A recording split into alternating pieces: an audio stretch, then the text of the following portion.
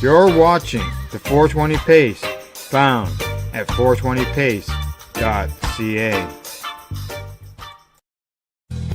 Stay tuned. We'll be right back after this toke.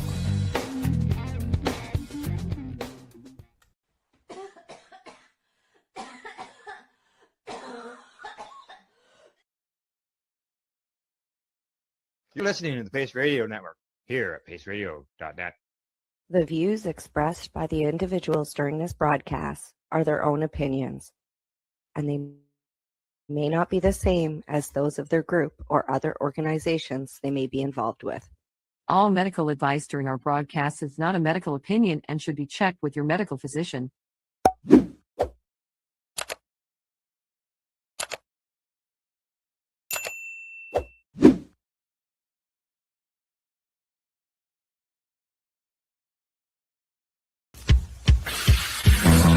Oh yeah, baby, that's lovely.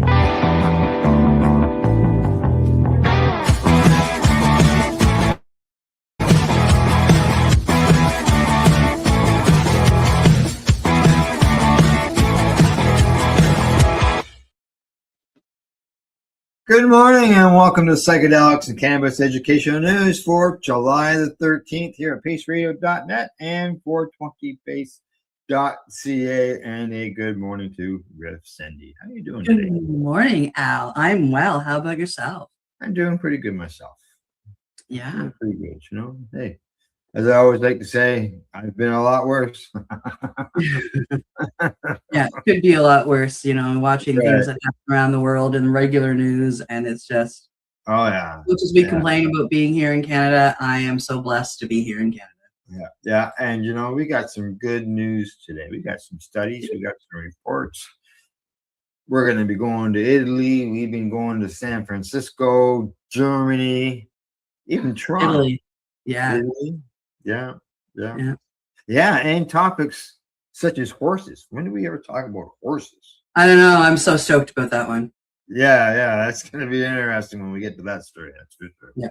But I think the first story, our leadoff story for today that you're going to discuss is something that probably neither one of us thought, you know, like we're a bit surprised. Like, wow.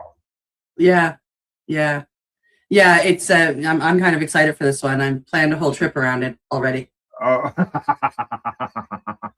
I'll be coming to visit Al. Yeah, exactly. Other than that, how was your weekend? My weekend was good. I spent last week setting up a specific room to hold sacred ceremonies, and so I had a weekend full of sacred ceremonies in there, and it was absolutely glorious and magical. Good.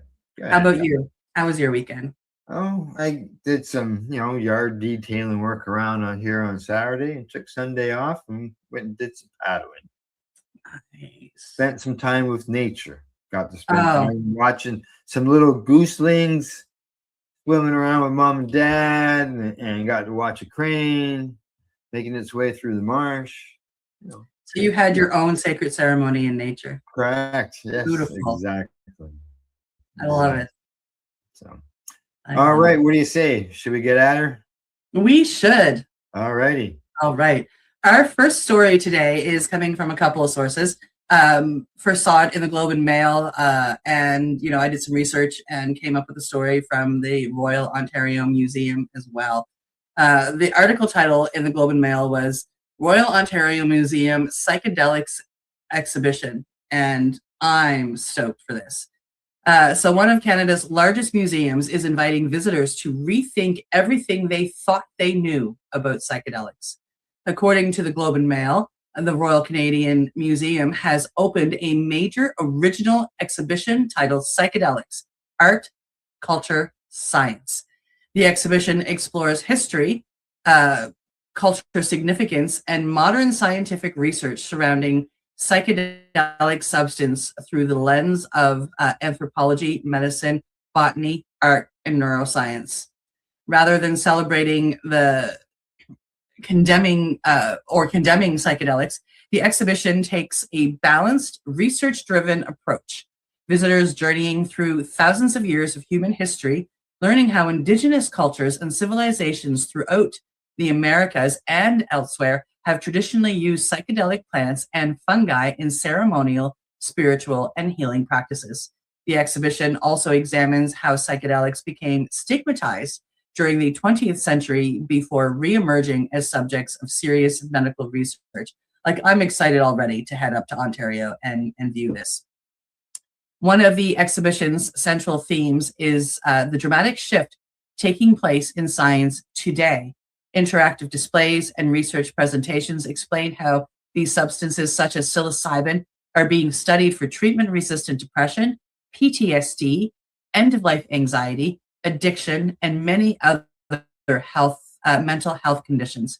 The exhibition doesn't shy away from discussing potential risks either, emphasizing that psychedelic compounds can produce widely different effects depending on the person, the substance, and the setting, and that they should be approached with scientific rigor rather than sensationalism.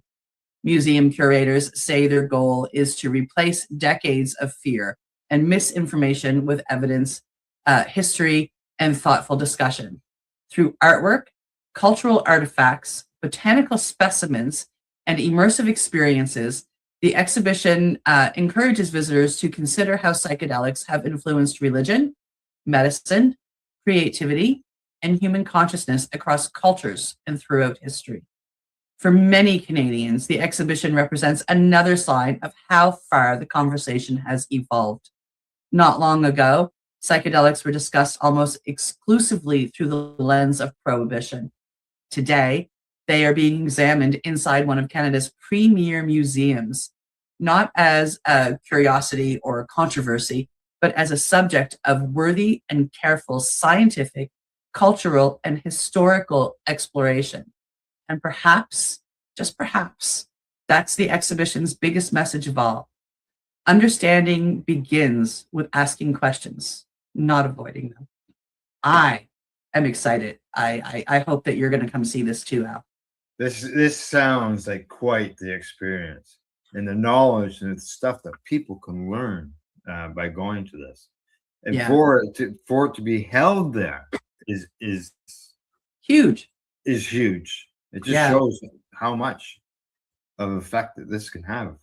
Yep. Oh yeah, this is great. Good morning, Buddy Weeds. How you doing? Morning, Betty. Yes, I'd be interested in going to that. When is it again? It's on now and runs until December. December. There you go. Good to know. So we got some time. Yeah. Yeah. Good. We can get together and discuss this then. Oh, absolutely. Yeah.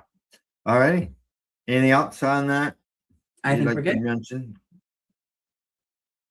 I think we're okay. Yeah, you think you're okay? All right. From that story, we're going to head on to the next one. This one is good news. Good news for sure. All right. Here we go. It is coming to us from the International Cannabis Business Conference, and the headline says, German researchers find cannabinoids induce lung cancer cell death. According to the World Health Organization, lung cancer is one of the biggest health problems facing the world today and is the leading cause of cancer cases and deaths worldwide.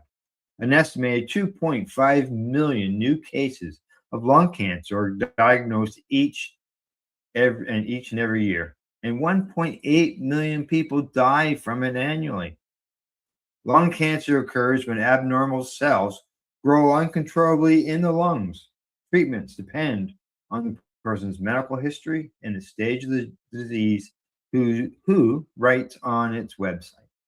It continues with the two main types of lung cancer are non-small cell lung cancer, which accounts for about 85% of the cases, and small cell lung cancer, which is less common but typically more aggressive.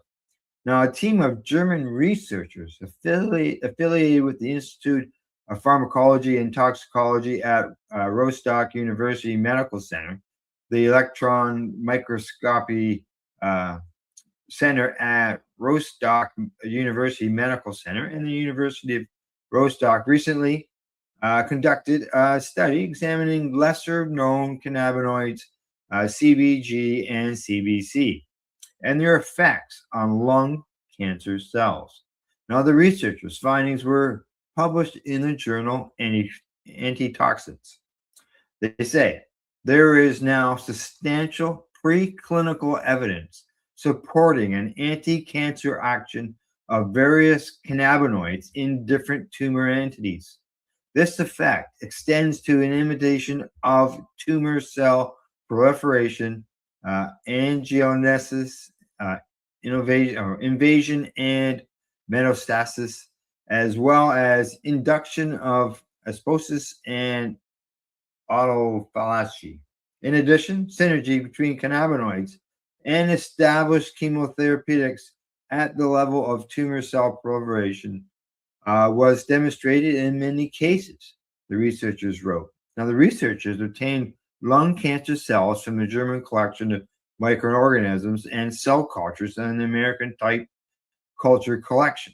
Now, the researchers cultured the cells in a humidified incubator and further prepared them for use in the study, after which the cells were treated with CBG and CBC.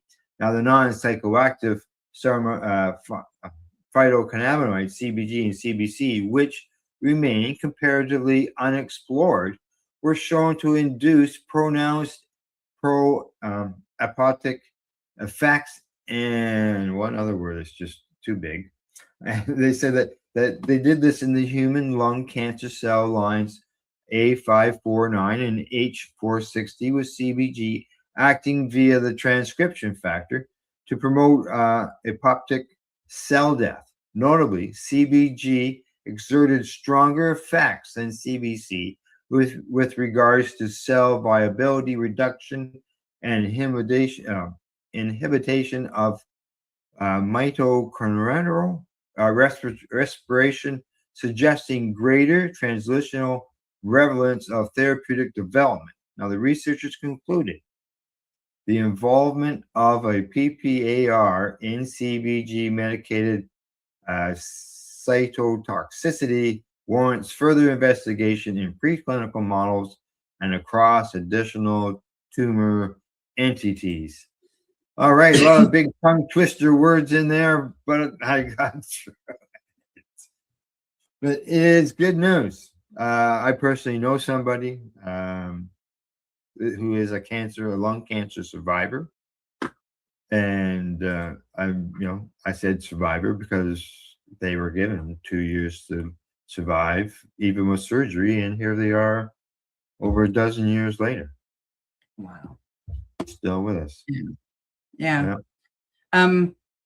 It's exciting. These cannabinoids. I've recently started experimenting with CBG, higher doses of CBG, and it's known. One of the things that we know about it is it can help with pain, and so I added it to my regimen because of the injury I sustained last November that's still plaguing me, and it makes a difference. Yeah. Oh yeah. It works well, and it's really exciting to hear about how it's being used to fight cancer with some success. Yeah, and with those cannabinoids that you don't hear a lot about, the CBG and the CBC. So it's good to see that those lesser cannabinoids, some of these benefits have been shown, especially something as severe as lung cancer. Absolutely. Exciting stuff. It is. So, all right. From that, we're moving on to our next story. Are we ready? Okay, dokie. We are heading on to the next story, and it is coming to us from Normal. The article title says, Cannabis-based therapies improve Alzheimer's-related agitation. New research is adding to the growing body of evidence that cannabis-based medicines may help improve one of the most distressing symptoms experienced by people living with Alzheimer's disease. According to Normal, a new meta-analysis published in the American Journal of Geriatric Psychiatry found that cannabis-based therapies significantly reduce agitation and other neuropsychiatric symptoms in patients with Alzheimer's disease. Researchers reviewed multiple randomized clinical trials and concluded that cannabinoid treatments consistently demonstrated therapeutic benefits over placebo. Agitation is one of the most challenging aspects of Alzheimer's disease, often causing aggression, anxiety, restlessness, and emotional distress for both patients and their caregivers. Current pharmaceutical treatments can sometimes help, but they also carry risks, including excessive sedation and increased chances of falls and other complications, especially in older adults. Pardon me. Researchers suggest cannabinoids may help regulate mood, reduce anxiety, and improve behavioral symptoms through interaction with the body's endocannabinoid system. Importantly, the study focused on symptom management. It did not find that cannabis slows or reverses the progression of Alzheimer's disease itself. The findings add to a growing list of conditions where researchers believe cannabis-based medicines may have a meaningful therapeutic role. While scientists continue calling for larger clinical trials, as always, advocates say studies like this help strengthen the evidence, supporting medical cannabis as another tool physicians can consider when conventional treatments fall short.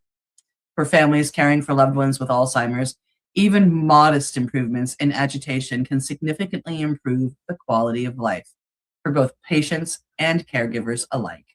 And Al, this is the second story in the last month that we have read about plant medicines helping people with Alzheimer's. The last one was fungi. It was psychedelic. It was the psychedelic psilocybin, helping people gain a few days of coherence. And so it's nice. I mean, my dad's mom suffered from dementia, Alzheimer's, and you know that's what took her. And thankfully, her journey once it hit hard was quite short. She didn't have to suffer, and neither did the people watching her. But to know that there's help out there for people that have to suffer with this disease longer is just so beautiful.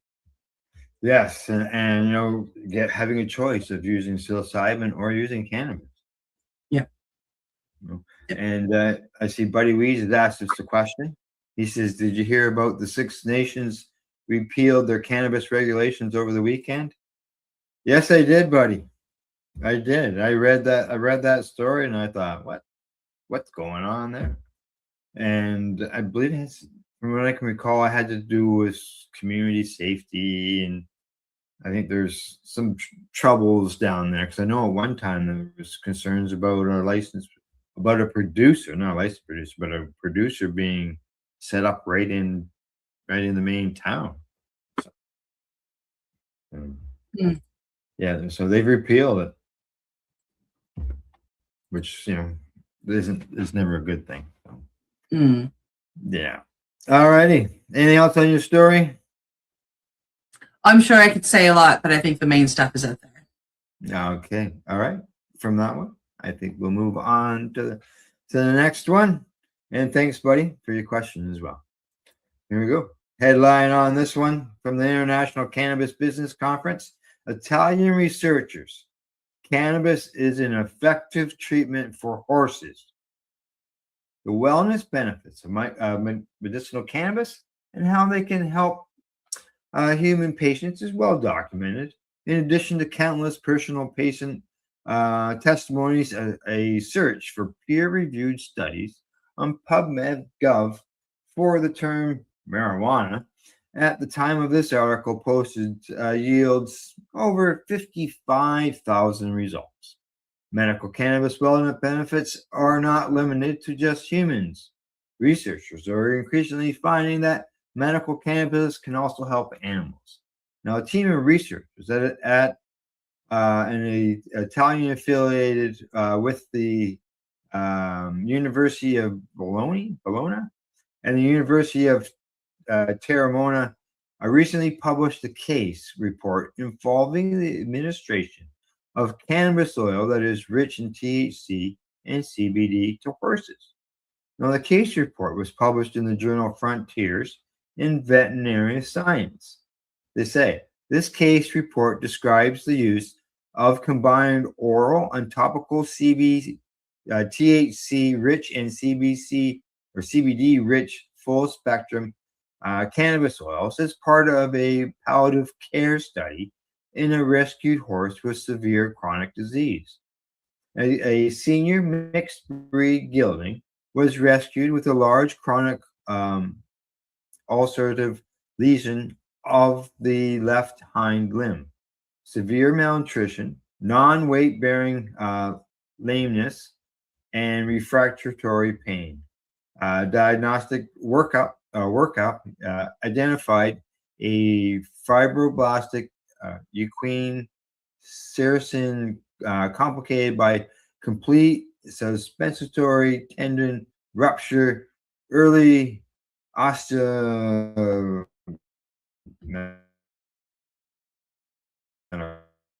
medical and surgical options were limited due to poor response, disease severity, and resource constraints, the researchers wrote. Now, a long-term palliative protocol was initiated using oral THC-rich and CBD-rich full-spectrum cannabis oils at a 1-to-1 ratio, 100 milligrams of each, with gradual dose escalation to a target of 0.5 milligrams per kilogram of each compound every 12 hours. The same formulation was applied topically to the wound once to twice daily. The treatment duration was 10 months with concurrent multimodal analgesia as needed. Now, the researchers added that the researchers found that the cannabis oil therapy provided sustained improvements in the subject's appetite, body condition, pain, and mobility. The researchers also noted that marked wound improvement. They did not observe any adverse effects or laboratory abnormalities as a result of the cannabis oil therapy. And they say that this case supports the potential role of combined THC-rich and CBD-rich cannabis oils as a safe and effective adjuvant in multi-molecule palliative care for horses with chronic refractory conditions. Controlled studies are warranted to determine optimal doses and indications, the researchers concluded.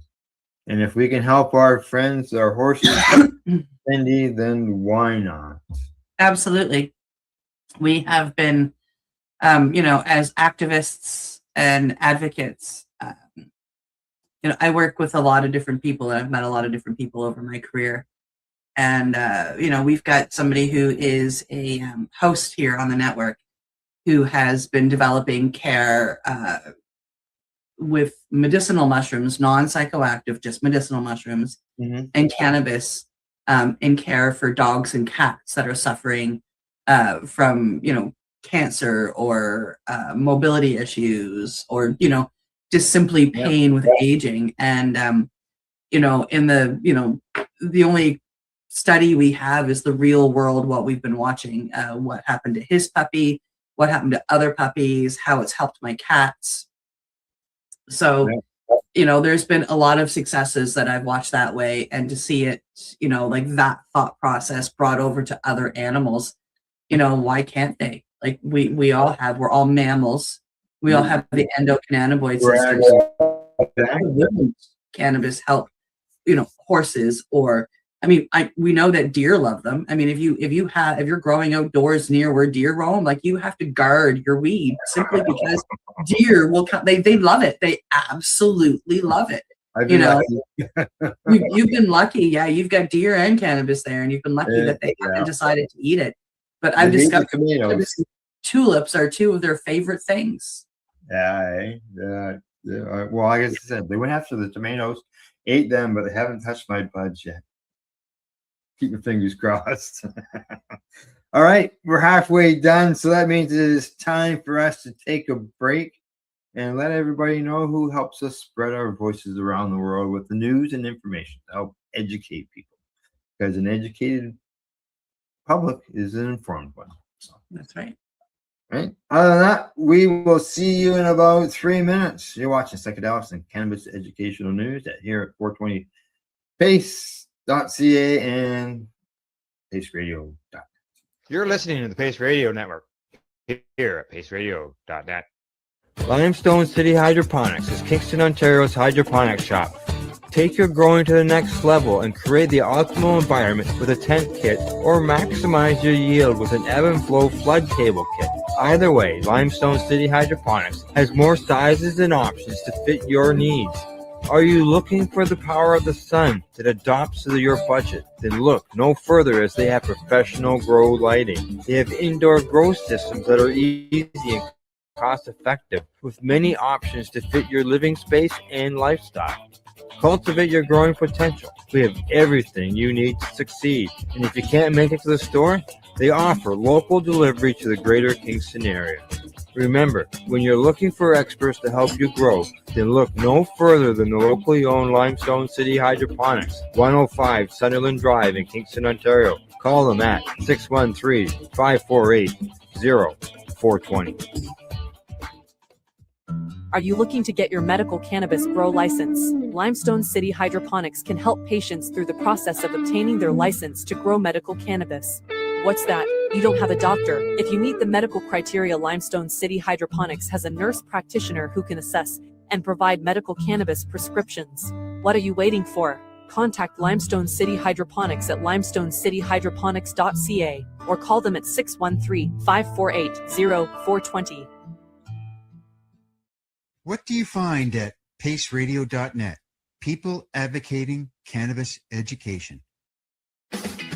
Enjoy the buzz of legalization with Campbellford Lifestyle Shop. From lights to plant nutrients, books, consumption accessories, and more, we've got all your basics to grow or consume cannabis.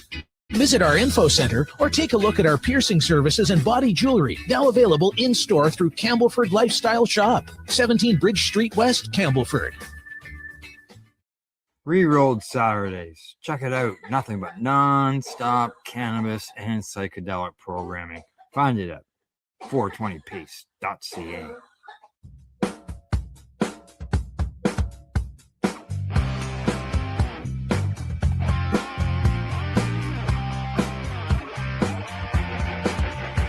I'm having an awesome day, and I'm gonna make sure it stays that way.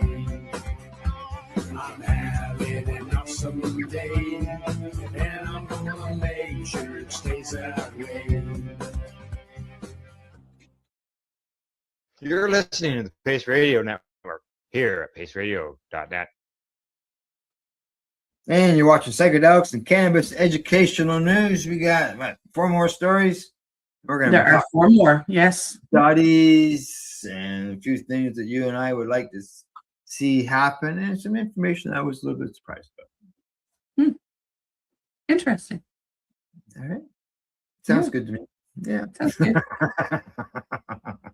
Yeah, so we'll jump right into the next story. Yeah, let's just jump into the next story, and I believe we're like going halfway around the world for this one. Yeah, we are heading to Korea right now. All right, let's go. So this story is coming to us from the International Cannabis Business Conference, and the title says Medical Cannabis Production Measure Introduced in South Korea. Like, this is big, I think. One of Asia's strictest countries on cannabis may be taking a cautious but massively significant step towards expanding its medical cannabis program.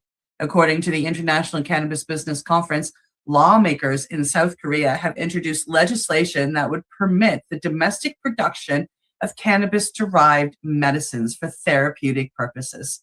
Under the proposal, cannabis-derived substances intended for medical use, including cannabis oil or CBD, as we commonly know it, would be classified as psychotropic medicines, creating a legal pathway for regulated production under government oversight. South Korea made history in 2018 by becoming the first East Asian nation to legalize limited access to medical cannabis products. However, patient access has remained extremely restricted, with most approved products imported and available only under narrow medical circumstances. Supporters of the new measure argue that allowing domestic production would improve supply, reduce dependence on imports, and expand treatment options for patients with serious medical conditions.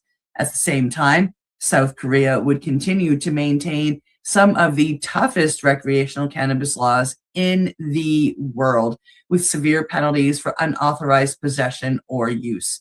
The proposal reflects a broader trend occurring internationally.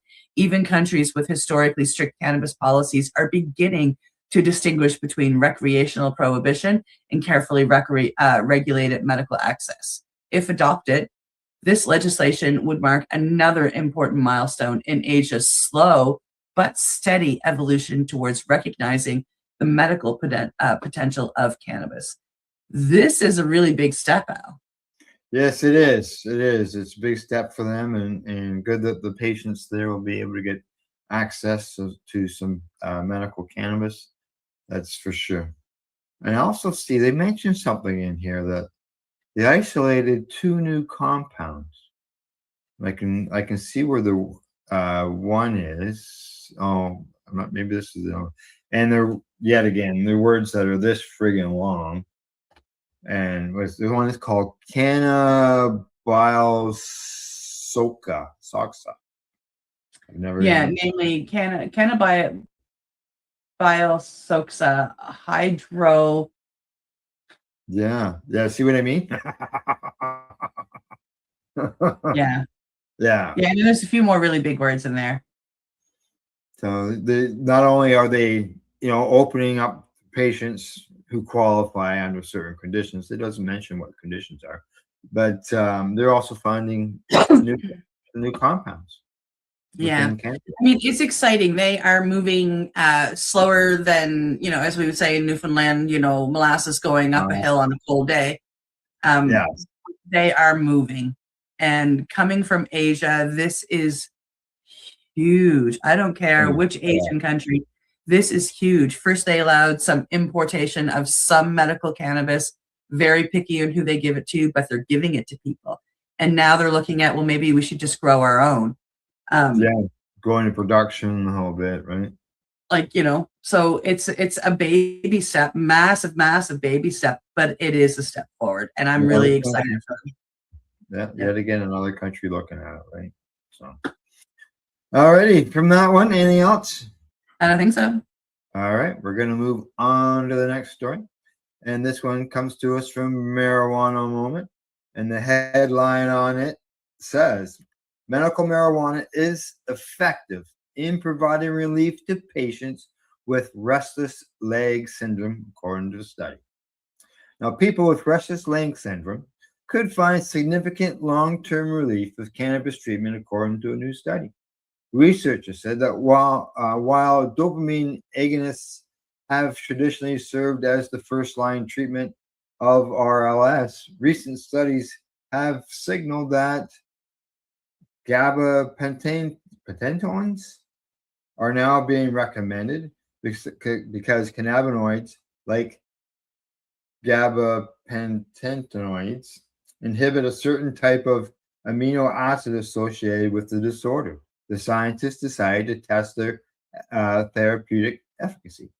The exploratory open-label study conducted by researchers at the University of Europe de Madrid and published in the Journal of Neurology found that a cannabis product containing 2.7 milligrams of THC and 2.5 milligrams of CBD was effective in reducing RLS severity among patients with multiple sclerosis and associated idiopathic RLS. Now, improvements were observed after 1 and 3 months of treatment and were maintained after 1 year among patients who continued therapy. The study of 18 patients with RLS showed. Now, for those that remained on treatment after 1 year, 67% continued to show sustained improvement. The findings might not be especially surprising, given that cannabis is well known to reduce the severity of muscular spasms and related conditions, but its efficacy for RLS is notably, considering that no states appear to explicitly list it as a qualifying condition for medical cannabis. Now, of course, RLS may be a symptom of other overarching disorders such as multiple sclerosis, and certain states give doctors wider latitude to make medical cannabis recommendations for any condition that they see fit. Now, in any case, the study out of Spain could build upon emerging research into alternative treatment options that could replace dopamine agonists in the treatment of restless leg syndrome. And Cindy, I know of a patient who takes capsules every night to help deal with their restless leg syndrome. Yeah, I for years have been using, either taking capsules of CBD. I use topicals that I put at the hip area where the sciatic nerve is that's jumping and causing the restless leg. And I've also discovered in the past couple of years Amanita muscaria, which is a fungi. It's a psilocybin. It's a mushroom. It's not really psilocybin. It's not. It doesn't affect the same way. But microdosing properly gathered and dried Amanita muscaria is one of the things that it does is it works with the nervous system and it helps to calm nerves and it helps to heal nerves. So if you can calm the nerves, the restless leg syndrome goes down. So I've got a combination of microdose capsules that I can get, as well as a topical cannabis, and knock on wood, I'm not shaking my legs every night all night. Exactly. And this patient's same thing. If they don't take their capsules every night, they notice it. Oh yeah, hardcore. Yeah, big time. So, alrighty. Anything else? I don't think so. All right. I'm good. Yeah. All right. I think time for us to move on to the next story then. On to the next story. Next story is coming to us from Ganjapreneur, and it says here, San Francisco considers letting cannabis consumption lounges host music and serve food. What? This would be epic. San Francisco is taking another step towards creating a more complete social cannabis experience. According to Ganjapreneur, the city's Board of Supervisors has advanced legislation that would allow licensed cannabis consumption lounges to serve food and non-alcoholic beverages while also hosting live music and other entertainment. If ultimately approved, the change would move San Francisco closer to the cafe-style cannabis venues that have long been associated with beautiful Amsterdam. Current California regulations also permit certain licensed lounges where adults can legally consume cannabis on site, but restrictions on food service and entertainment have limited many businesses' ability to operate as full social destinations. Supporters say the proposal recognizes that legislation should include safe, welcoming places where adults can gather responsibly. They argue that allowing food, coffee, live performances, and community events would help licensed businesses compete while giving consumers alternatives to consuming cannabis at home or in public spaces. It also gives people the alternative of going to an alcohol-induced bar for the same things.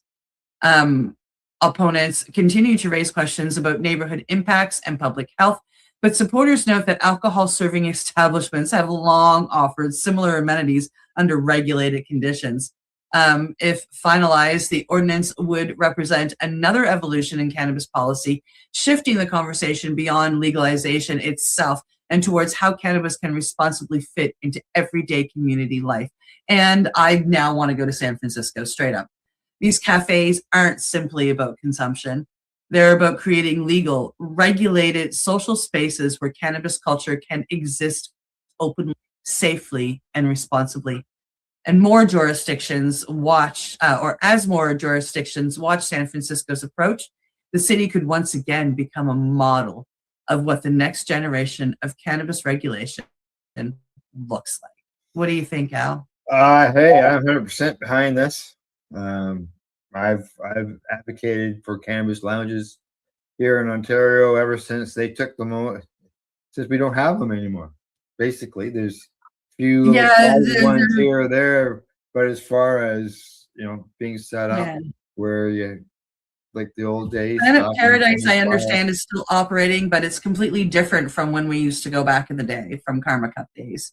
There's Yeah. the cafes and the boardrooms, but they, again, like, I mean, the boardrooms are where they have it set up to have a few different things once in a while, and the cafes are really great, but there's no entertainment, and it's a nice place to go and consume with your friends, but, what do you do once you smoke Yeah. your joint? Like, that's it. Being able to order some food, like even 15 years ago when lounges were popular in Toronto, I think the only spot you could get food was at Rocherama at Abby's place. Other than that, most places just said order something and have it delivered. Some places charged a couple bucks just so that they made a little bit of money that way. Yep. Or were located near a place that had food. But that's the same when I was in Amsterdam. I mean, like, you could get a few drinks and maybe a couple little snacks, but that's it. Like, there was no entertainment, no music, no paint nights, like none of that was offered there, nor food. Like, you had to leave the coffee house to go get food and then come back. I don't know why they don't serve it together, but I'm all for it. And if there's, I see that there are some groups that were against it, as you mentioned that in the story. And there's always that concern about workers and the entertainers in indoor facilities where smoking is happening. So those, some people say, well, if the person's aware of it and they agree with working there, they'd be just like the people who entered the place to use the services. Yep. Right? So, all righty. Hopefully, a model like that can spread all across North America, all across the world. Yeah, exactly. All right, on to our last story of the day. Now, I know that for years there was always a big battle to find doctors to get your license signed, and it can still happen now. There are clinics out there where people can go to, whereas one time there wasn't. So our next story is going to talk about how much support that there is when it comes to doctors and so on and so forth. So here we go. This one is coming to me from Entrepreneur. It says more than 85% of U.S. healthcare professionals believe cannabis has medical utility. A majority of U.S. healthcare professionals support medical cannabis access, but lack formal training on how to incorporate it into clinical care, according to a survey data published in the Journal of Cannabis Research.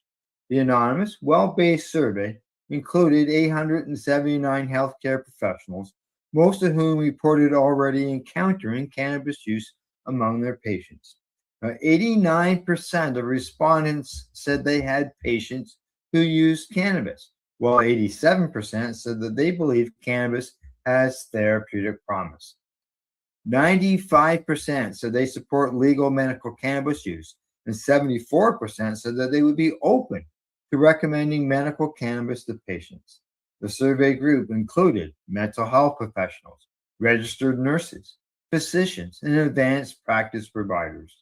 Respondents rated their own cannabis knowledge highest on risks and therapeutic indications, but researchers found much lower scores when participants were tested on objective knowledge of cannabis-related risks, therapeutic uses, and mechanisms of action.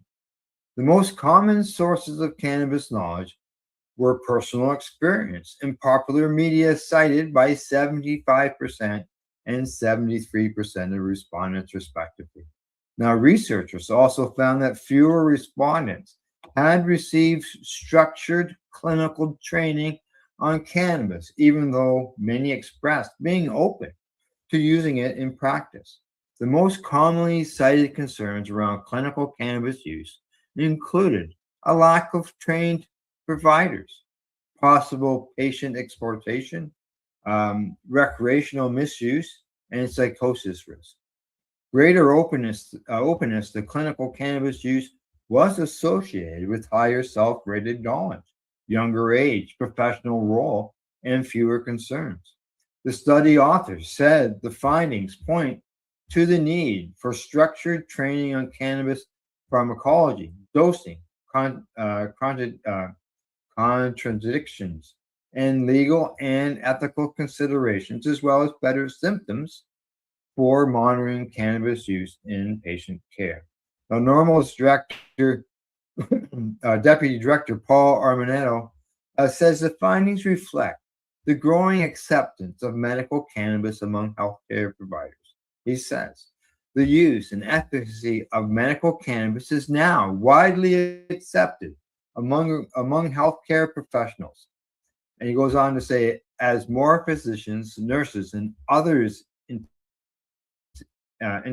integrate medical cannabis into their clinical practices, it is vital that medical associations, institutions, and clinical criteria similarly incorporate and embrace cannabis as a mainstream and established therapeutic option for patients. There you go. 85%. I was really surprised by that number, but I have to completely agree with them that there is a lack of training for them. Oh, 100%. Absolutely. Like, and I've met a lot of doctors and I've had to educate them on, medical cannabis, and in my trainings, I've met a lot of people from around the world, Americans, people from overseas, Europe, various places, Mexico. And I must say that because of education that is in the system, Canada is really far ahead in accepting cannabis, way beyond a lot of the other countries in this world. And I'm not shocked that we would have 87% believing cannabis has therapeutic promise, but I'm a little shocked that the U.S. healthcare is up that high. Yeah, exactly. Same here. And it says it says 87% is an average. Like 95% said they would support legal medical cannabis use, and 74% said they would be open to recommending medical cannabis to patients. Right? Like, so 95% said they support legal medical cannabis use. Yeah. The people support it. The doctors support it. Get the laws changed. Yeah. Which includes safe banking. Yeah. 100%. Yeah. And so hopefully, if we can get more doctors trained, actual training, then even those high numbers will even go higher, and some of their fears would be relieved because there is the training available. So, all righty. Other than that, we're done for story wise, but I see you've got something that you'd like to discuss.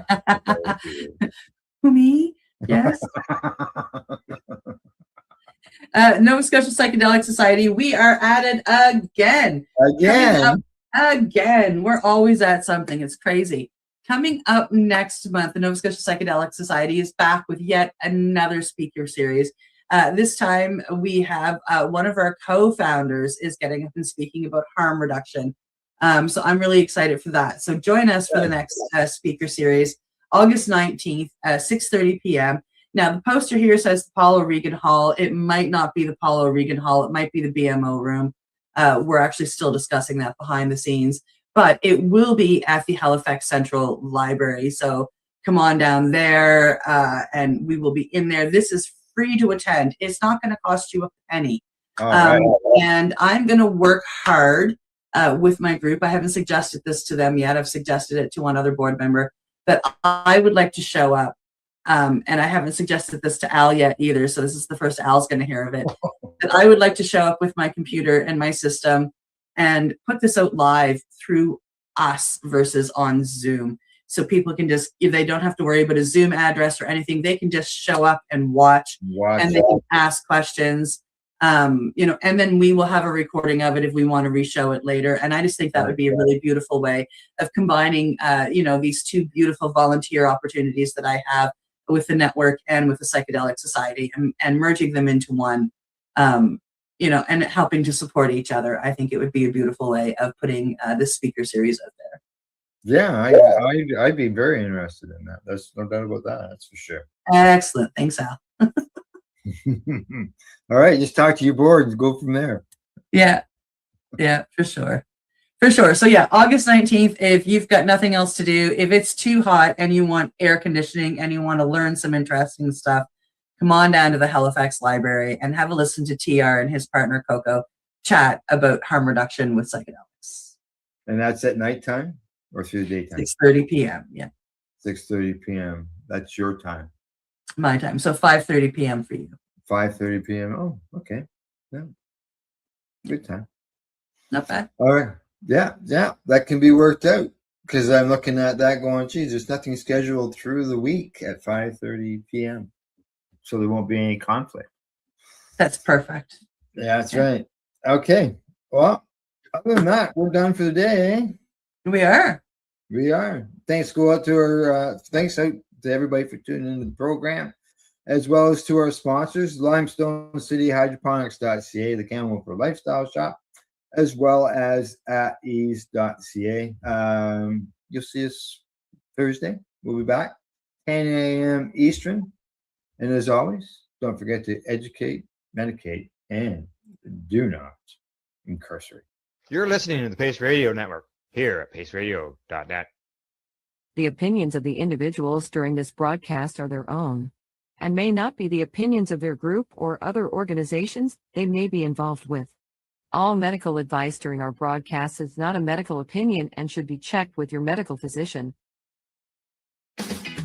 Enjoy the buzz of legalization with Campbellford Lifestyle Shop. From lights to plant nutrients, books, consumption accessories, and more, we've got all your basics to grow or consume cannabis. Visit our info center or take a look at our piercing services and body jewelry, now available in-store through Campbellford Lifestyle Shop, 17 Bridge Street West, Campbellford.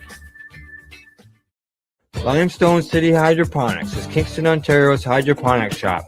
Take your growing to the next level and create the optimal environment with a tent kit, or maximize your yield with an ebb and flow flood table kit. Either way, Limestone City Hydroponics has more sizes and options to fit your needs.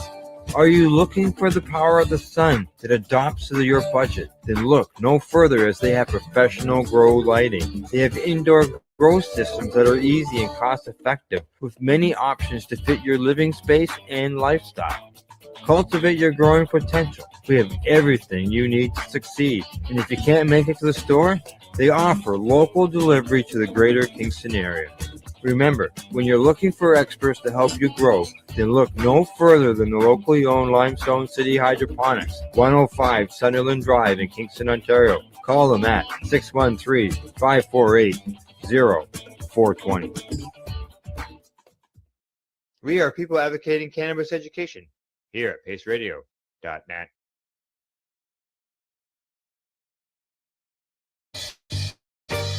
You're watching the 420 Pace, found at 420 Pace. Stay tuned. We'll be right back after this toke.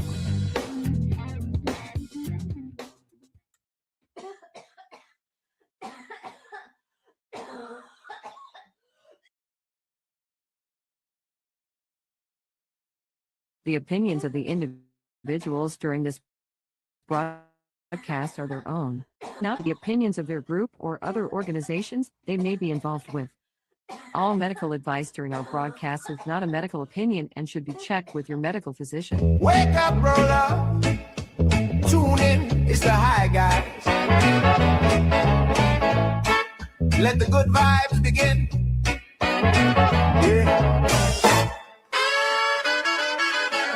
Yeah.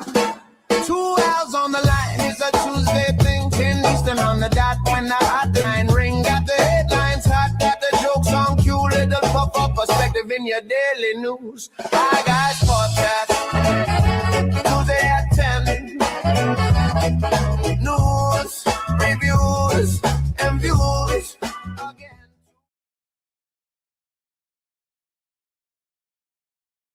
Hi, guy. We've both lost some weight.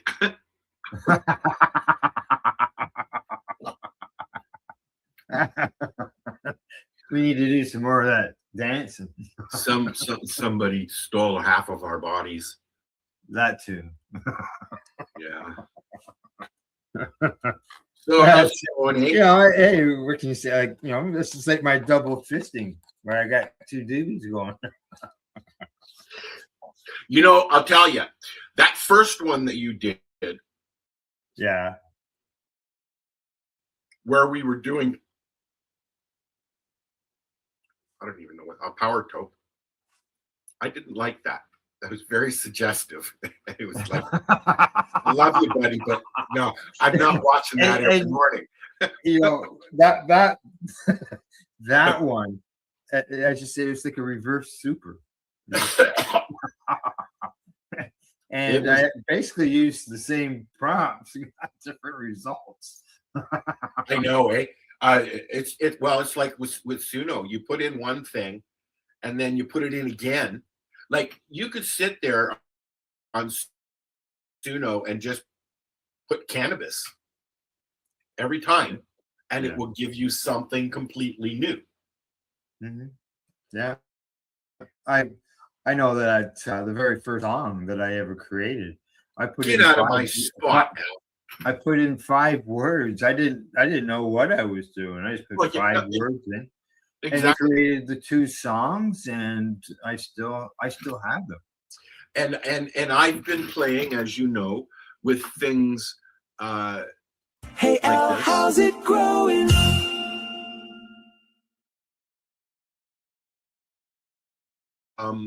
Good. I can tell you that, anyways. Answer the question. Did you notice I misspelled? Hey, Al, how's it growing? No, I can't, because I keep getting a message telling me that my mic is muted when you put on the video. Oh, well, I can't see behind it. I spelt growing GWU. I didn't. that third AI guy. It's his fault. But so, anyways, today we've got some news. I did an event listing for the rest of this month and August, which if you go into our chat on Facebook, you can pull it up and you'll see there's an actual file there, Google thingy. I got a couple of songs. I'm sure Al's got a couple of songs too. I got a couple songs. One of them is based on what's in the cannabis community news and stuff.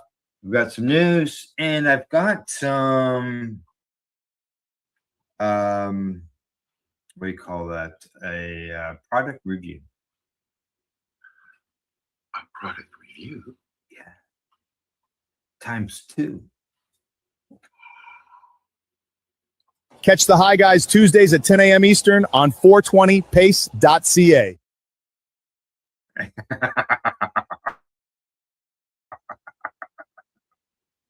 You know what? I've been playing. I did another one, but it's just me standing there, and I couldn't get it to sync though. Most likely, like this. Right. This I was reading this article this morning, and you won't believe what happened. Tell me.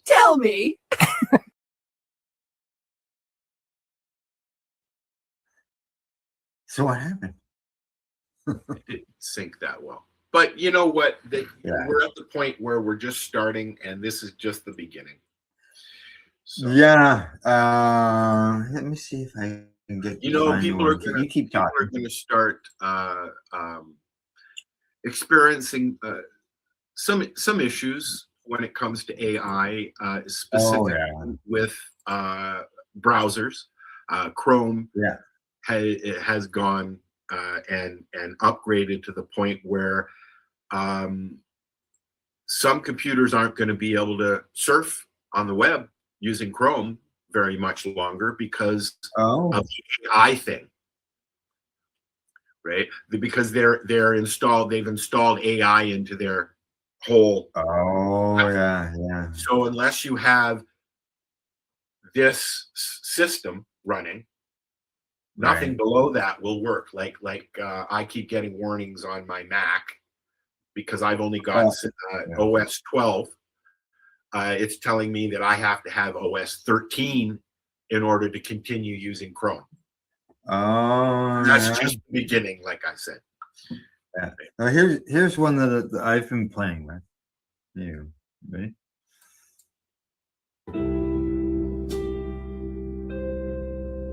Clipboards, sneakers, green leaf pins on our shirt.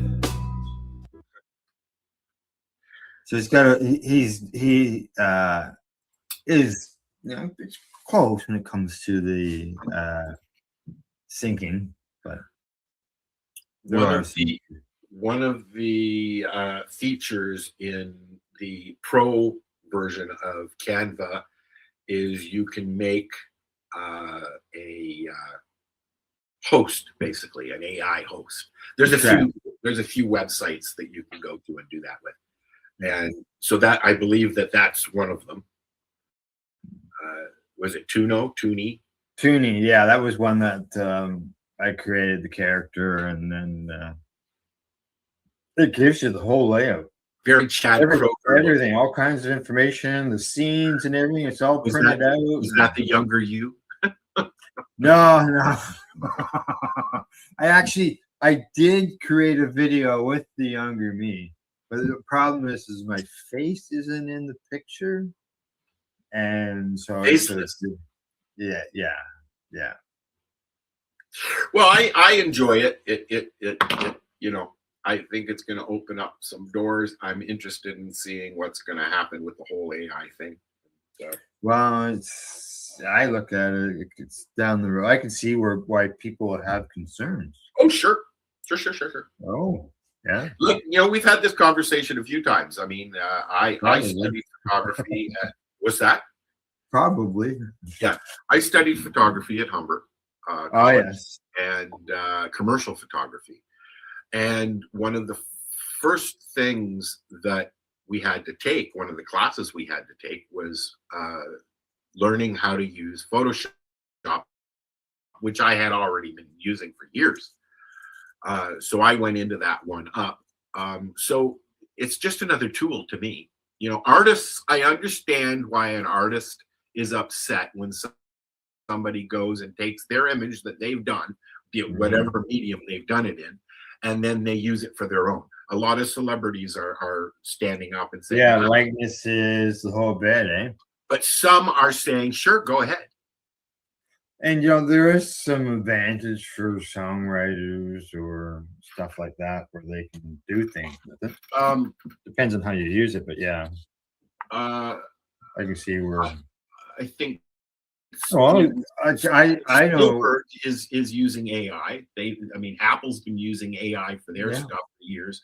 Movie theaters, here's what you don't understand. Most people don't understand, anyways, is AI has been around for 10 years, maybe longer, but we're just starting to hear about it as the public. But they've been using it for movies. What do you think? Tom Cruise movies? How do you think they're made? They had a different. Didn't they have a different term for it though? Used to be CGI. Yes, yeah, there it is. That's the word. Computer generated images. Hello. Yeah. Right. So people. Like I said, I understand, and we've had this conversation a few times. I'm sure. I understand where I have a friend who won't even talk to me about the AI stuff. I say Suno, and they go. Okay. Yeah. Which I understand. She's an artist. She's a musician. Yeah. And but here's the thing. I'm a photographer. I've been shooting with film since my early teens. I don't particularly enjoy using film. It's very hard to get even now. You have to order it from Do you really? Yeah.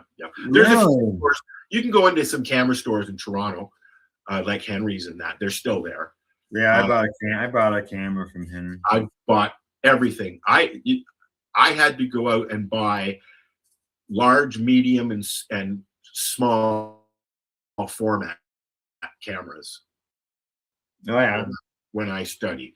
I bought my Canon 81 from him. I have a 4x5, which is one a lot of wedding photographers in studios use. That's the one that looks like an accordion.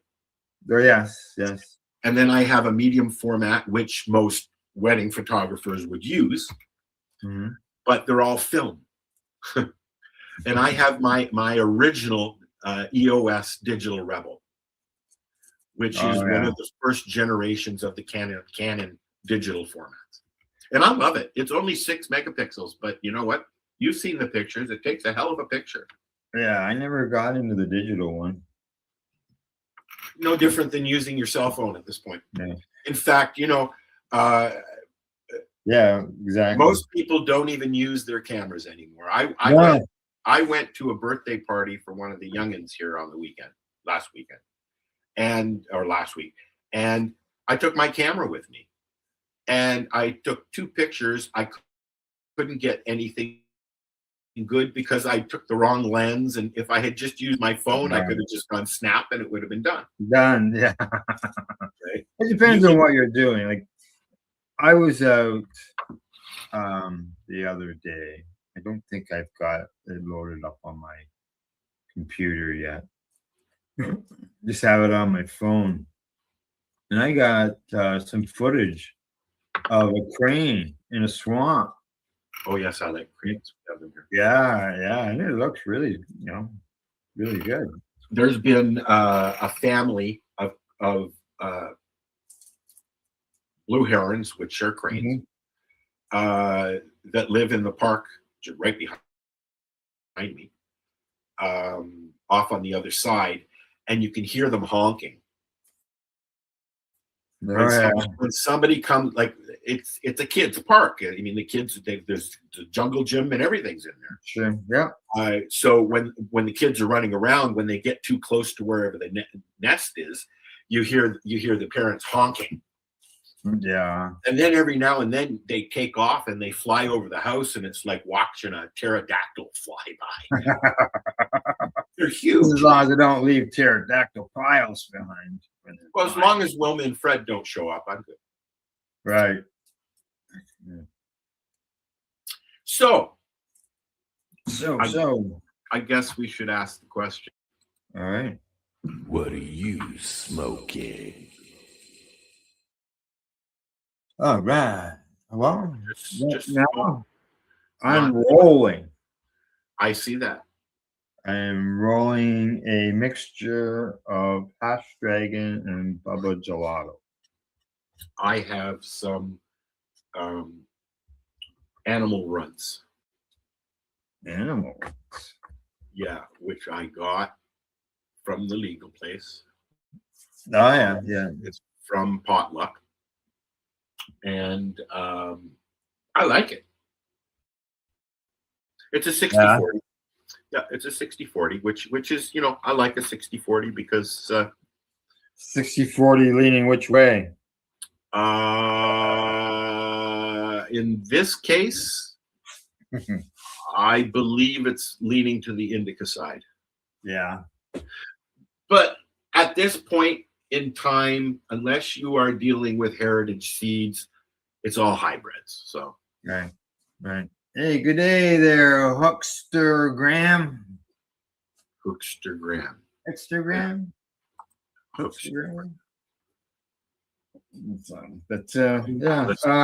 it's smoking that, and I'm smoking something else that I was going to use as my product review as well.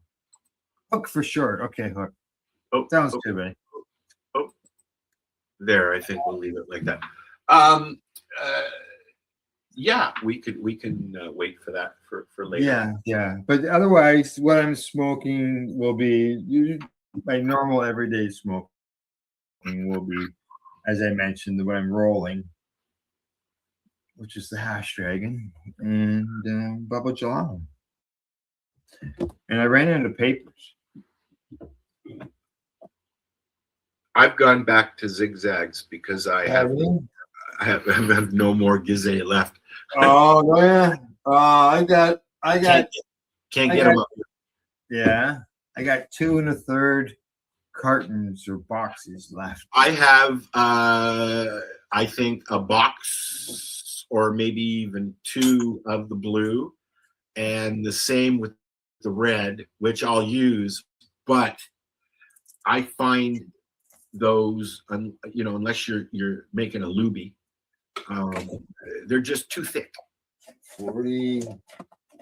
I got 50 packs. 1, 2, 3, 4, 5, 6, 7. 50 packs. So that's about 1,000 joints. Yep. No, 50. No, 50. No, packs. there's only 30. I think there's 100. There's 30 100 leaves. in there. I There's think there's 5,000 joints. I think there's only 30 leaves in those ones. No, there's 100. Is there? 100 times 50 is 5,000. Are they the little tiny ones or the ones with the magnet? They're the ones with the magnet. Okay, yeah, those are the double-sided ones. Yeah. I like Gizeh. I really do. I like I like their greens because they're very similar to zigzag, which is what I've pretty much always used. Mm-hmm. But yeah, I don't know when I'm gonna go to when I get done these. Like, you'll have to go back to Mary Jane stopped by one day and she had me roll up a doobie, and it was with some paper that it didn't want the doobie to burn. Yeah, I took it out of the paper and it burnt. No problems. The joint burned really good, but it was just the paper that sucked. And the same, This isn't smoking very well today because it's very humid. Oh. Are you enjoying the weather down there, Al? Right now we are sitting at 29 on the Celsius. Feels like 39. And let me just change that for people who still use standard like me most times. It's 84 Fahrenheit, feels like 102. Right. You enjoy that because it's going to be 24 here. Oh, yeah. No, it's going to get worse. Warming up, finally. Yeah, we're going to, like, a couple weeks ago, we had it was like felt like 115. Yep. It's bad. Being on the north shore of Lake Superior is weird weather-wise because Lake Superior is its own weather system. Right. Being so big, so deep, blah, blah, blah, blah, blah, blah. But you go, 2.5 hours further up towards Thunder Bay, and you're looking at 39 up there. Yeah. But then but then it's like 12 here.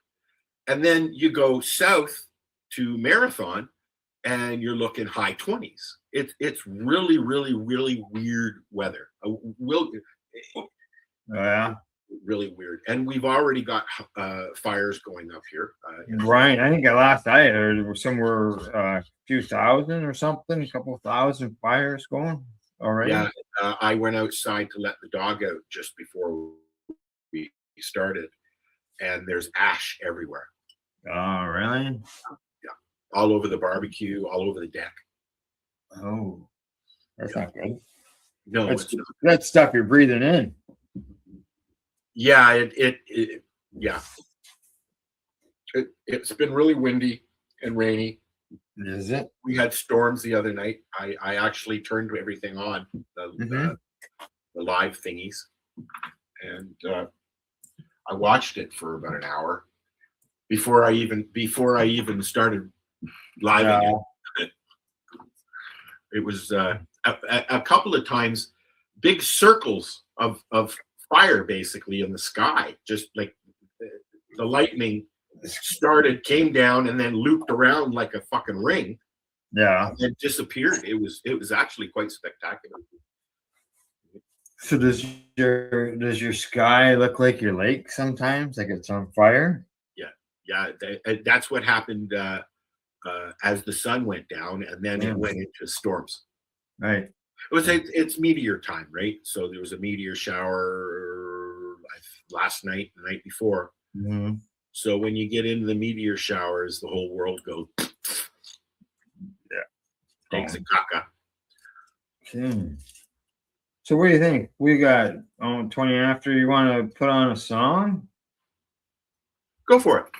Okay, I will put one on. As I mentioned when we got started, that I had a song that has to do with some stuff that's going on in the news within the cannabis community. So here we go. I'm going to play that song, just so you know. It's called VCBC Hold the Line. Oh, Mars there.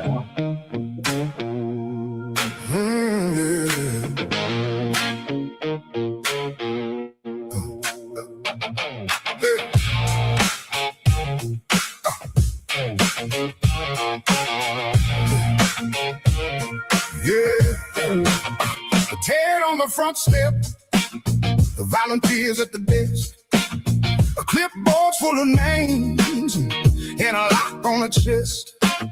Victoria, BC, warm rain on the glass, patience at the counter, trying to make it last. The high dose edibles, counted out by hand.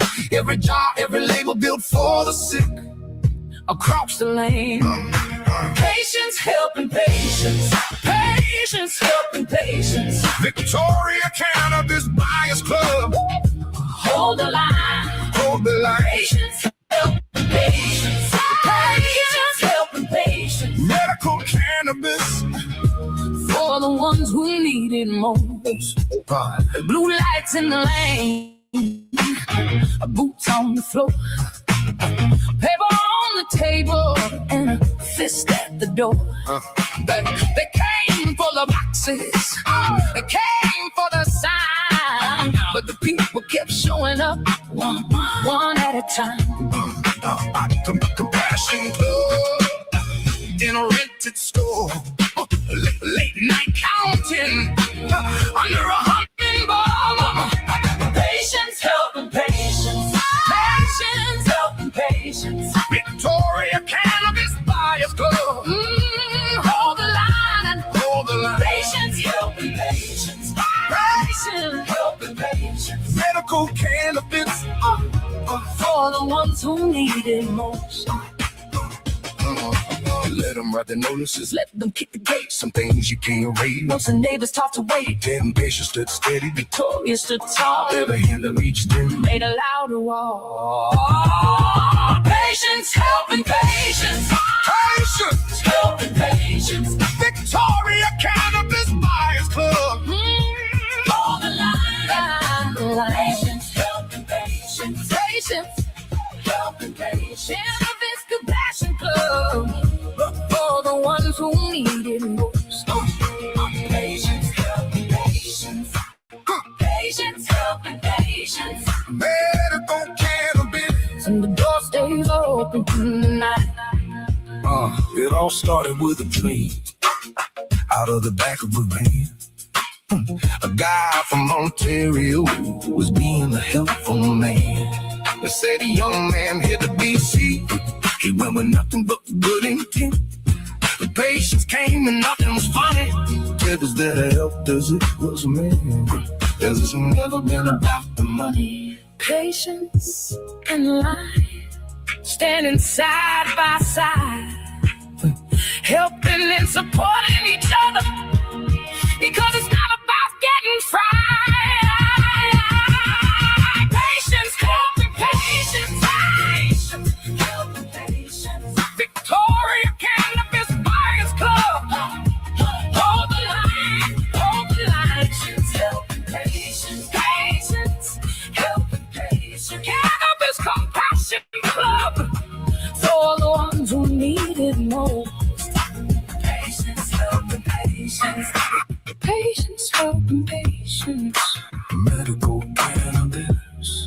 and the door stays open tonight.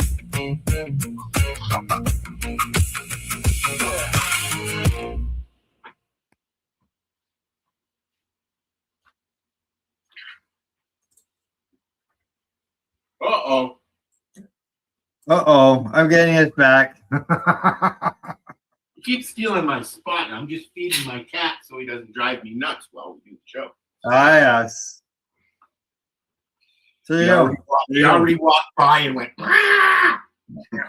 So yeah, that was BC Hold the Line. I went to Ted's wall. I put the song together, I guess over 24 hours, and then grabbed the some pictures off of Ted's Facebook wall and put it together. Did you send it to him? Yes, I did. Awesome. He thanked me very much for doing it and helping out. You know, I was a member of COM when they started rating dispensaries, and they came in the front door. I'm sure you remember this, Al. They came in the front door when they were on Queen Street. I'm not telling any secrets at this point. They're not around anymore. But they came in the front door and literally knocked somebody over who was in the entrance in a wheelchair. Yep, I remember And the video. I was just going to say, yeah, there's video.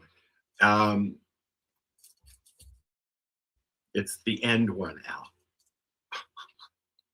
You used the wrong setting.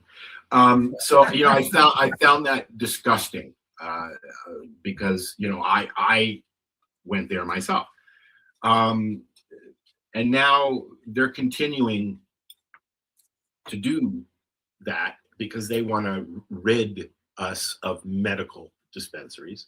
And the only way you're going to be a medical dispensary at this point is if you're an illegal dispensary.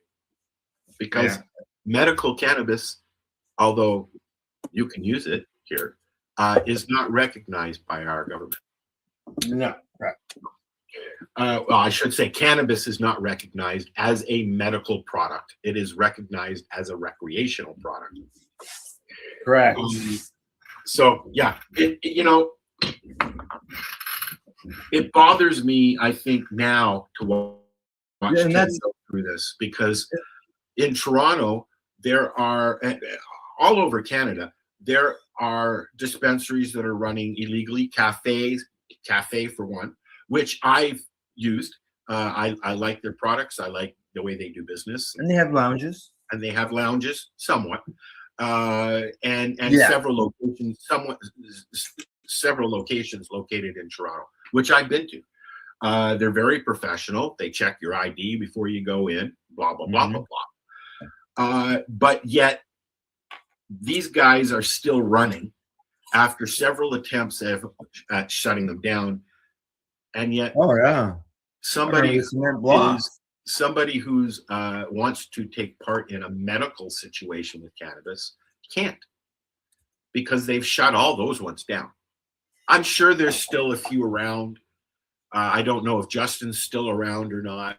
I don't think. You know, I know Neve is no longer doing COM. He's a professor down at what used to be Ryerson. I don't know what it's called anymore. Is it Toronto University or whatever? Yeah, I don't know what it's called either. So I mean, they're still around, educating, but yeah, I like Toronto Compassion Image closed shop. I know that MedCan got sold. Yeah. MedCan Access sold. All of the old school ones are gone, and they're harassing Ted in Vancouver. He's probably like he's the last of those original groupings, as the song shows within the pictures, that it's 30 years. 1996 is when he started that, or when he headed out west with the van and got started. And I remember that he was doing. I guess I better plug in my computer before it dies on me. He was doing cross the country stuff, right? I'm Yeah, like they operate countrywide. Yeah, no, As far but as- he, as he far as they were that- driving across Canada at one point in his van, right? Yeah, he left here from They Ontario were and doing, went out west. they did no, but they did some kind of a Canada drive-through. Oh, tour. Oh, Yeah. yeah. I don't recall. And there was the Canabus, and it's still down in the U.S. There's a Canabus, but there was somebody had a kind of Canabus up here in Canada that did a tour, right?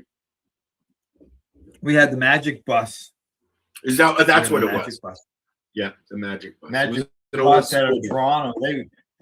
They would bring down. This is like when 420 marches were just basically in one spot here, as far as here in Ontario, and that was at Highway 420 and Clifton Hill there in. Yeah, well, that's where it started. Niagara Falls. Out near Niagara. Yeah, Falls. and the Magic Bus, they brought down 4 bus loads of people. Yep. Go lay down, baby. Yeah. Go on. Packs.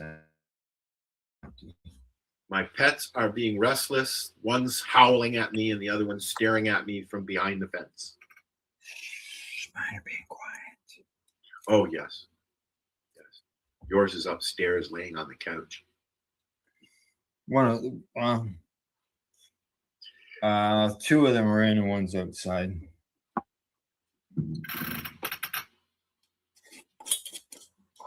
So I haven't done one in a while. I watched a really, really good movie the other day. Oh yeah, on Prime. Did you? You got to do a movie review? And I got a new thing for it too. I was gonna say that's why I brought that up. Out's movie reviews. Out's movie reviews.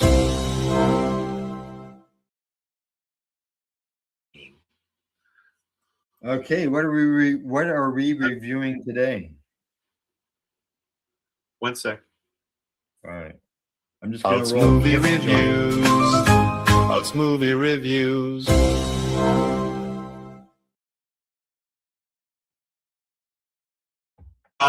Today, I've got the trailer for the movie Hail Mary on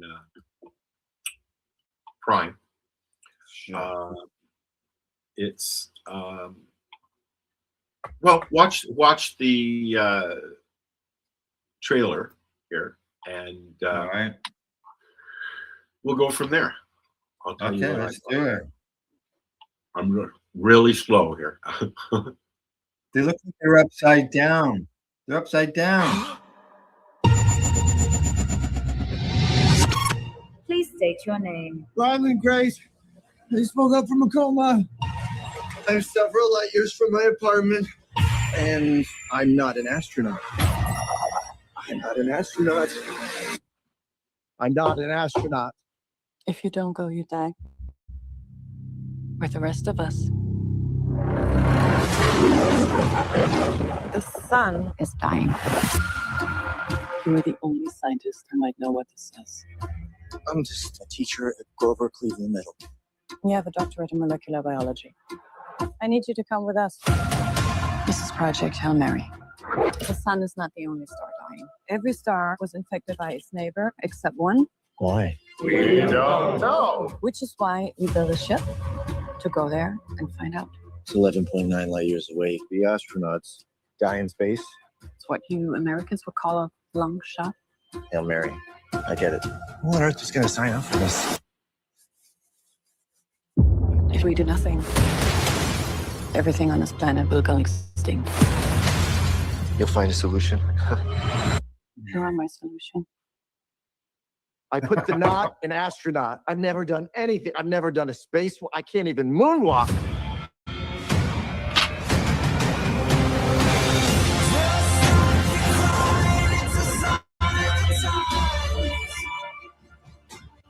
Gotta get away from it.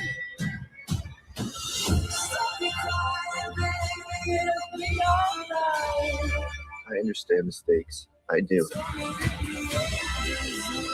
But my place is in the classroom. The world is counting on you. This might be very hard for you to understand. But some people are not good at things. You know who you are. You're gonna do great. I conquered zero G in 5 hours. Object approaching. Oh my God.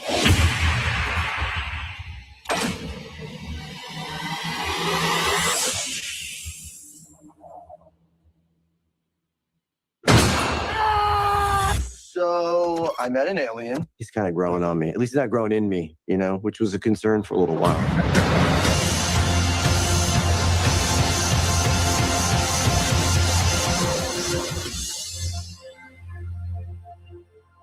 I'm Grace. I'm gonna call you Rocky. Thumbs up. No, that's thumbs down. We do the thumbs up. It's close enough. Okay, so here's I met an alien.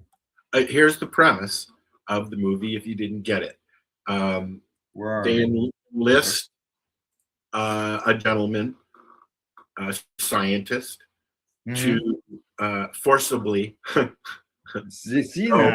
go into space to save the world.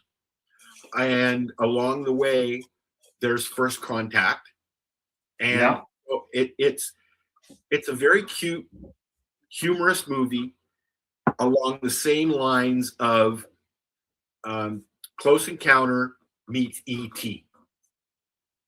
Okay. Yeah. Because it does meet the alien. More than meets, which it looks like movie. It's a good movie to watch, and the whole family can watch. Oh, I was chuckling. I know that. I like Ryan Gosling. That's the other Ryan. No. The only thing is I don't watch a lot of movies because I end up napping. You fall asleep. Yeah.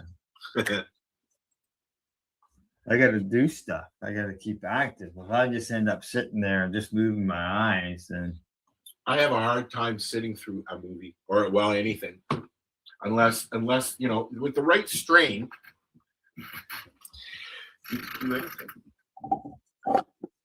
So that was I rolled a couple of Kif doobies. Just straight Kif. I did that when I quit smoking cigarettes. Oh yeah. I took my buddy came over with a garbage bag full of Kif, Kaif, whatever you want to call it, and that's what I used to quit smoking. I just rolled that. Yeah, when I stopped smoking or stopped using tobacco, I just went to cannabis. Kelly has quit smoking, so has Michael. Yeah. See, I that's why I rephrased it, because I actually stopped smoking cigarettes when I was 18. I say I switched. I stopped smoking cigarettes at 18 and smoked oil with tobacco. Yeah. So a pack of smokes would last me a week to 10 days. Yeah. How stale and dusty they were. And then at 41 I quit that and went to cannabis and then got sick. I have no desire to smoke tobacco in any form anymore. No, I refuse joints. Kelly and Michael Puff Dog have both quit smoking. Michael had to, and Kelly just it's I think she said it's been just over a month. No, yeah. She did the patch thing. Yeah. I know some. I have no problem if you want to light up a cigarette, because I'm going to light up a doobie at some point. And there's a few people that I will let smoke cigarettes in the car, right? And There's a few people that are allowed to smoke a cigarette in the house, right? Because I smoke cannabis in the house. So why, what's the difference? Yes, whereas I don't. Our friends go outside when we have friends that smoke cigarettes. Most people do. Most people do. But, when you go to somebody's home and you're sitting in the kitchen and they allow you to smoke pot because they smoke cigarettes, you should extend the same courtesy in your home too if you don't have a problem with it. That's how I feel anyways. So, but I don't have people over who smoke very often anyways. I don't even have any pot smokers that I smoke with. I have pot smoker list. Well, the people are cannabis smokers and they are tobacco smokers, and they will. Well, I don't smoke joints inside, so we go outside and do both. Correct. Al's not allowed. His wife will not allow it. She doesn't like 23 years. He doesn't like it. Wow. She doesn't like the smell of cannabis in the house, but yet, where's your grow room, Al? In the house and outside, because I have a door. but so the house. I've got my 4-plant, and I'm going somewhere with this. Obviously, okay, I've got my 4 plants sitting in my window because I have a southern exposure, and the sun beats in my window from about 11 o'clock until 11 o'clock at night.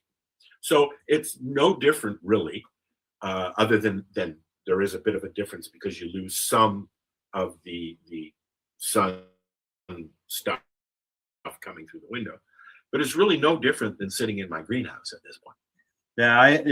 I've had plants, especially when I first started growing.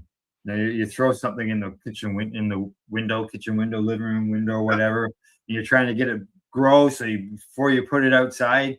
Yep. And then because you did it in April, or late March, early April, the plant goes into bloom. Well, not enough light. Herein lies my my questions, okay, about it. But I'll revert to a story. The first time I put a pot plant in the window was in the late 90s in Mount Forest. Okay, and the fire chief used to walk past with his dog and stand on the patio in front of my house, and because I was right downtown, and stand and stare at my plants sitting in the window. And then somebody saw this and came over, a neighbor, and says, that's the fire chief, and he's been popping by and staring at your plants and even taking pictures on his cell phone. Oh, nice. I just moved those because this was before ACM. Before the MMAR? Before the MMAR. This was, I had not even gone and seen Dr. Cameron's yet. Right. Yeah. Soon. Yeah. But I was literally, when I lived in Camelford, I was literally right across from the town. I remember. Yeah. And the courthouse was one house. The court building was one house over from where I was. And because I vented outside, depending on which way the wind blew, on court day, you could smell my garden. Okay. So, new segment. All right. I have to go back to my segment stuffs. And this, I already played this, but. Hey Al, how's it growing?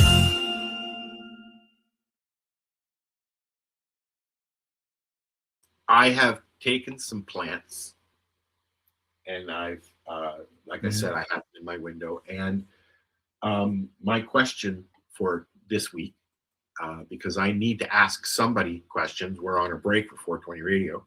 So I have to ask Al. Okay. I have to load up my pictures now. So hold on 1 minute. Hold, please. I want to talk to you about something, Al, while I'm loading up my pictures. Do you remember Walk with Yan? Huh? Do you remember the show Walk with Yang? It was a cooking show with Martin Yan and Stephen Yan. There was two Yans. I can't say I do. I wasn't asking you to marry me, Al. I can't load these pictures. Oh, come on, we make a great couple, Al and Al. Too many Al's. Yeah, there's 3 in this building. I have to download this. I should have done it. I will have it ready for when we come back. Okay. Where are we going? We're going crazy, man. Oh, I hate slow computers. Okay. I've got pictures here. Al can see them. Why don't you look at these, Al? Where's the pictures? I'm loading it. Don't rush me. Oh, I thought you said I could see them. I'm looking, going. I think I can zoom in a little bit too, can't I? I don't know. Ah!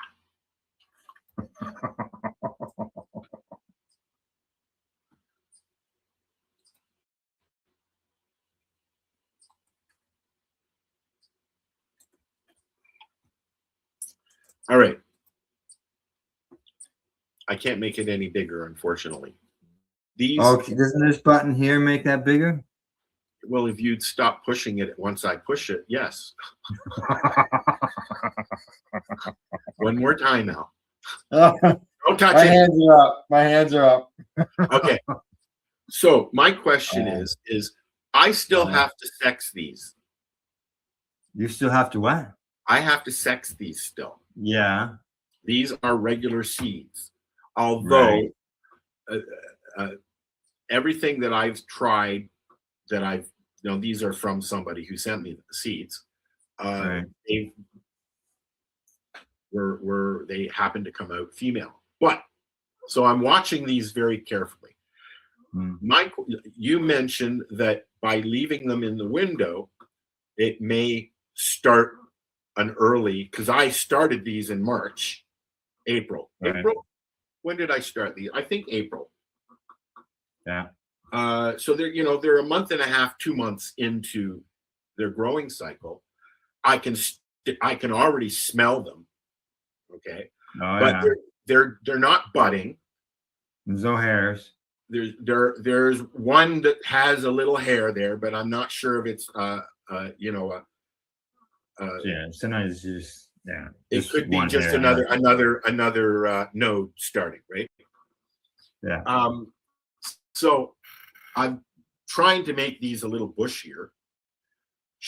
First question is, should I top these again before I flower them? And my other question, you haven't sexed them yet, eh? No. Now, are you? And something tells me you're not going to cut them, create a clone. And sex it. Is that what people usually do? They sex them from the clones? I do. I actually will. For example, the plants that are in front of me, you spend all the time growing something. What I do is I end up taking a clone off of it and finding out what the plant is, as far as whether it's a male or female, and get rid of the clone instead of getting rid of the bigger female that you got the clone off of. And also instead of where was he going with that? Getting your plant like that, finding out that it's a female, and then trying to get it to switch back to veg again. Well, this is my next question. Okay. The way I've tried to time it is so that I get them a little bigger, sex them, put the females right out, and dump the males. Right? Yeah, but you got to figure out which ones are males and females. Correct. My question, I guess, is do I leave them in the window and let that happen naturally? Do I say fuck it and put it out in the greenhouse in another week or so?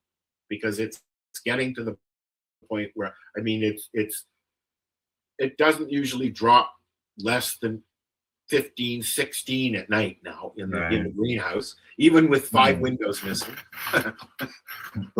Now, hold on. My other option is to take these guys downstairs and put them under the light until they do what they got to do,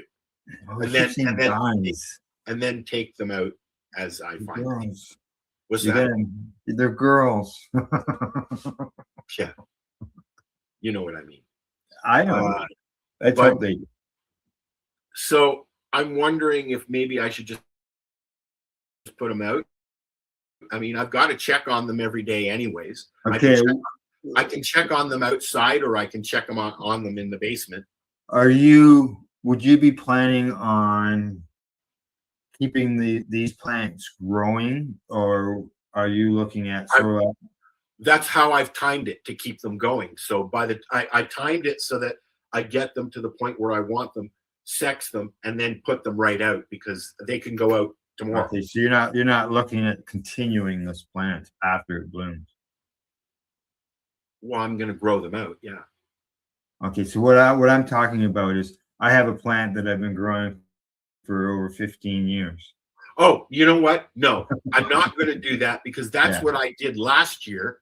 I brought all the tops in that I took out from last year, and they instantly started flowering. Had to put them back into fucking veg, and it fucked them all up. And although I got some nice tall plants, a year later, I didn't even get an ounce of fucking plant off. Oh, so wow. I'm not doing that again. I will start a fresh grow every time. Really? Yeah. No, I've right now the plants I've got out, or actually 2 of them were seeds, and I one of those seeds I have confirmed as a female, and the other seed, because Al fucked up when he was doing his cuttings and decided not to tag them plant 1, plant 2, I do that all 3. I do that. I've done that so many times already. I had multiple of the ones straying off the plant, but I didn't tag what number. I did it last year too. I had no idea what I was growing last year, because the person that was helping me repot stuff didn't put the tape on the right. And it's so important to identify them properly. And if you don't identify them properly, then you sort of toast. You're not 100% sure. So what I ended up having to do was cut some more clones off of that plant. And I'm in the process right now. I let it root for a week, and then I switched it over to bloom. Okay, here's my next question. If I take them downstairs, and put them on 12, okay, and keep an eye on them every day, eventually I'm going to find out which is what, and they're going to get bushier, right? Yeah. If I take them and put them outside, is the same thing going to happen? Yeah, because no matter what, you're going to reduce your hours. If you're going to put them in your room downstairs, and you convert them over to 12-12, they're going to go into bloom quicker now than they would if you went outside. Yeah, and then when I put them out again, they're going to stall out because it's not bloom time. Well, you have to make sure that the hours is good. Make sure you have less than 13 hours of daylight. 6 o'clock and 9:45, 10 o'clock. Yeah, so you're like 15 hours of daytime. So yeah, so I mean, too many hours for it to convert. Another week or two, and they'll be ready to go. Yeah, because right now the lighting, the hours outside is obviously getting shorter.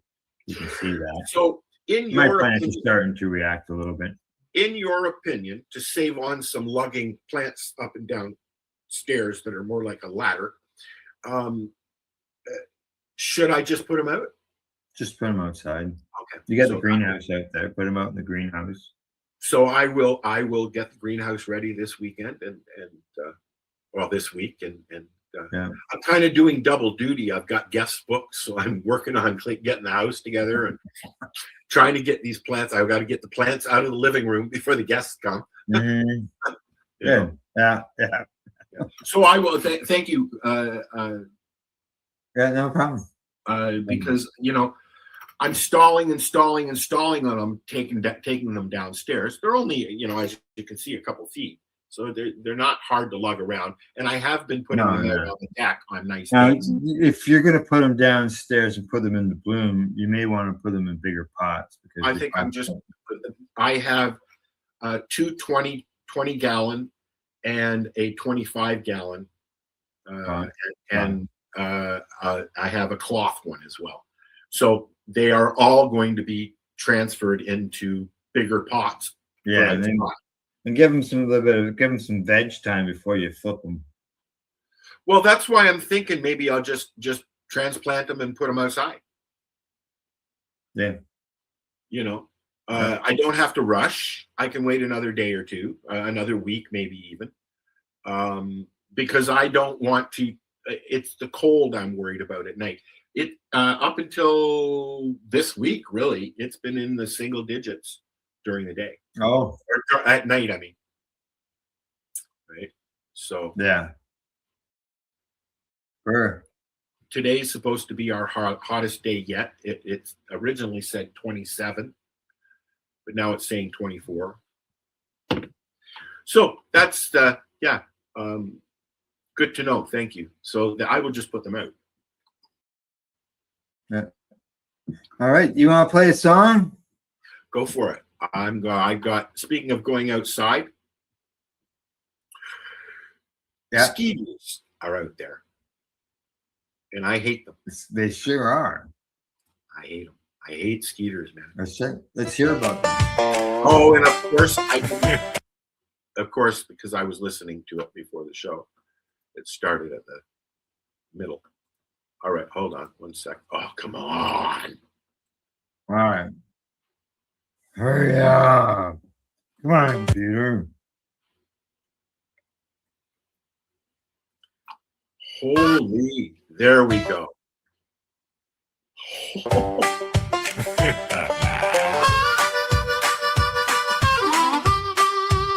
Don't go outside, baby, no. I seen them skeeters by the door. One little buzz and I'm backing up like I never had shoes before. They got tiny mouths and big old nerve. They'll find your ankle and take what they deserve. I tried the porch, I tried the yard. They came in teams, they hit too hard. Don't go outside, skeeters out there. Don't go outside, they don't play fair. Don't go outside, keep your skin in here. Keep it in here. Don't go outside, skeeters out there. I wore long sleeves, I wore my pride. Still one rude bug went for a ride. Mama said, boy, close that screen. I said, yes, ma'am. Then I vanished clean. I heard that hum right by my ear. That's when I knew the danger's near. Don't go outside, skeeters out there.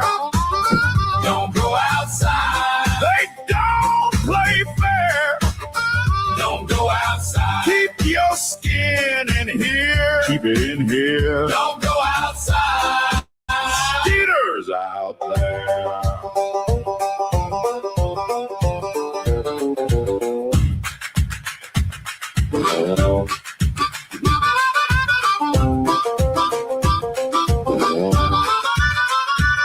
I got a fan, I got a plan. Stay in this room if I can. Let them buzz, let them on. I'm safe right here on the throne. Don't go outside, skeeters out there.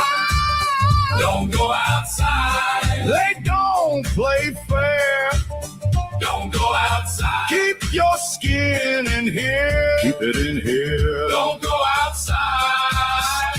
skeeters out there. Don't go outside. Skeeters out there. 3-year-old Saturday. Check it out. Non-stop cannabis and psychedelic programming. Find it at 420pace.ca.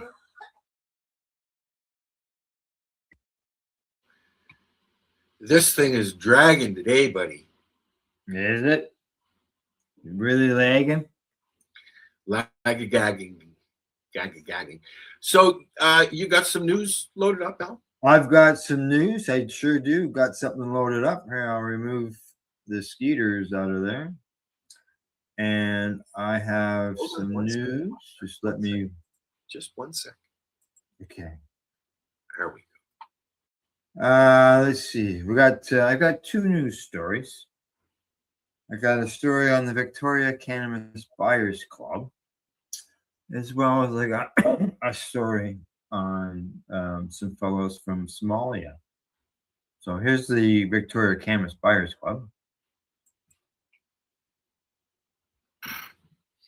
Coming to us from Stratcan, and the headline there says Victoria Council renews support for VCBC amongst ongoing provincial enforcement. City Council in Victoria, BC is again calling on the provincial government to end enforcement of provincial cannabis rules against the Victoria Cannabis Buyers Club. In a letter sent to BC Attorney General Nikki Sturman and Minister of Public Safety and the Solicitor General Nina Krieger, Victoria Mayor Marianne Alto asked about the reasons for enforcement actions against the VCBC in April and again in May. She wrote, I write on behalf of the Victoria City Council to inquire about the rationale for recent enforcement against the Victoria Cannabis Buyers Club and to reinforce our historical support for VCBC, reads at the beginning of the letter. Now, this is not the first time that the City Council has expressed their support for the dispensary. Back in 2020, the Council had unanimously supported a call from the VCBC to seek an exemption from the province from enforcement, which the BC government rejected. Now they go on to say that raids on the VCBC store and the subsequent eviction notice from its landlord under the threat of civil forfeiture of their building makes no sense in the current environment of cannabis legality, regulation, and popular recreational use, stated Alto at another point in the letter. Now, the Victoria Cannabis Buyers Club has been operating in Victoria since the 1990s at several occasions within the city. The club has been facing ongoing enforcement by the BC Community Safety Unit following legalization in 2018, beginning with an educational visit in 2019. The VCBC is asking for a pause on provincial enforcement until a judicial review is complete. It says here that it is this judicial review that we believe will redeem the VCBC and force Health Canada to license storefront medical access that provide high-dose edibles, Ted Smith wrote in a letter. In addition to requesting that enforcement be paused, VCBC has asked that Victoria Council to lease the space it can use in the. There you go. Good to see that the Victoria City Council has backed them, supported them in this in the past as well as present. And I believe yesterday or the day before, Ted had a meeting with, I believe, the chief. Correct. Yes. Yeah, he's met with the police. So, and hopefully they can get something, a suitable solution for all. And it's going to take, for Health Canada to change things. That's going to need to take a large court challenge. I can't see it. Unfortunately, they're not going to change anything. They're not going to change anything on their own. No, that's right. They're gonna have to be forced to do it. That's the only reason why there's a program in Canada, because they were forced to do it through the courts. Yeah, and with Owen that's Smith. going to happen again if Ted and the crew, VC, The other Smith. yeah, oh yeah, Owen's involved. Yeah, he's putting out videos and stuff as well. So, and I got one other news story, and this one is coming to us, I believe, from Somalia. Here we go. Saudi Arabia executes 3 Somalia nationals nationals of hashish smuggling. Saudi Arabia has on Sunday executed 3 Somalia nationals convicted of smuggling hashish into the kingdom. The Interior Minister said, as the Gulf state continues to carry out capital punishment for drug-related offenses, despite mounting criticism from human rights groups. In a statement carried out by the official Saudi press agency, the ministry identified the 3 men as Ahmed Ibrahim, Ahmed Abdurrahman, and Mohammed Hassan. Now, the ministry has said the men were arrested after security authorities uncovered the smuggling operation and were referred to a contempt court, which convicted them and sentenced them to death.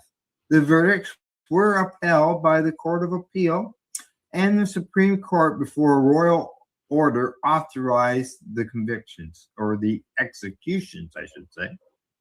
Now, relatives of the prisoners told local media that some of the Saudi nationals had entered Saudi Arabia, or the Somalia nationals had entered Saudi Arabia through Yemen as migrants and were later deceived into transporting narcotics into the kingdom. The Interior Minister says that the Saudi officials would continue combating drug trafficking and smuggling, warning that anyone involved in such crimes would face the penalties prescribed under the law. The executions come as Saudi Arabia has sharply increased its use of capital punishment. Or according to rights group Amnesty International, the kingdom had carried out nearly 100 executions by June of this year, including 61 for drug-related offenses, 39 of which involved foreign nationals. Amnesty has repeatedly urged Saudi Arabia to halt executions for drug-related crimes, arguing that such offenses do not meet the threshold of the most serious crimes under international human rights law. And people wonder why we need to keep doing marches and protesting against cannabis laws. It's because countries like Saudi Arabia are hanging people. As they said, 61 of 100 people have been drug related. They have hung. And 40 of them, or 39 of them, were people who weren't even from, nationals. So I don't know whether they're from there or not.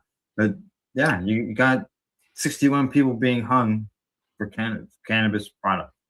Like, so wrong. It's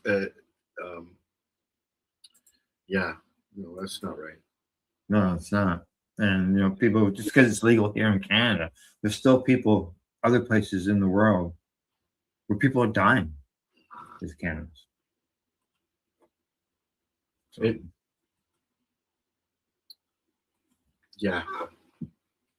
it's 2026, people. Yeah, exactly. Countries around the world are legalizing. We got people who are still being put to death.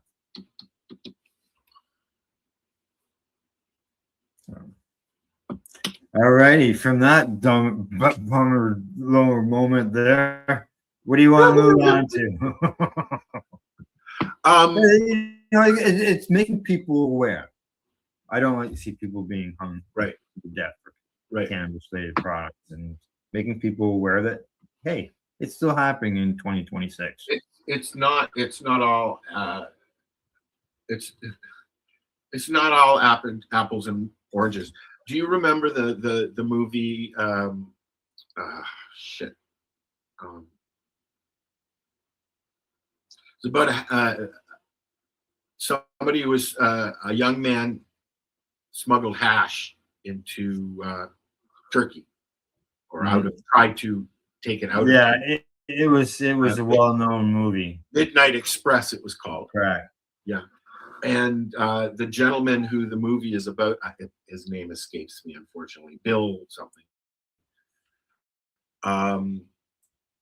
I've been following for years, trying to get to come on the 420 show. Billy Hayes. I think his name is. And over the years, I watch what he says, because that whole scenario interests me. Basically, a man and his girlfriend go to Turkey, and he tries to smuggle on his body some hashish, and gets arrested. And it's the years and years and years after, where he's trying to get out of what he's got himself into. He ends up, and this is based on a true story. Yeah. He ends up escaping and running to the Canadian embassy. Thank you. The word jumped out of my mouth. And so Canada had a hand in now, but the movie was fictionalized a little bit to make it interesting. I have recently found out that it wasn't his first time doing that. Oh, yeah. So whether or not they were actually looking for him, I don't know. But it wasn't his first time doing that. The movie is fictionalized, as I said. Yeah. But it is a very, very good movie on its own. Based on a real experience. It's not based on a real life story. Yeah. Yeah. Yep. As Midnight Express, it was done in the, I don't know, 70s, maybe 80s. Right. And since seeing that movie, I saw that movie when it came out. As Al has, I've had several drug smugglers on 420 radio show. Robert Platsorn, who was part of the Black Tuna Gang. Black Tuna Gang, correct. We had a couple of brothers who were both pilots. They were the pilots that dropped the bricks out of the plane, so that the guys like the Black Tuna Gang could. Yeah, these days they probably get shot out. These days they probably get shot out of the sky. You know what? I watched Border Patrol or whatever, but it was about it was about the Go Fast boats and the submarines that they're using now, and they're sending out remote controlled Go Fast boats so that there's nobody to arrest. It's just literally a boat of cocaine, on a beach somewhere where somebody loads it up into a car. I mean, they're coming up with so many different ways of doing stuff. But the fact of the matter is before legalization, it was illegal. And people were smuggling it. When in the 70s and 80s, what did we have in Toronto? Brickweed, Mexican, Jamaican, but it was brickweed, Brickweed. Yeah. I see you've got something down there, a picture of a lady. Yes. Is that some news? No, it's a list. Oh, okay. I see the event list. I just didn't know that was another list. No, it's a list. It's a list of 150 most Canadian things ever. Oh, wow. Plus, we got to do product reviews. So we got events, product reviews, and we got a couple songs still to play, too. Yep, we don't have to play everything, I know. But yes, we've got some. We've got. You want to do the events? Yes, let's do Did the you events. happen to pull that up? Right there. There we go. No, I meant the list itself. Oh, not that list? No, that's the that list. Yes, but Okay. the other list. Oh, ow. This list is just a small list. Okay. And then there's a list, It is small. the Google thingy list there that I will open it up here so that I have it. Now we're already halfway through July. Well, yeah, we are. The one for the 11th is over. The quarterly summit is over in BC. Let's see here. No, Summer Fair. The 20th. No, it's not the 17th yet. Today's only the 14th. Right. Okay, so it's the C45 Quality Summit. Yeah, it's still going on. The Vancouver Island Bud Tender event is still happening, as well as Get in the Biz Roadshow. Yeah. Oh, that one's going too. I'm a week ahead. Yeah. Or is that the 11th? That's the 11th. That one's okay. That one's over with. Okay, I thought that was the 7th. But the Kind Summer Fair is in Saskatchewan. Oh no, on Saskatchewan Road in Toronto. It's in Toronto. At the Kind Bazaar, which I know where that is. They don't have that down on the lake anymore. I think it was moved. Yeah. So that's the 21st and the 22nd. Right. And that's Canada's largest summer outdoor weed culture festival featuring 25 brand activations, dedicated consumption patio and live entertainment. So it rip off of Karma Cup. Sorry. Sorry, but it is. No, you can't buy any cannabis products then. Okay, so bring back the Karma Cup. Karma Cup. Karma Cup. Come on, Sarah. You could do it. How does she like your song? I haven't heard from her. She's busy. She's probably gardening somewhere. Okay. All right. So that's July. She's another one that's kind of drifted offline. You know? I see you got some August stuff there as well. Yeah. People heads up because you got to buy tickets for some of these events, right? Yeah. So in August in BC, in Salmon, I guess Samo, SALMO, British Columbia. We've got the Rosebud Bowl, which is a regional community-centric summer celebration spotlighting craft cultivation, outdoor genetics, and organic growing practices. It's a multi-day event. You can. Oh, it's okay. All right. And then something says middle of the month, we've got, I believe, which is the last entry. Nope, they haven't been to Toronto yet. But anyways, Camp Canna is August 14th to the 16th in Pine Lake, Alberta. Are they just having the Alberta one this year? No, they've had Ontario already. Oh, okay. I think Alberta's last because that's where Alexi is from. Home base, yeah, that's where she's from. And that's where the original one started. Yeah. So they're doing one out east as well, I believe. I can't remember where they're doing them, but they're doing 3. Mary Jane's going to all 3 of them. Was she? I know she has a good time. She says they're best buds. We had Alexi on the show a few weeks ago. Yeah, 3-4 weeks ago. Yeah. And a very interesting lady, very, very well versed in the knowledge of the cannabis. Yeah. So let's see what else. We've got the Teether Ottawa Showcase, which is specializing brand sampling showcases tailored to the local retailer, buyers, brand representatives. So in other words, not for public people. No, that's usually just the bud tenders things, those tether events. Yeah.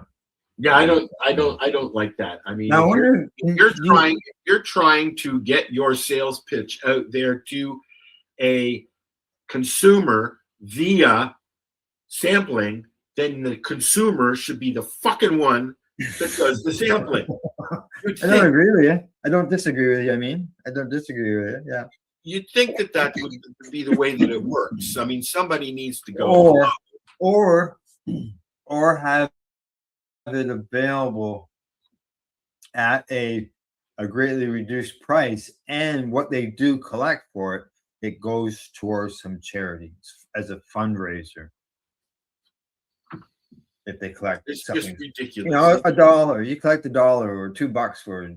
If you want to entice the public to buy what your product, I'm thinking of sampling. I used to see alcohol sampling for a quarter at events. you can walk. You go to that big fucking no frills there at Bayview and Edmond, and you walk in the door and there's somebody standing there with a, would you like a sample, sir? You know, you can sample alcohol, you can sample food, you can sample wine. Why can't you get a gummy? You can get free beer when you go tour Molson's, but we can't sample cannabis.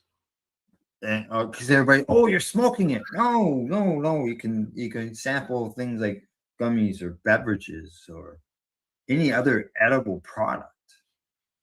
It doesn't include smoking. All right, on to the next. It's the cannabis fear. Okay, next thing. What's next on the list? Okay, the list is done. That's done. Looks like we're down to 2 songs.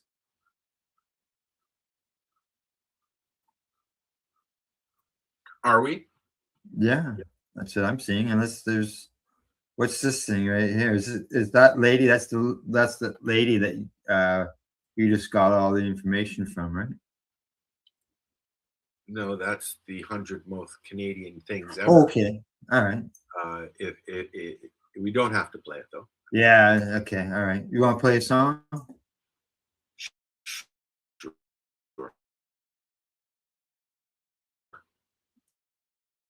All right. What are we playing? Get rid of this. It's lagging. Yeah. Boom, boom, boom, boom. This is a peppy song. Peppy song? All right. We're puffing on this doobie. Puffing on this doobie like I mean it. And it's not playing for some reason. So,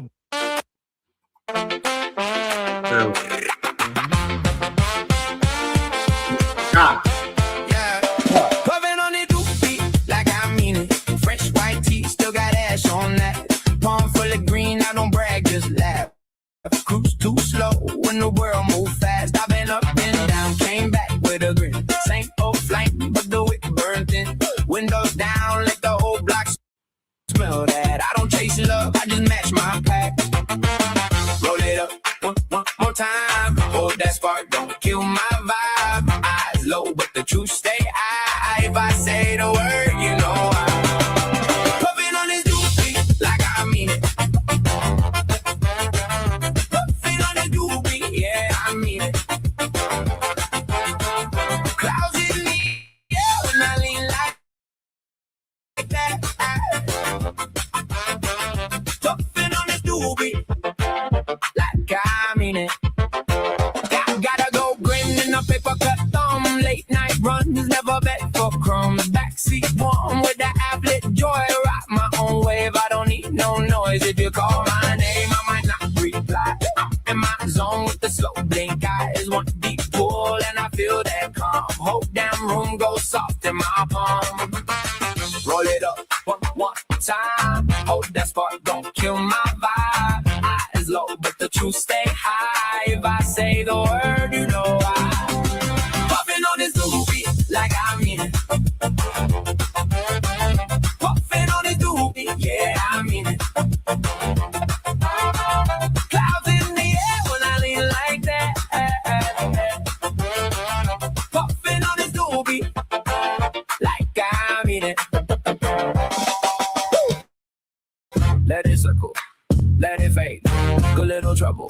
good little hey. Scat, scat, I'm too okay. Blink once, then I drift away. Puffin' on me like I'm me. Puffin' on this doobie, yeah, I mean it. Clouds in the air when I lean like that. Puffin' on this doobie like I mean it.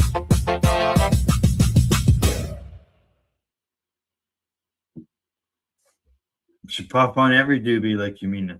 But sometimes some people do actually over puff on the doobie. And I'm not talking about bogarting. I'm talking about trying to suck it through as if it was 150 mile an hour. Yeah. Yeah. Exactly. It's the movie Toke. Yeah, man. I get it. I get that last one. Hey, Al, thanks for the thumbs up. Right. Right. Yeah, that was a good song. Now, for anybody who yeah, okay. I get you. I just saw that.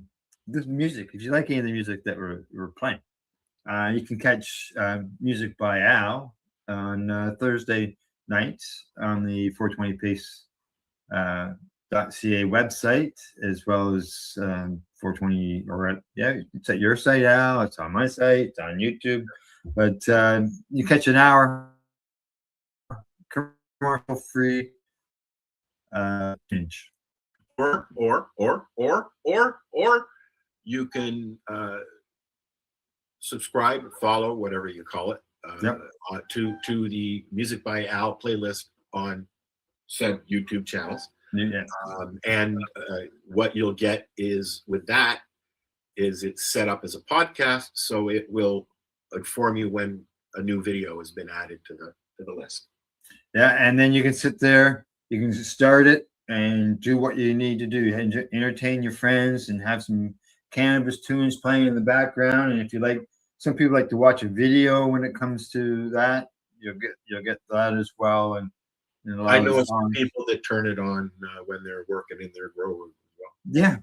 Yeah, exactly. Some background. I use it to tunes. mow my lawn.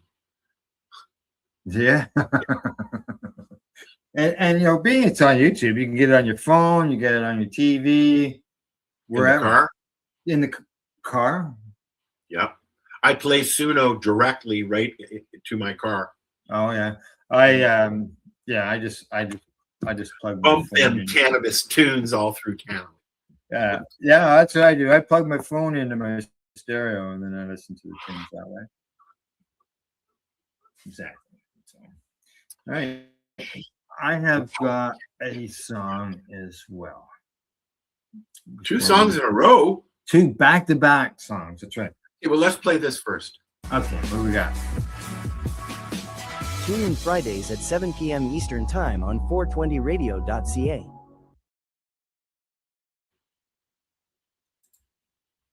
You need to do one for your. Yeah, I haven't done one. Yeah, I sort of get a promos when I do the news because I have that at the beginning and the end, let everybody know where the news is coming from. I see Penny Pebble Ripplers says that she plays a lot of jungle with herself.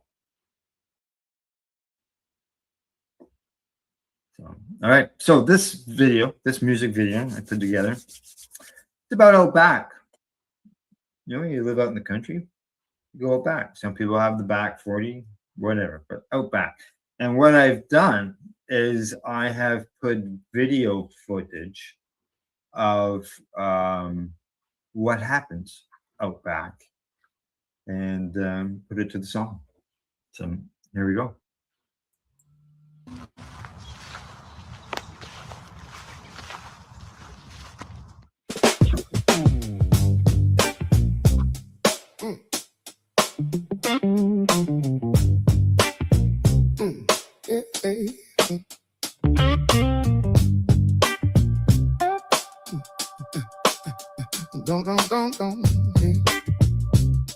Yeah. Coyote Notice young and old visit the edge of dawn. Fishes pass through like shadows on the run. Raccoons in the trees and porcupines too. Moose stop by slow like they own a view. A hoof and paw prints in the mud by the trail. A light wind moves through the tops of the pines. Talking leaves and the mind unwound. I keep walking till the worry goes down. Out back, where the wild things know my name. Out back, every step feels less the same. Mama deal with the farm by the swamp and the reed. Out back, that's the place that sets me free. Birds keep singing from the crooked trees, and I hear the loon across the blackened reeds. Walking past the swamp on the tractor path, cannabis smoke in the air drifts right back. A joint burns in my hand, and it's quiet in my chest. I let the day slow down, let the heart thoughts rest. Talking leaves and the mind unwound. I keep walking till the worry goes down. Out back, where the wild things know my name. Out back, every step feels less the same. Mama deal with the phone by the swamp and the reed. Out back, that's the place that sets me free. No rush, no noise, just the sway of the trees. Old paths, wet mud, and the calm that finds me. I think things through as the shadows lean. Then the loon calls once, and I know what it means. Out back, where the wild things know my name. Out back, every step feels less the same. Mama deal with the phone by the swamp and the reed. Out back, that's the place that sets me free. The fox ventures down the trail with the red coat full of fire. Bird knocking her through the forest, sometimes sounding like a chorus as the night settles in.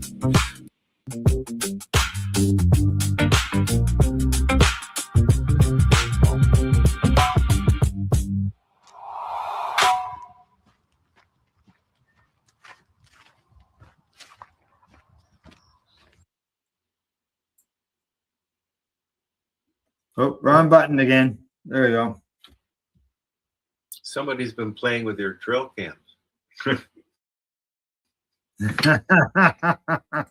Trail cam. I don't have any trail cams. I have Blink, and I'm not altogether impressed with the Blink system, to be honest with you. No, I have trail cameras, 3 trail cameras that I throw out in the woods, and get all that footage. And I was really happy to see all the baby fawns. No bears, eh? No bears. I've come across bear shit twice, but I have never come across a bear. You have black bears there. Yeah, I haven't come across one in any of my video footage yet. I never saw. I just saw there was a moose. There was a moose there. There's the coyotes, the raccoons. I come across the babies when I was out there for a walk. And look at these little guys. Where was Mom? I don't know. I know that there was. I know that they went into a tree because they disappeared. So I went ahead, and when I looked back to see where they were, I couldn't see them anymore. So I figured they went into a tree that was right there. And I didn't see the mother, so I don't know if how they react compared to other animals. I haven't seen any bears yet here, although I've been hanging out with my ravens, and they actually sit there and gronk at me, trying to talk to me. Right? So we're at that point. I'll have the meeting out of my hands. Yes, exactly. It's out of hands. No 2 tags yet? They're around, but I haven't been putting garbage out, so not Right. here. Right? Yeah. But they'll come around eventually. They always do. Mhm. Usually middle to the end of July, which is where we're going. So Yeah. Yeah. August, September, October, they're around a lot, obviously. Mhm.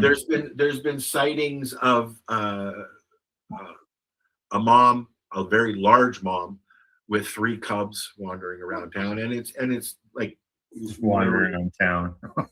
it gets to eventually it gets to the point where you look out your window and a bear's walking by. So Yeah. which is kind of cool. But for now, birds, lots of birds. And skeeters. Oh my God.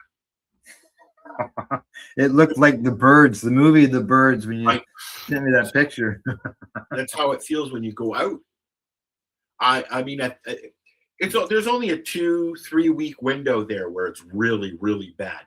We've gone, I mean, the skeeters are out there, of course, but still, but we're now going into those little black flies, right? That bite the fuck out of you. Oh, yes. Yeah, that's where we're at now. And they congregate around lamps. Mm. So, and every time I let the dog out, they come in.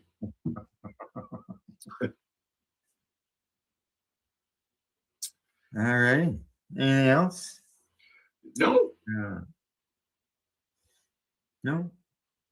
Nope. I did everything I wanted to do. All right. I've got everything done that I wanted to do. And hey, thanks, buddy. Weed. I'm wondering if you were going to show up. Yeah, he's there. No, always good to see you, buddy. And thanks for the kind words as well. We will be back next week. Maybe. And if you're not, we'll put something on. Something somewhere. Listen. All right. Don't forget to check out the Rerolled Saturday, which is all of our adventures from both 420 Radio and 420 Pace. Or no, what's your the Pace? Pace.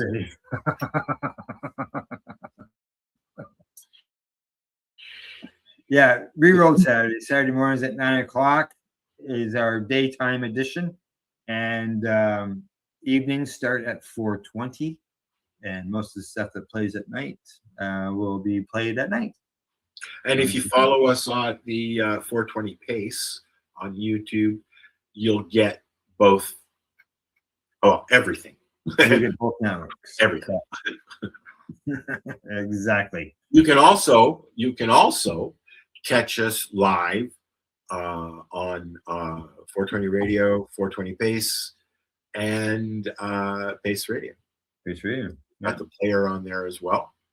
And don't forget to where's the button? Where's the button? We're supposed to have these buttons all ready to go, Al. Come on now. Don't forget to like and subscribe, as they say. And I'll say peace. Have a nice week, eh? And we'll see you later. Bye-bye.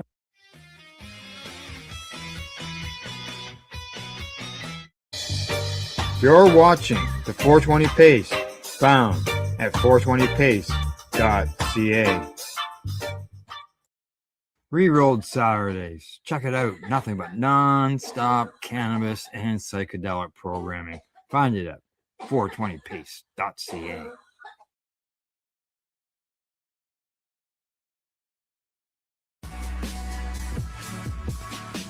Tune in Fridays at 7 p.m. Eastern Time on 420radio.ca.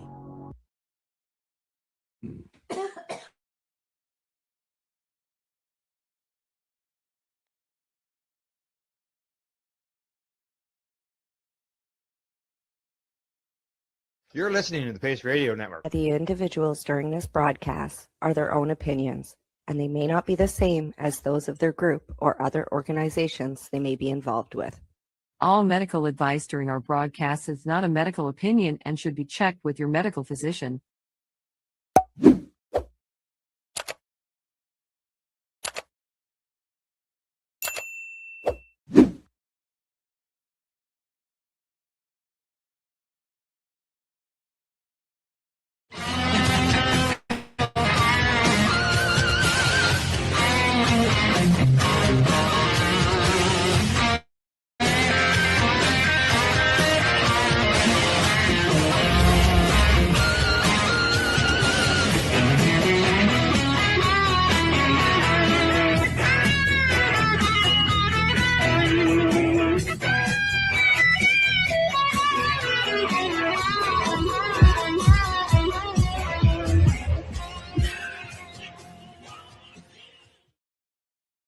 Good day and welcome to the Mushy Moment podcast for Tuesday, June 2nd, 2026, where Sweet Pea and Mayhem chat about healing and nutrition and all sorts of good goodies. Yeah.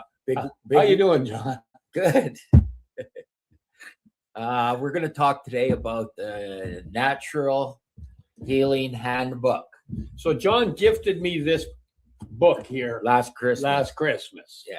And he bought it. You tell the story and then we'll get to where it goes. I seen a few ads pop up and stuff on the Natural Healing Handbook, so I went to Amazon and I ordered it, and I got this, and it's a complete piece of garbage. No, it's a good. It's and I'm gonna quiz him, so he's trying to look at the book. No. Cheat. It's a very basic intro to nutrition and things that can help. And it is very basic. It has a column. Stomach feels sick. Each column at the top has the ailment. And it goes through digestive issues, stomach flu, acid coming up throat, blah, blah, blah. And each one of the columns, it keeps going and going. It is truly about as basic of an intro to different foods and herbs for working on the gut. And it wasn't the book he was expecting. He's giving it too much credit. So anyways, he's being very kind. So the first time I picked up this book, I went through it or whatever, and I thought, okay, that sounds okay. Yeah, I know that. I know that. And then first one I come to, it says, if you don't want airplane germs. So it's got a bottle of hand sanitizer. So it's very basic, and my favorite in there was the cramping. It said, how do you deal with cramps? Ingredients: 1 ounce of pickle juice.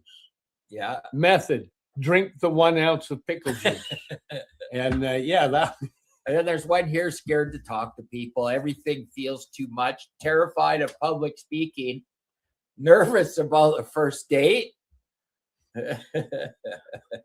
I like how they broke it down to as basic as it gets. Freaking out about test. Worried about money. Fight with partner. Hold on, what's this one? Work deadline stress. No. And family drama getting to me. But it does give you, chamomile. But the one thing I noticed every recipe is this picture of the leaf. It's the same leaf in like 80% of the shots in here that just keeps coming up. So, but again, John had heard about the book and ordered. Now, what was the price on this one? This one was $38 on Amazon. No, $36 or $38 on Amazon. And then it came with a couple of downloads that you could get, or a couple of videos that it links to where they talk about some stuff.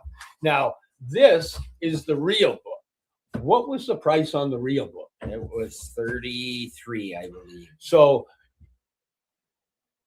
know that there's a difference, and we're getting to it. Oh, here's a good one. While we ridicule this other one. Itchy down there again. But it is as easy as it gets. Morning sickness all day. It's 1 cup of apple cider vinegar. Oh God, I'm out. But what really amazes me is, let's show the covers. Trying to get pregnant. Show the two covers, because it literally is quite a rip-off of the real book. It says the name, but this one has trademark, and it has a company publisher or whatever that is Materia Medica. And it's AI generated crap, right? So that's the real McCoy has a ring binder with hard covers. So anyways, and comes in a beautiful fancy box. Oh well, yeah, I guess you could make that into a better box. But the big difference is when you get into the real one, Well, just wait. I'll go over the real one. Don't get see. Okay, we're still laughing about Now some of the you've stuff in here. confused our only follower. Okay, so Hi, Beverly. period is too heavy. Hot flashes, Hot flashes one itchy that, down you know. there. Mornings, blah blah blah blah blah. Oh yeah, recovery from having a baby, trying to get pregnant. Oh yeah, trying to get pregnant. I was flagged this one. Red raspberries, or 1 cup red raspberry leaf tea. Stress education practices. Instructions. Well, you got to read. You can't just sit there and laugh about it. Well, that's all there is. Okay, here you. Okay, so basically with this one, it goes recovering from having a baby. The ingredients: witch hazel pads, warm sitz bath. Place witch hazel pads on sore areas for cooling effect. Ensure to take a warm sitz bath for 15 minutes every day. How it works: witch hazel calms the inflammation and the pain, whereas a sitz bath gives a feeling of relaxation and better blood flow. Like, it doesn't get any more basic than this. Well, that's what AI hunted down. Oh, here was my favorite. This is what AI hunted down. This was my favorite page. Now, this book is more expensive than the real one. Please don't get fooled into getting this one. Don't get it off Amazon. Pickle juice ends muscle cramps. Ingredients: 1 ounce of pickle juice. Instruction: drink 1 ounce straight pickle juice when cramp starts. High pickle juice's sodium is the fastest way to bring back electrolytes to the body, while vinegar can present nerve reflexes that will give you immediate relief from cramps. That's actually been around a long time. That natural remedy. Yeah, pickle juice has been drank for years. Since they started making pickles. That's right. Don't waste no vinegar back in the old days. Now this one, mouth tape, stop snoring. Ingredients: medical mouth tape. Instructions: apply a strip of tape gently over the lips before sleep. Remove immediately if uncomfortable. How it works: your mouth is fucking tape closed and you have to breathe through your nose. Which makes you snore worse. So I don't know, man. Singing kills pain naturally. Strawberries. Oh, but wait, you got to give them the ingredients. Singing kills pain naturally. Ingredients: your favorite song. Sing loudly for at least 5 to 10 minutes. This is it's actually true. Like the stuff is actually true, but I don't know if it's $38 worth of information when you can get real information for 33. Onions in your socks to fight infection. That's an old one for. I know. Oh, that's an old wild tale. Anything pull the point. There's other stuff that works better. Oh, I've heard of garlic as well. Garlic. Oh, I've tried this one and it works good. Wasabi clears sinuses instantly. Oh yeah, it does. Okay, peanut butter. Garlic. There's a garlic on the feet for fever. Yeah. Salt shock stops hiccup. So, anyways, this is the. It's 156 very simple remedies. they don't get much simpler. Pour pickle juice. Drink pickle juice. Yes. Done. Yes. How much time we got here? Oh, we got lots. Okay. So, anyways. This is the one I should have bought. And I'm usually pretty good at not getting hornswoggled. So I was pretty upset when I found out there was hornswoggling going on. So but you got to admit, it's kind of easy to get hornswoggled. This one has a trademark after the name. Yeah. How are you using it? Yeah. So this is the Natural Healing Handbook, and it's made by Ancient Remedies, and the girl that runs the company, she's so knowledgeable on healing. It's unbelievable. 10,000 times more than I'll ever learn. And then, so to navigate it right here, navigating the pages, there's your core foods and the remedy or whatever. And this is the core food here. Then the usage is in the row below. And then the scientific insights is next. And then pro tips. Then you get into the recipes, and there's a section here for bonus ingredient for any of their recipes or whatever. So that's how this book, but the book itself is broken down into a wellness guide. And this is page 1 of the guide. This is page 2 of the guide. Okay, I'm going to interrupt first. Yeah. Because one thing they have on the navigating the pages is people like me, like where he said it's got the scientific insights, it's got just a small blurb. But if you're a person that wants to go deeper and get more, you can just scan this and it takes you to their site where they have a lot more of the science and data behind why they put this together. Yeah. Not just drink pickle Which juice. is a very smart idea. Yeah. Yeah, very, very smart. So we'll break it down into the sections. And then there's heart health, then there's pages or whatever. And I don't think we have enough time to go through the whole book. But heart health, brain health, we already know that. Sleep, I'm pretty good at getting you to sleep. Immune system, let's talk about that one. Page 17. Because that's the one I'm most interested in. Fighting the shit that's bad. Here's the immune system. And I take there's well, let's show how it goes. So if you come in here, you're flipping through sleep quality and recovery, you come in there, here's the immune system. So it breaks it down. I'll open it up to both pages so you can see. So it breaks it down and it gives you the ingredients that are going to be utilized for it. Then let's just go through one of them. Pick one of them. Cinnamon. Cinnamon I take every night. I buy cinnamon bark from the international market and I break up bark into my tea with some cloves and I let it sit in water after dinner and some tea. I boil and just let it sit in about 3/4 of an inch to an inch of water. And then when a half hour before bed, I heat up the water again and I pour it in and then I swirl it around and I drink the tea and it's really good, but you'll be asleep within half hour to 45 minutes. You'll be out. So yeah, it's been the best thing for me for sleep since I found this one. But anyways. So let me read on cinnamon here. Cinnamon contains cinnamaldehyde, a powerful compound with antimicrobial effects, helping to inhibit the growth of bacteria and fungi.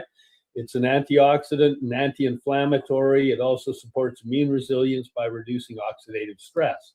The other one you had in there was ginger, which is on that same page. Yeah. Ginger contains gingerol, a bioactive compound with powerful anti-inflammatory and antimicrobial properties, relieves respiratory infections, soothes sore throats, and strengthens the immune system. Its natural warming effect also enhances circulation, supporting immunity and promoting faster recovery. So this first page here, there's already 4 things I take every day. Cinnamon at night, the garlic I've got fermented garlic and honey that I put in my salad every lunch. And then ginger, I've got apple cider vinegar full with ginger, then or fill it up with grated ginger and then pour the apple cider vinegar in. And I have 2 tablespoons of that in my smoothie in the morning. And then the green tea I have in my tea every morning with the black tea. I took the ginger tea out because I now have ginger. I now have ginger in my apple cider vinegar, so I don't need the ginger tea. So I stopped the ginger tea. So I've actually saved quite a bit of money because the tea was expensive. And I just do the green tea, the black tea, and I already get the ginger. So, yeah. So the next page, the first thing we come across is honey. Every day, I have it with my garlic, fermented garlic. In my salad, red bell pepper, yep, I have that in my salad every day. Turmeric in my smoothie every day. Shiitake mushrooms in my 7 mushroom mix every day. So already I've got 8 things on the immune system out of a dozen that I take every day. And then depending on which of the capsules you're rotating through, a bunch of the other ones. Plus the cacao, plus the 7 mushrooms. But let's go. Well, So- our berry mix has got the elderberry in it yeah, as well. that's right. We have one with elderberry, but I don't take it. Oh, you don't take the berry mix? No, not Oh. right now. I don't have any. Well, So you got to so tell me. then- And then we got immune boosting food. So this will be the recipes, right? So at the end of each section on what each thing does for the immune system or whatever, it comes to the recipes. So immune boosting foods after the immune system foods. So there's the system. There's what you need to eat to boost it. So it gives you a Right. few, like the cinnamon and ginger, thyme and Immunities. garlic. I'm gonna definitely try that. Where's the one there I want to try? This one, the thyme and garlic immunity soup. Oh, the honey and garlic chicken. Right there, honey and garlic chicken. Oh, yum yum. This dish combines the immune-enhancing power of garlic with the soothing antibacterial effects of raw honey. Garlic stimulates white blood cell activity and helps fight infections, while honey offers antioxidants and natural antimicrobial action. Get healthy while you eat. Yeah. That is the goal. Yeah. And for flu and cold prevention. Which is, of course, immune boosting. The more your immune system Yeah. boosts, the more it fights off colds The, and flus. turmeric and green tea tonic, and bell pepper and humus sticks with sticks. So turmeric humus with bell pepper sticks. And if you're using turmeric, make sure you're utilizing Black pepper. Black pepper with it. Yeah. 'Cause it just boosts the Then the bioavailability. autoimmune system, recovery from post-illness, respiratory health. So this is a big one here. And I see on the first page, I do pretty much, I don't do the licorice root, which I'd like to find. And then pineapple once in a while. But I'm sure a lot of these plants, the eucalyptus and the chamomile. So I didn't know it was a flower. Cayenne, eucalyptus, licorice root, mullein, oregano, thyme, peppermint, ginger, and garlic are all the different products that we have through the Breathing Thrive and lung health. Some recipes for food. Honey chili chicken, roasted pineapple, honey and ginger veggie bowls. Fuck, that sounds good. Yeah, and seasonal allergies, there's stuff you can do. And honey is a good one for seasonal allergies. If you get honey that's from around your area, because it's been, the bees been collecting pollen in your areas, you're taking that. It's got to be non-pasteurized. Very important. If it's pasteurized, it turns into hard crap. So,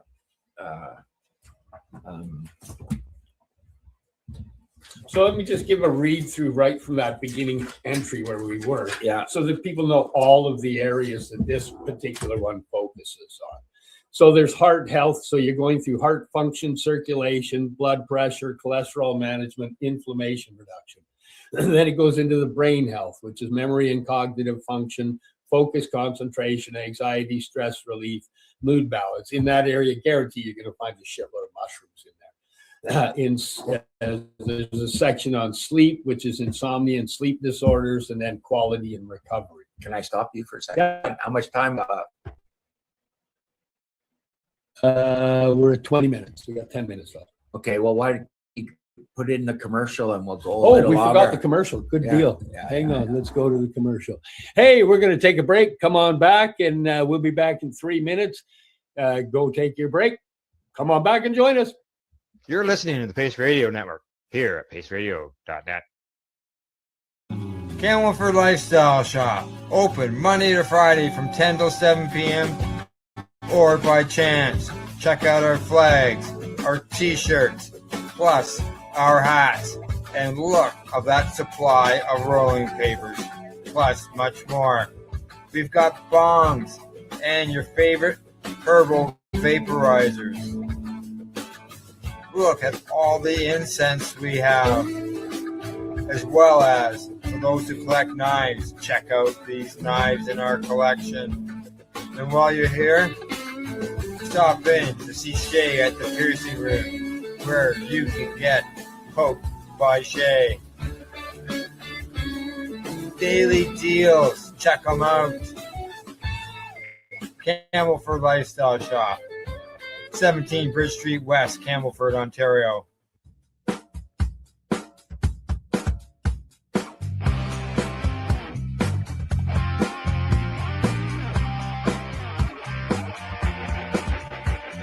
having an awesome day, and I'm gonna make sure it stays that way. I'm having an awesome day, and I'm gonna make sure it stays that way. Limestone City Hydroponics is Kingston, Ontario's hydroponics shop. Take your growing to the next level and create the optimal environment with a tent kit, or maximize your yield with an ebb and flow flood table kit. Either way, Limestone City Hydroponics has more sizes and options to fit your needs. Are you looking for the power of the sun that adapts to your budget? Then look no further, as they have professional grow lighting. They have indoor grow systems that are easy and cost effective, with many options to fit your living space and lifestyle. Cultivate your growing potential. We have everything you need to succeed. And if you can't make it to the store, they offer local delivery to the greater Kingston area. Remember, when you're looking for experts to help you grow, then look no further than the locally owned Limestone City Hydroponics, 105 Sunderland Drive in Kingston, Ontario. Call them at 613-548-0420. Rerolled Saturdays. Check it out. Nothing but non-stop cannabis and psychedelic programming. Find it at 420pace.ca. You're listening to the Pace Radio Network here at paceradio.net. Good day and welcome back to the Sweet Pea and Mayhem podcast, where we discuss all sorts of stuff about healing, nutrition, gut biome, and Magic mushrooms. magic mushrooms and psychedelics. Yeah. Today we were discussing this particular book, The Natural Healing Handbook. Not this particular book, that's a ripoff of this book, The Natural Healing Handbook. Beware. This one, I really like the way they've got it organized up, because it's, you can go in, you can go, what am I looking for? Immune system, blood sugar, digestive. You can find what you're looking for, go to those pages, go through this stuff. It's detailed in a way that is a lot better than pour AI generated crap, you mean? Yeah.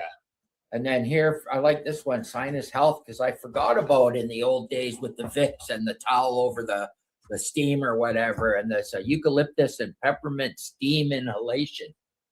Yep. That actually sounds good to do, even if I'm not stuffy. Garlic, the cyan, and then here's some nice recipes. I have no idea what apple ginger fruit leather is. I guess they're like roll-ups. And then the thyme and garlic sinus clearing soup. So that sounds good. Then we got the blood sugar, and we all know about that. Diabetes management and insulin and blood sugar balance. For someone that's having problems, they should get this book. I'm not going to get into it, but it's all to do with the pancreas and blah, blah, blah, blah, blah. And there's people that have changed their diet and got rid of their diabetes. And then I'm finding out that a lot of diabetes is caused by not just sugars, that's part of it, but junk food, garbage food, but eating it in between meals. So you never get a chance for your insulin to come down, because your body's always in the insulin mode or whatever. So you've got to fast between meals and not eat in between meals, or you're a good candidate for diabetes. But the cereals and all the modified foods, it's not. Yeah. Anyways, so we got diabetes, insulin, and blood sugar balancing, metabolic health. One thing you'll notice as you go through, because it shows each of the ingredients for it, and as a pattern recognizer, I'm noticing a lot of similar patterns. Like you go through and you'll find that avocados in quite a few areas, green tea is in quite a few areas. Yeah. Pomegranate actually shows I up. take Turmeric is pomegranate. in I a take lot of areas. pomegranate every day, and I got the real McCoy now. Yeah. Real pomegranate juice. Ashwagandha is, yeah. There's you'll as you go through, you'll go, oh. And for me, that automatically goes, if I see something in 5 different spots, it should probably be in my diet. Yeah. If it's showing up under But a whole here's bunch one of different weight places. weight loss appetite control. They've got some stuff here that you can make or whatever that sounds pretty good, right? So apple pie overnight oats, that sounds good. Looks like it's layered with yogurt, green tea, ginger, lemonade. But yeah, so we've got, it's just you can't even explain how much better this book is. So bloating, indigestion, constipation, diarrhea, everybody knows that one. Hair health, hair and nail health. And it's got stuff like for IBS and other digestive disorders. It's you know, and they get into things that aren't just standard, right? Like fenugreek and L-glutamine gut repair smoothie, cardamom and prune digestive energy balls, sweet potato and ginger digestive soup. There's things you wouldn't really expect, right? Constipation and diarrhea, chamomile with psyllium husk digestive drink. And then there's acne and blemishes. There's a salmon and quinoa globe bowl, it's called. And it looks delicious. Now I'm hungry. See, notice that he's talking about the benefits of the ingredients and I'm talking about the recipes. It's interesting because I also see there's a lot in here, like the avocado and rosehip nourishing mask. I know, you know, people have bought those type of things, and here you can just whip it up and make it, and it's full plant. Anti-aging and wrinkles. Yeah, wound healing and scar reduction. Cucumber eye gel, yogurt brightening mask with turmeric, avocado and rosehip nourishing mask, collagen boosting Mediterranean bowl. That looks good too. You know, it's funny as I'm looking at the wound healing and scar reduction, and they've got 3 different units: lavender and aloe vera, pomegranate and turmeric, lavender and calendula, and they're all in the skin. No vitamin E.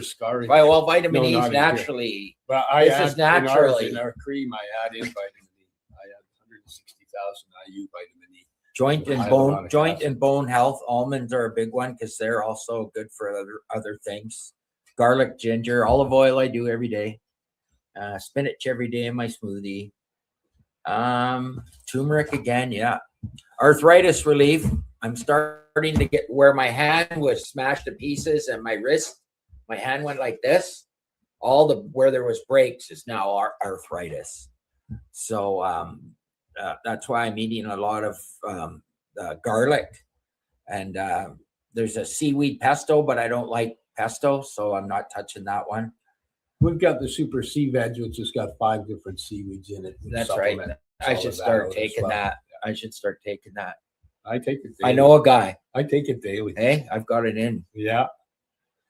Okay, bone density. Well, let's kind of go through. There's the joint and bone health, with its arthritis, bone density, osteoporosis, pain relief, muscle and chronic pain relief, headaches, migraines, and nerve pain. Devil's Claw. Never heard of it.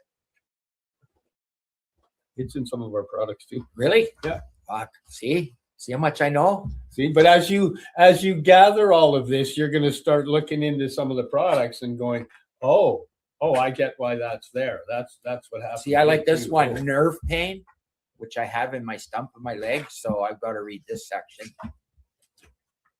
Yeah, this is definitely a women's health, menopause, menstrual health. I don't know what that means, and I have no idea. PMS support and PCOS and hormonal balance, oral health. We all know about that one. There's stuff on eye health, vision support and clarity, age-related eye conditions, men's health, the prostate, testosterone, erectile dysfunction, Oh, come on. You can just go on TV and there's 500,000 things for that one. Kidney health, renal support, UTI support, very important stuff.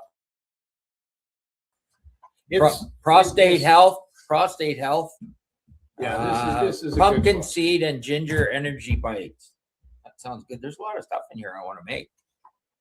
So, as you've noticed, vitality, energy, erectile dysfunction. Oh, there's a little blue pill there. Okay, let's see here. That's not natural. Kidney health, because my That would my be, renal counts are out of whack right now, so I've got to really look after my kidney health. Because well, name some of the ingredients that they're talking when you about go in there. when you go get a blood test, you can go to this website and look at everything that happened in the test, and it's a government health website, and it gives you every information and all of what every chemical that they show you that you're over. They show you either you're over or under a certain number or parameter, right? So then all of a sudden you get a couple blood tests and you go online and it's like this long, and it's like, holy, my cholesterol and this and that, and you know, gives you graphs of time. So when your cholesterol started spiking and going down and stuff. So kidney health and renal support, liver health, and I do quite a bit of this. I notice ginger and turmeric and garlic. Yeah, and almost every single ingredient pretty much has the ginger, turmeric, and garlic. So the ginger and turmeric are both roots, and the garlic is, I don't know, what would you call it? It's a bulb, almost like a flower bulb or whatever.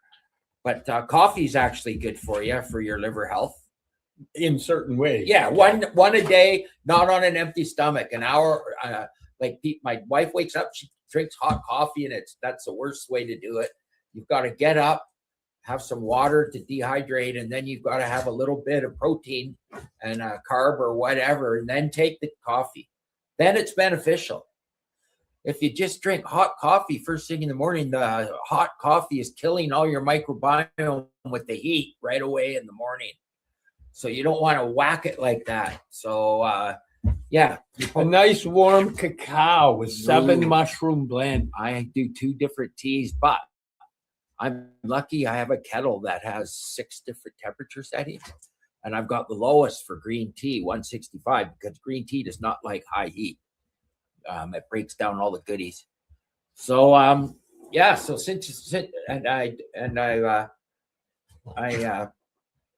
it's a perfect temperature, and I don't have to add as much milk or silk or whatever. And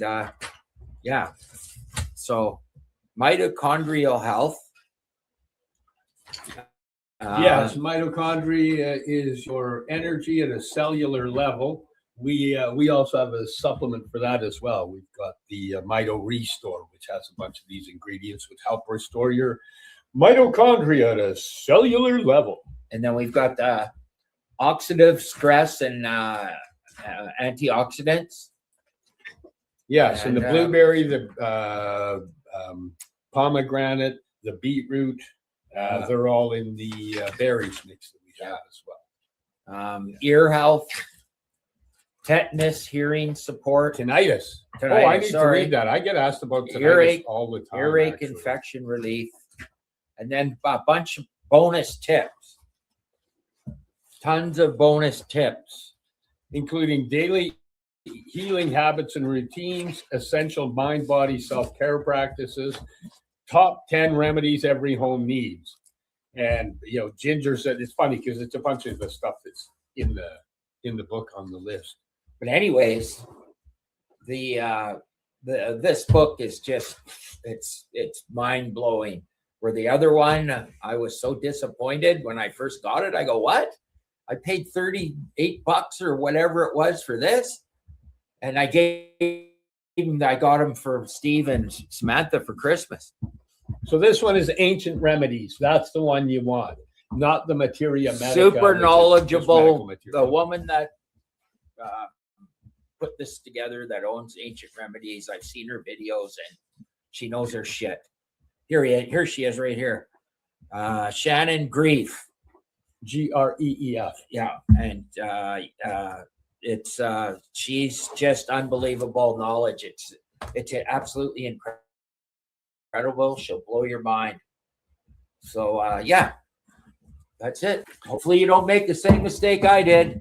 And everyone said send it back to Amazon, and I said no. I want to show people what happened. I got hornswoggled. Okay, well, we want to thank you for hanging out.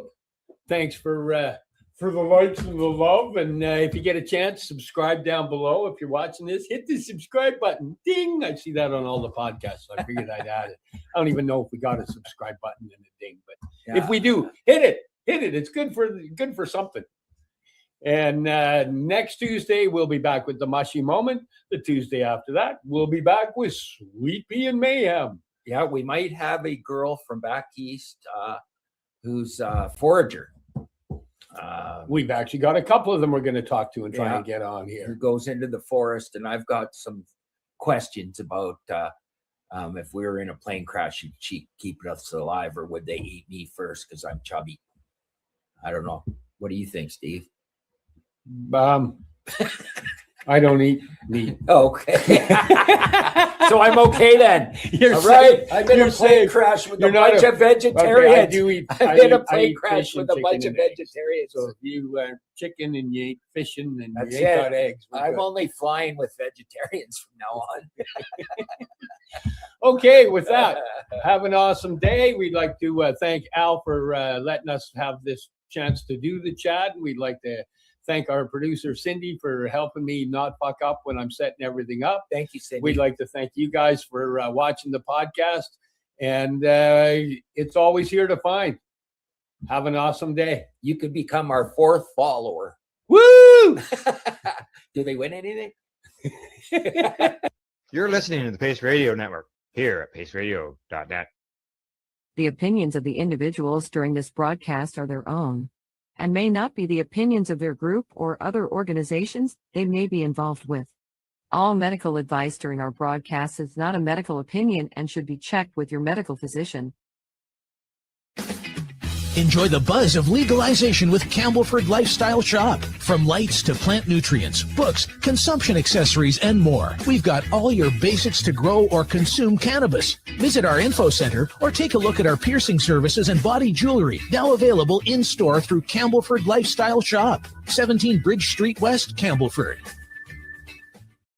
Limestone City Hydroponics is Kingston, Ontario's hydroponics shop. Take your growing to the next level and create the optimal environment with a tent kit, or maximize your yield with an ebb and flow flood table kit. Either way, Limestone City Hydroponics has more sizes and options to fit your needs. Are you looking for the power of the sun that adapts to your budget? Then look no further, as they have professional grow lighting. They have indoor grow systems that are easy and cost effective, with many options to fit your living space and lifestyle. Cultivate your growing potential. We have everything you need to succeed. And if you can't make it to the store, they offer local delivery to the greater Kingston area. Remember, when you're looking for experts to help you grow, then look no further than the locally owned Limestone City Hydroponics, 105 Sunderland Drive in Kingston, Ontario. Call them at 613-548-0420. We are people advocating cannabis education here at paceradio.net. Stay tuned. We'll be right back after this toke.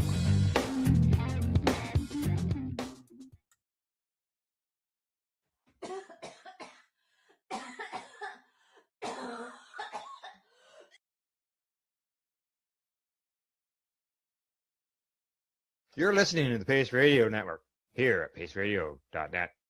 The views expressed by the individuals during this broadcast are their own opinions, and they may not be the same as those of their group or other organizations they may be involved with. All medical advice during our broadcast is not a medical opinion and should be checked with your medical physician.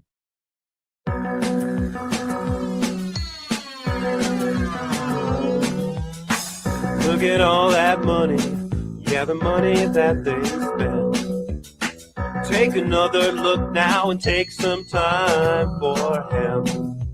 Don't cut trees for paper, cause it hurts the environment. Stop deforestation, yeah, it's time for hemp. Oh, an acre of hemp makes 20 barrels of oil. No need for pesticides to poison all our soil. Who've got no food, they got no clothes, they got no rest.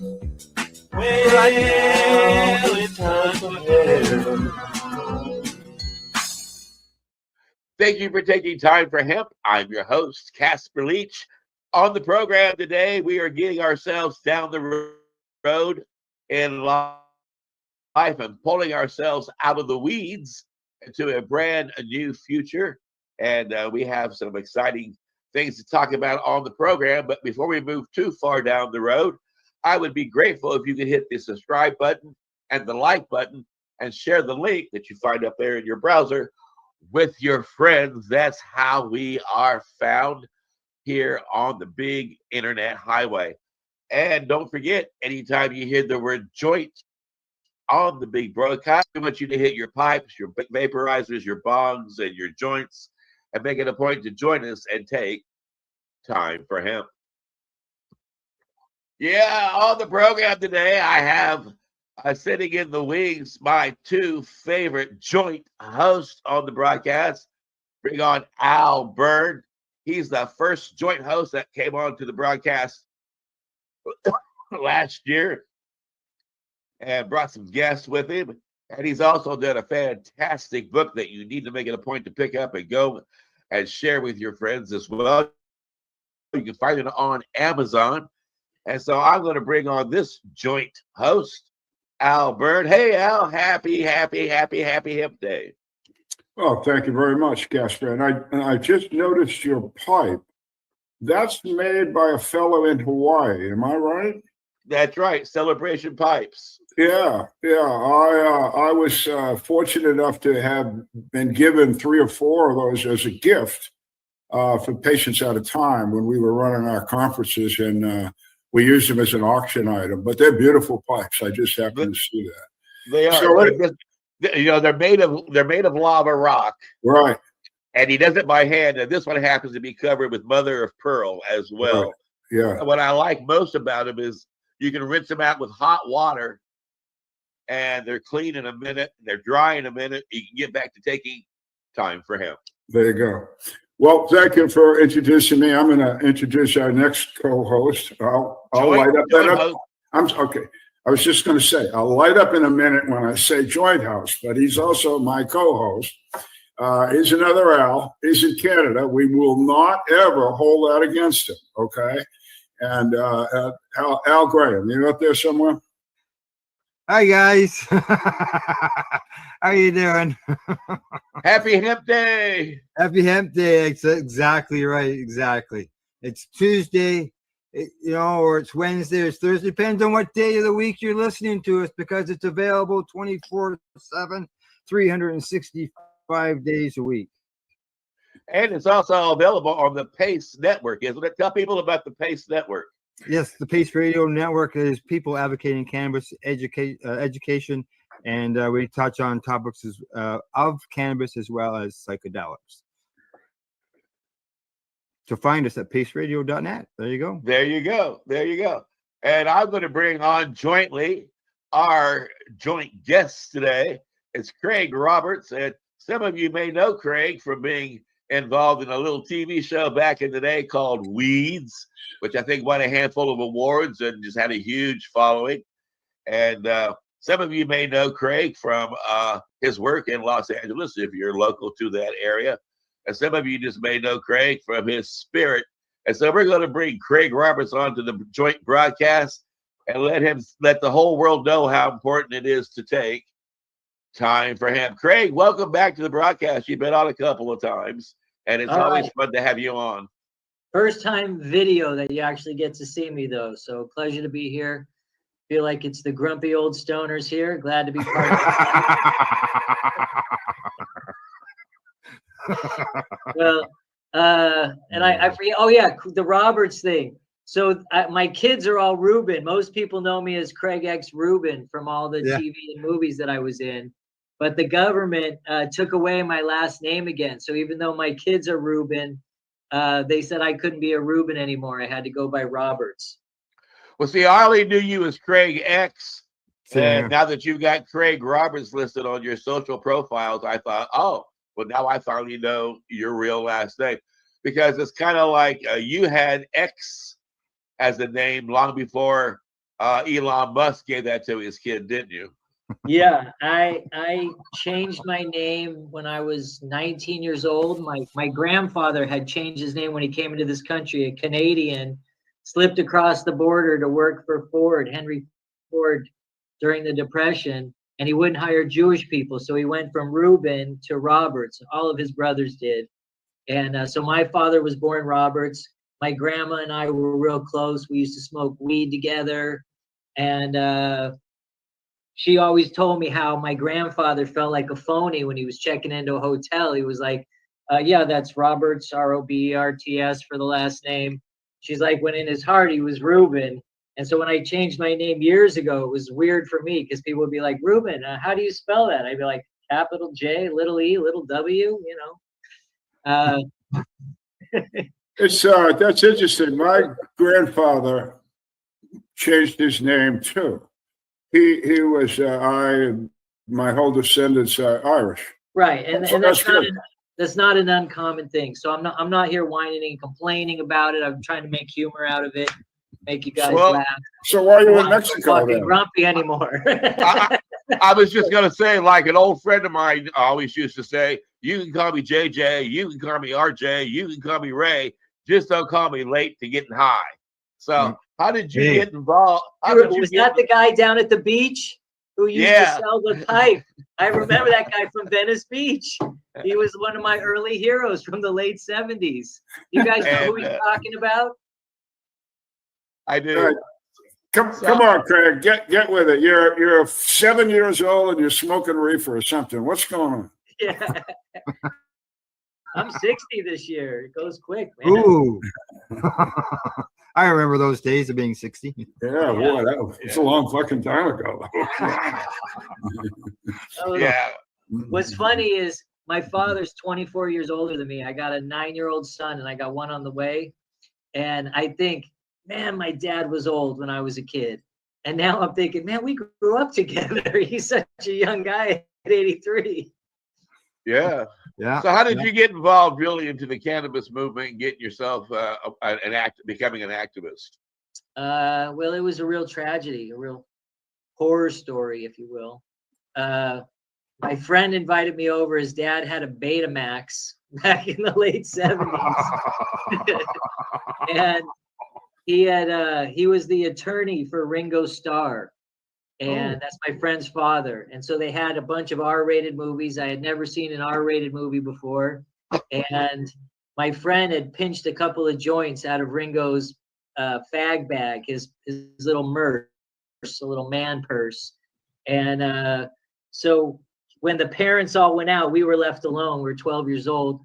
The 1970s, have long hair, you know, like everyone. And my dad, I ended up smoking a little bit of weed. We really didn't inhale. We didn't know what we were doing. We kind of just blew it in. We were looking in the mirror, but we watched The Exorcist and Jaws, 2 R-rated movies, which parents would have been horrified at, and we smoked some weed. And my parents said, hey, tell us what happened. Just tell the truth. You won't get in any trouble. And they're like, did you smoke any of the wacky tobacco? And so I said, yeah, you know, we tried a little joint. We watched the R-rated movie. And my dad took me for a crew cut the next day. And my poor brother got punished as well. And we both ended up with crew cuts and wore baseball hats for the rest of our lives or something like that. So we moved to Beverly Hills like a few weeks later, and we were down at the beach. My parents were roller skating in the late 70s. I was skateboarding, and I came up to a booth where the couple of guys were passing out some information. everything they didn't teach you about school and marijuana. It was a little fold-out pamphlet. It was prior to the Emperor Wears No Clothes. There was a bumper sticker that said, "Thank you for smoking pot." A notepad that said, "While you were out getting stoned, so-and-so may have called," or some other kind of jokey pad.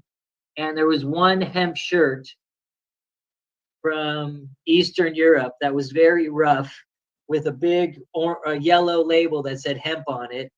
And I think Jack sold that for years and years.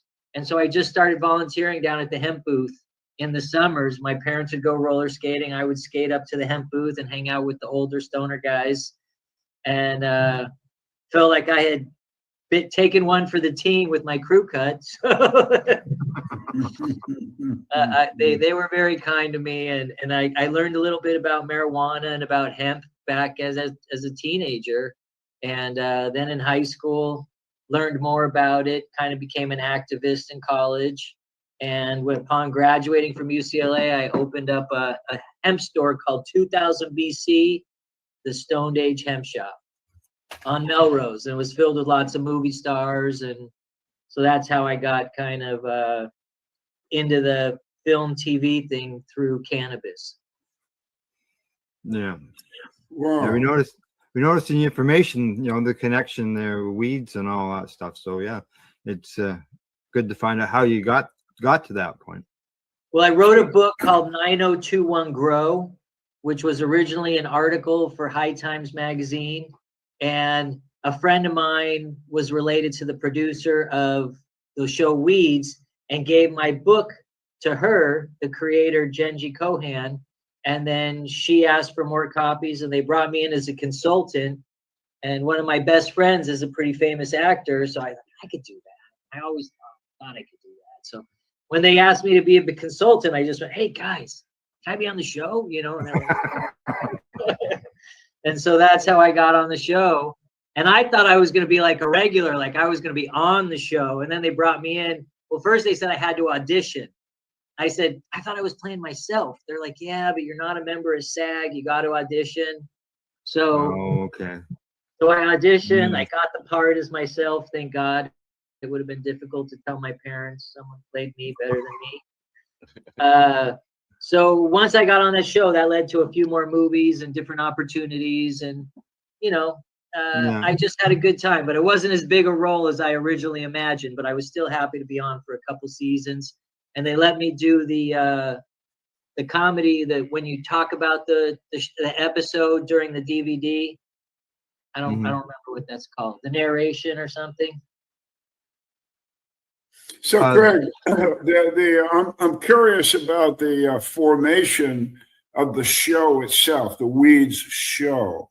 You seem to have known the creator. Can you give us a brief idea of how she got that going? Why that was a good idea in her mind? Well, obviously it was trending, and I had grown up in Beverly Hills.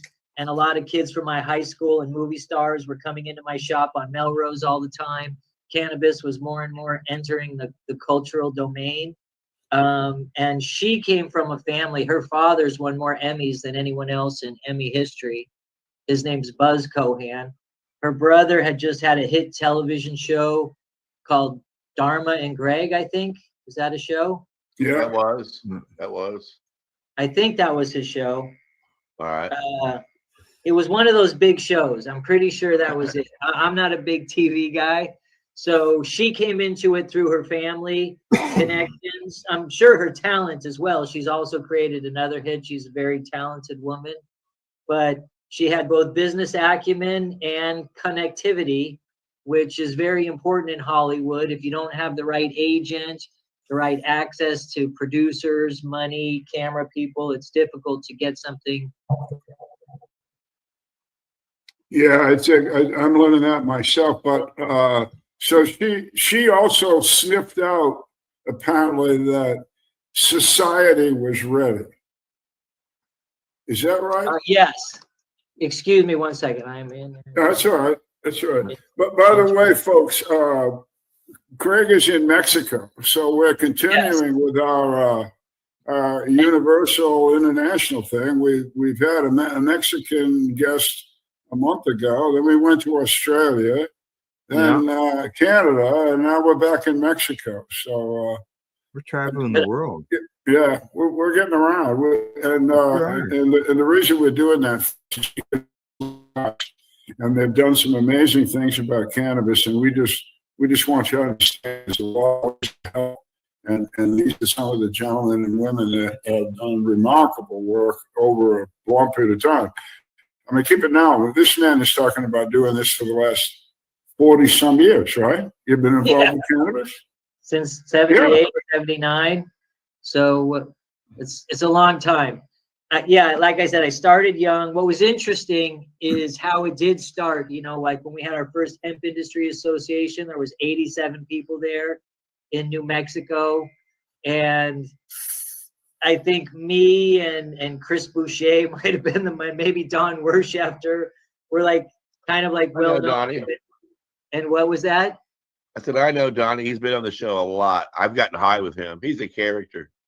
Yeah, he's a very nice guy. So there was a lot. There was a very small network of people that had been in High Times a few times, that had been involved with hemp for years, and then in 2019, I went to that MJ Biz show in Las Vegas, and there was 50,000 visitors there. And I thought, wow, I wish Jack was alive to see that.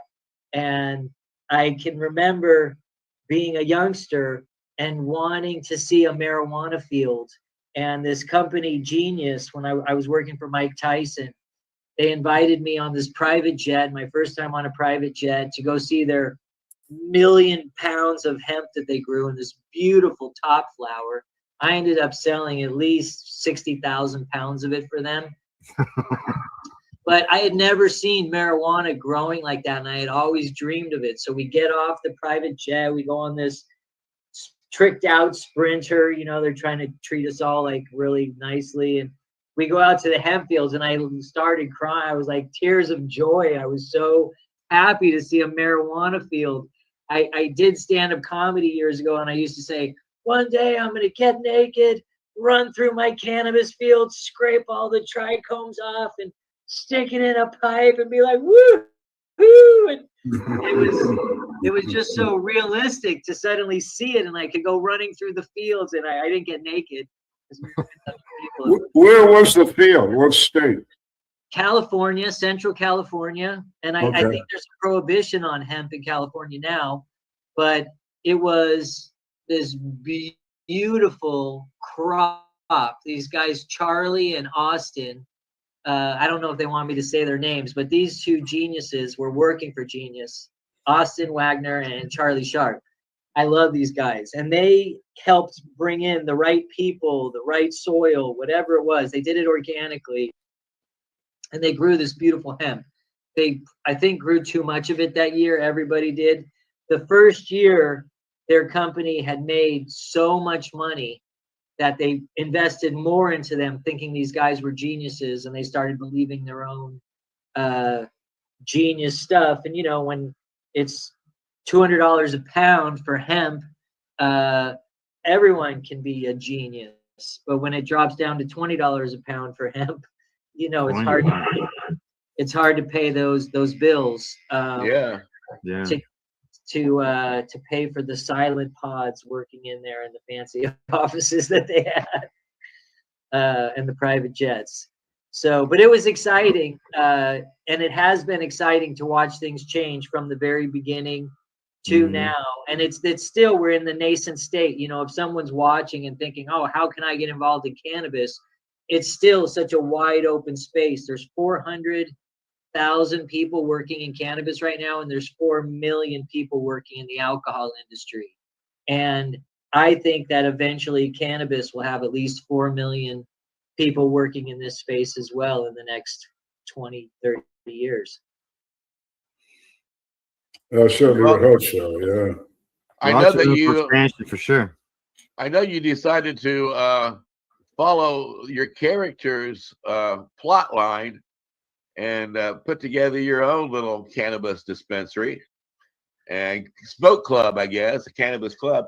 And it's got a religious touch. Does that mean you got like pictures of Jesus saying, you know, it's your buzz, get high with me, get No. high and meet the Lord. What? I mean, we still meet us do up it. on high. Meet us up on high. This is the real tragedy part, is that I was raised Jewish and didn't know. I really studied the Bible hard. That was kind of what hit me about marijuana when my dad cut my hair. You know, I would have been studying for my bar mitzvah for 8 years and really believed in God and the Bible. And when my dad did that, we were really like, my brother and I were both in shock, and we didn't even know we both smoked weed until a couple years later. But I really felt like God talked to me and said, oh, you're going to be involved in this somehow. You're going to help legalize this plant. And that was like right before I ran into those guys at the beach. And then all of a sudden I started learning about hemp and all these other things. And I went, man, that's why this happened. And you know how you try to make excuses for why things happen in your own life and you put reason to it. And so I did that at the time. And then as an adult, I got in a fight with my brother one time. Then I got in a fight with my father. I was staying at my brother's house while he moved to Amsterdam to do his THC clothing over there. And he needed me to take care of his dogs. And then when the dogs got sent to Europe, he didn't need me in his house anymore. And I had kids and I was living there, and I had left my nice apartment in Beverly Hills to come take care of his house and dogs. So we got upset with each other. Then my dad got upset with me, and I was like, F him. I'm going to read I used to read the Bible. I still read the Bible every night to my kids, to myself, whatever. So I said, I had never really read the New Testament. So I said, F him. I'm reading the New Testament. Like that would piss my dad off or something. And and he didn't care. I never told him. But I started reading the Gospels, and I was like, oh, these guys are like stoners. These guys, you know, this is what Jesus was fighting for. The freedom, the system is wrong, cannabis is right, you know, and I put this very much like I could relate to these guys fighting the church people, because they were in touch with God themselves and didn't need the temple and the Pharisees and the Sadducees to tell them what to do. They had their own authority direct from God, and that Yeshua was there with them. And so I was like, oh, wow, that's kind of how I see us emperors fighting the man. We know this is good. It has value as a natural resource. It has value as a medicine. It has value for all these things. And it just seemed natural. So I became a Christian, a Jewish Christian. So then I thought, well, I didn't want to go, you know, try and convert Jewish people. I thought, who's my real community? The community that I've been in for years and years was the stoner community. So I created Temple 420, and all we taught was the Bible, but we taught the Old Testament on Saturday, the New Testament on Sunday. And I had spent a lot of years with the Havasupai Indians. I actually lived on the reservation at the bottom of the Grand Canyon. And so I'm a sweat leader down there. I've been involved in their traditions, and they respect and honor Jesus as well, but they use a smudge and they pray with smoke. And then it was later discovered that they actually used cannabis in Jewish temples back in Israel 2,000 years ago in the time of Jesus. And, you know, you can look up that document, like just Googling it right now, and you'll see that that's a fact. But what happened was I thought, wow, I don't want to reach out to like try and I would just teach stoners the Bible, and that would work out for me. And I thought, oh, how could I finance it? I do my medical marijuana club. And I got 20 years for selling 2 grams of cannabis to a police officer with a doctor's note. So we were becoming real popular. I was on the TV show and movies, and they really wanted to shut me up, is what I found out later. And then my dad told me that the judges were paid off. My dad worked in government, and told me that a guy named Zeb Yaroslevsky was just conversing with him. They had known each other for years and years. And Zeb told him, he goes, yeah, if we didn't pay off the judges, we'd be hit with millions of dollars in lawsuits for all the fuck ups that we do in the county and the city. I think it's the county. He was a county supervisor at the time. So that they were paying off judges. And so in my case, I ended up with 20 years and 7 years in state prison, 13 years probation on a suspended sentence. But good golly. Yeah. Good yeah, golly. they took my life savings. My wife and I lost our house at the time. We ended up coming really close together, and then one of the judge gave us permission to reopen. We had worked for years. We reopened Temple 420, and then they came and arrested me and seized our money again the day we opened. Even though we had told them we were doing it, they said we didn't have the permit. I got arrested for not having a permit. Once we showed them the permit in court, they changed the charges and said, well, you're on probation anyways. I said, well, I have permission from the judge. They're like, we don't care. Any contact with the police is a probation violation. So we ended up splitting up, lost our store. I mean, it was a real tragedy. My kids, my oldest kids and I were not close for a while. I tried to see them as much as I could, but we were homeless for a couple years, living in hotels, not on the street, homeless, but still like never making enough money to put first and last into an apartment or in a house again. So it was a real challenge. I suffered a lot.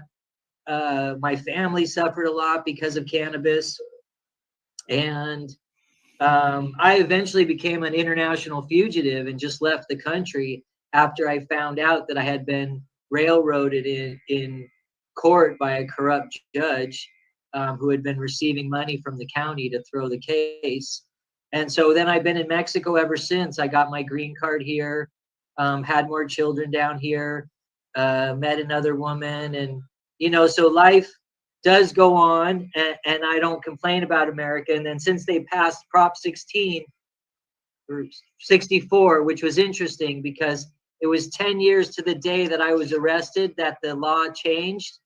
And then my record got cleared up. So I was able to get a passport and get my ID back, but they wouldn't give me my Reuben ID. They said I had to be Roberts to match my birth certificate because I had changed my name. How are you finding it there in Mexico when it comes to the cannabis end of things? It's completely illegal here unless you get an amparo. If you're rich, you can just get an amparo that says you use it personally and you're allowed to grow your own and not sell it. But you have to pay like $250 to do that, which is a lot of money for most people.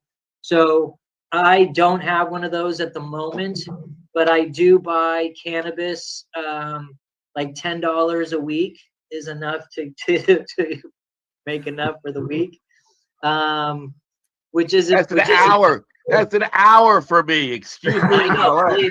It sounds like a joint. Yeah, no, it's funny because I used to smoke. My brother and I joke around the value of like ounces. Remember when pot was more than an ounce of gold?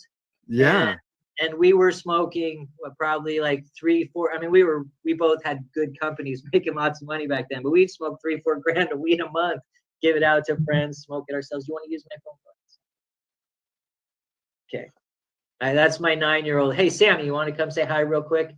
You guys, this is my handsome little son here. Super smart, great, nice kid too. He loves Messi. Hi. How you doing, Sam?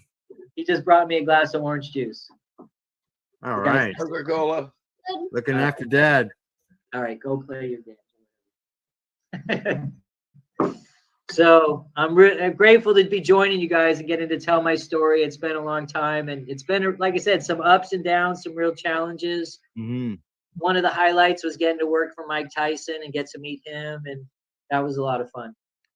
So are you retired from the cannabis movement now? You just sitting around watching Frasier reruns and wondering what's next at the nursing home for dinner? I haven't watched TV since 1991 on a regular basis. I after I saw that Gulf War, I was like, this is all lies anyway. So I never even saw my own show, Weeds. Well, no, what I'm getting at, are you still involved in the cannabis movement now? Are you still working as an activist, or are you just twiddling your thumbs and watching the sunset? I'm part of a group that's trying to buy a cannabis magazine that was put into receivership. So hopefully we'll have some positive news on that today. And then I'd like to be the chief revenue officer. I own a house up in the States, so I'd like to maybe go back there and figure out how to make this magazine really successful and turn it into more of a media empire. Who knows where it could go? Yeah. Yeah, exactly. You never know. Mm. One thing leads to another, right? Yes, one thing leads to another, and I've got 5 kids so far and one on the way, so I've still got a future to build here. I'm not ready to be watching Frasier just yet. Well, no, you got to take care of your family first. That's a man's job. But let me just say, I'm sorry for what cannabis brought to your life that was so negative. I mean, you've really paid you've really paid a price. And all the time I've ever been involved in this, it was guys like you and the sick that just kept motivating me to keep on going, because I mean, that whole story is just a story of injustice as well as just blatant stupidity. And that's not what we wanted for you or anybody else. So I can't apologize for him, Craig. But Well, you weren't in law enforcement, were you, Al? Huh? You weren't in law enforcement, were you? Well, I was in the military for 24 years, but no, I've worked with a lot of cops over the years, including a couple of different times the head of state police for different states. And in fact, I went to meet with the guy in Minnesota one time years ago, and he came into the meeting with a bunch of chocolate chip cookies and some milk.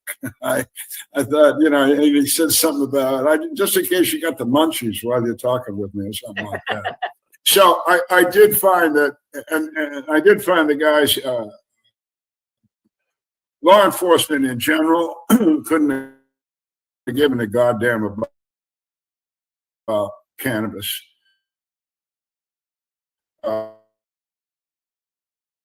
Not going to get in a fist fight with them, whereas somebody that's been drinking, man, is always a problem.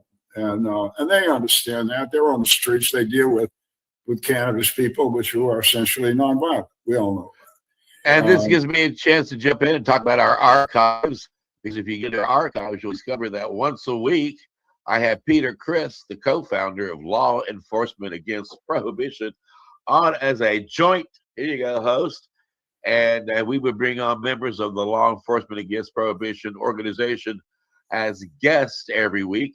And Al, you're absolutely right. Many members of law enforcement are less concerned about drugs and more concerned about violence.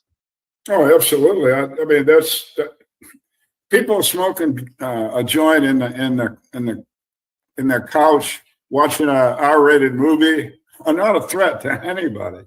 But you're out there running around drunk on the road, or or getting in fights, or I won't go into it. But I just had a talk this morning with an MD, and she was talking about the same issue.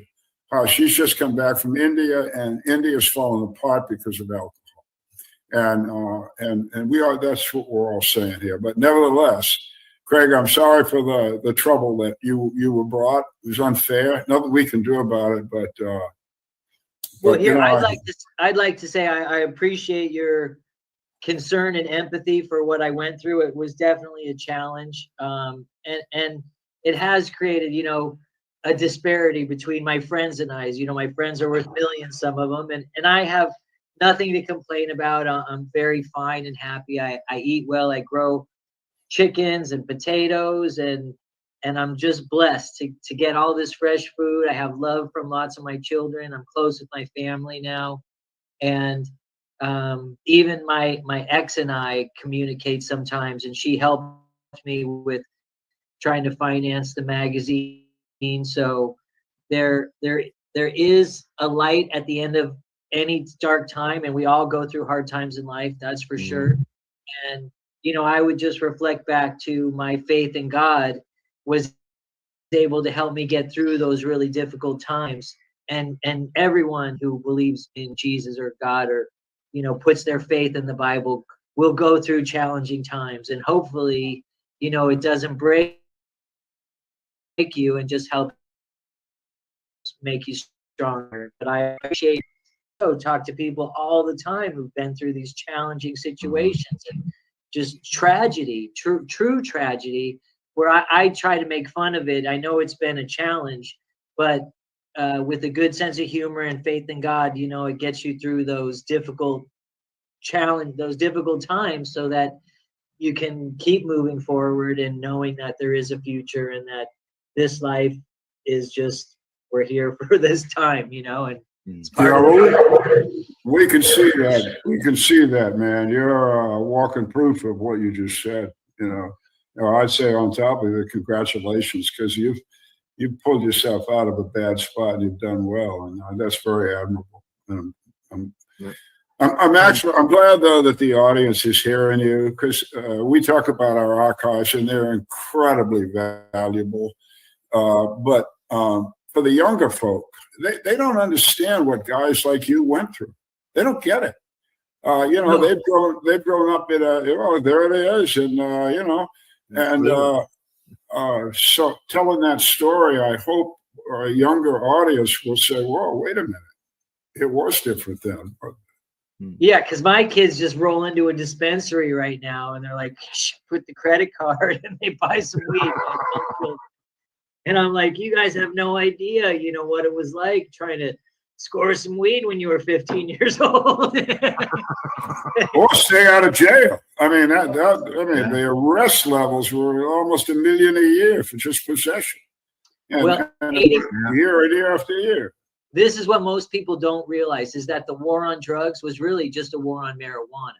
Of course, they went after cocaine and heroin, but the CIA was dealing it. So only they went after the street level people, never the big people, to actually stop it. With cannabis accounted for 85% of all drug arrests in the United States. Yeah. 85%. And that means 85% of the people in jail for drugs were in jail for marijuana. Yeah. Well, and it's because, as you know from Jack's book, from our history, it's because the powers that be back then wanted to continue to be the powers that be, and they saw that cannabis, hemp, with medical cannabis and it being used as food, and hemp being used as paper and fiber and fuel, that the people who had money then would not have money. There would be an exchange of wealth from the petrochemical companies to the farmers, and because of that, they made it a point to go after. Well, and here's the reason why. Here's the reason why. It's easier to centralize if you're a banker, to organize some big businesses like the oil companies that you can centralize, the coal companies, the big ag, where you're a distributor of like General Mills, Kraft Foods. These people that own these food companies own the tobacco companies, they own the alcohol companies, and they own the oil companies, and so they pushed out, like you said, the individual farmer, because an individual farmer doesn't necessarily have a group collective for negotiating, for bargaining. He's his own farmer, and one of the things you could do back in the day is if you ran out of gas, you could go to any farm, because they actually made diesel fuel, hemp diesel or biodiesel with some of their corn, or running their tractors. And this was a way to take that away from being a homespun business into being a centralized business. Well, I've seen the same thing happen in cannabis right now. They flooded so much money in 6 years ago. The stocks went crazy. There was overinvestment. And then these companies collapsed. And then as the companies are collapsing, they're being centralized by the bankers and stockbrokers right now. Well, I can hear Gateway Galbraith's voice in my head telling me, and I'll share this with our audience as the best I can, as Gateway would, it would be, I tell you, brother, Kentucky was one of the wealthiest commonwealths in the hills of America. That Kentucky led America in education, led America in farming, led America in prosperity in our business. And it's because of hemp, brother. I tell you, it was hemp. And after they outlawed hemp, I'll tell you, brother, Kentucky went from being the most prosperous commonwealth in America to be now the most impoverished state in America. We can't afford to take care of our schools. We can't afford to take care of those. Our rivers are gone, and we longer have a resource in our state to provide for our people.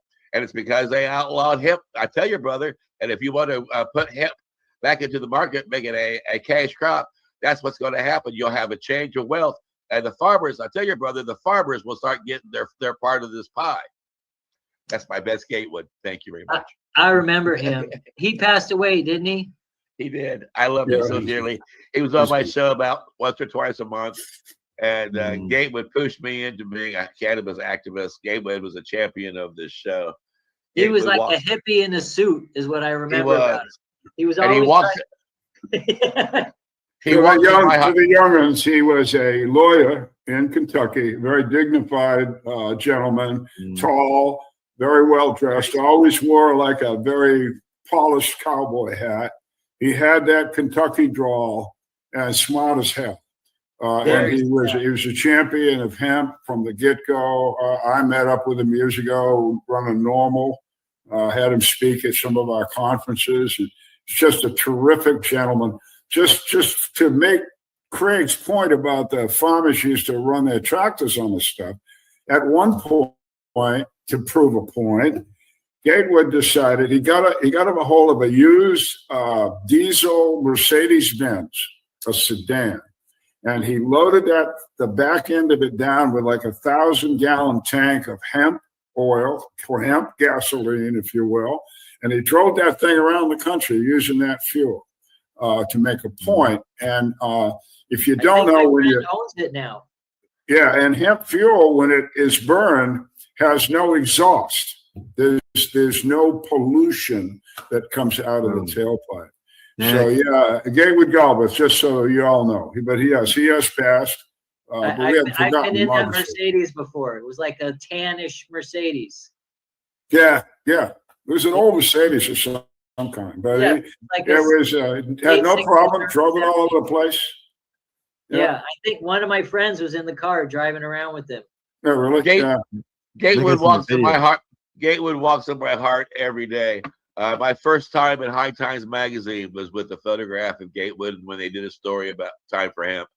And Gatewood introduced me to Willie Nelson, and Gatewood kept pushing me to do more Time for Hemp segments, and kept pushing me to do Time for Hemp podcasting, and kept telling me that the stuff that I was doing was so important, I couldn't stop doing what I was doing. And because Gatewood kept pushing me, we now have a large archive at Time for Hemp. I love you, Gatewood.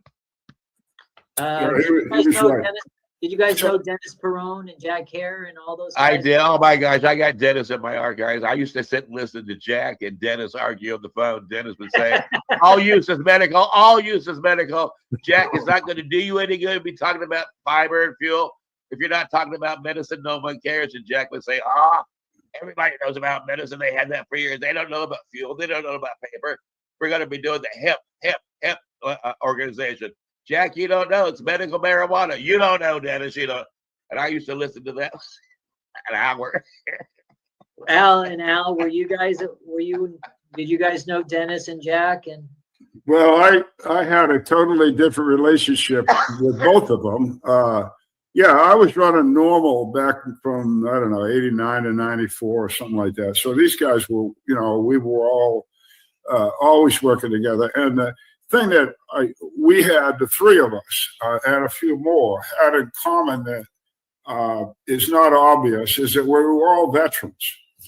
So regardless of our differences, Jack and Dennis, for instance, on this debate of what should we do as a unit, they loved each other. Don't ever think that these guys weren't close. And as a veteran, I fit into their mold, and we did a lot of work together in different ways. I arranged, for instance, to have Dennis came, he called me up one day, and I was on the board of directors of Normal, and he said, Al, can you get me on the board of directors? I said, boy, Dennis, I don't think that's going to be a problem. And he said, well, I'd like to get on. So I got him on. So he comes to DC for a meeting, one of the first meetings, and I said, Dennis, what do you want? And he said, I want you to help me get the Normal conference out to San Francisco. And I said, we don't do that. We have them in DC. He said, I want you to help me, Al. And as soon as we get that conference done, I know we can do it. Then I went off the board. I said, well, I'm being honest with you. I just want to use you motherfuckers. And I said, so anyway, we got the conference out in San Francisco. It went very well, and he resigned. So that's the kind of the way we worked. It was all above board and all friendly. And both of those guys were leaders. They led by, we all know this, but if you don't out there, these guys led by example. They were at the point of the spear. They asked nobody to do anything they hadn't already done themselves 100 times, and they were willing to take a punishment. Dennis Perone, unarmed, was shot by a San Francisco policeman just because the guy hated him so much. And of course, the cop walked. These guys paid a price, and it's good you brought them up. They're very, they're well respected within the community, and they should be.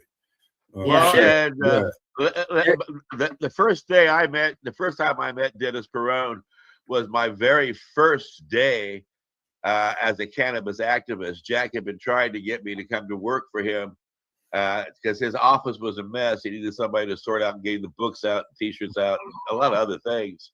And I kept turning down his offer, but he had me come out to his house there on Venice Beach.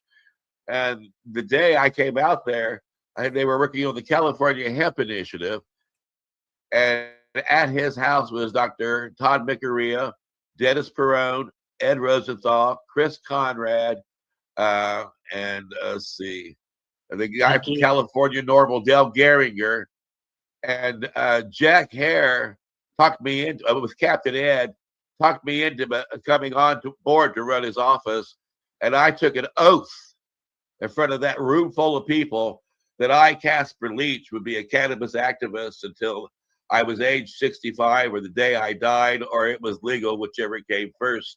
So help me. And I took that oath in front of Jack wouldn't let me start work for him until I took that oath. So Jack and Ed said they were 84. All right, yeah. So I took that oath in front of that room full of people. That was at Brenda Kirschbaum's house in 1991. Yes, it was. Oh my gosh, Jack and Brenda. I used to work in that house, and Julie always dropped off my paycheck, and what sealed the deal was Jack offered me a car to drive to and from, offered to hire somebody to be a driver, a lousy driver. Offered me more money where I was working at. I still wasn't interested. And from the back of the room, I hear Captain Ed say, "And we'll give you an ounce of pot every Friday." And I said, "I'll start Monday."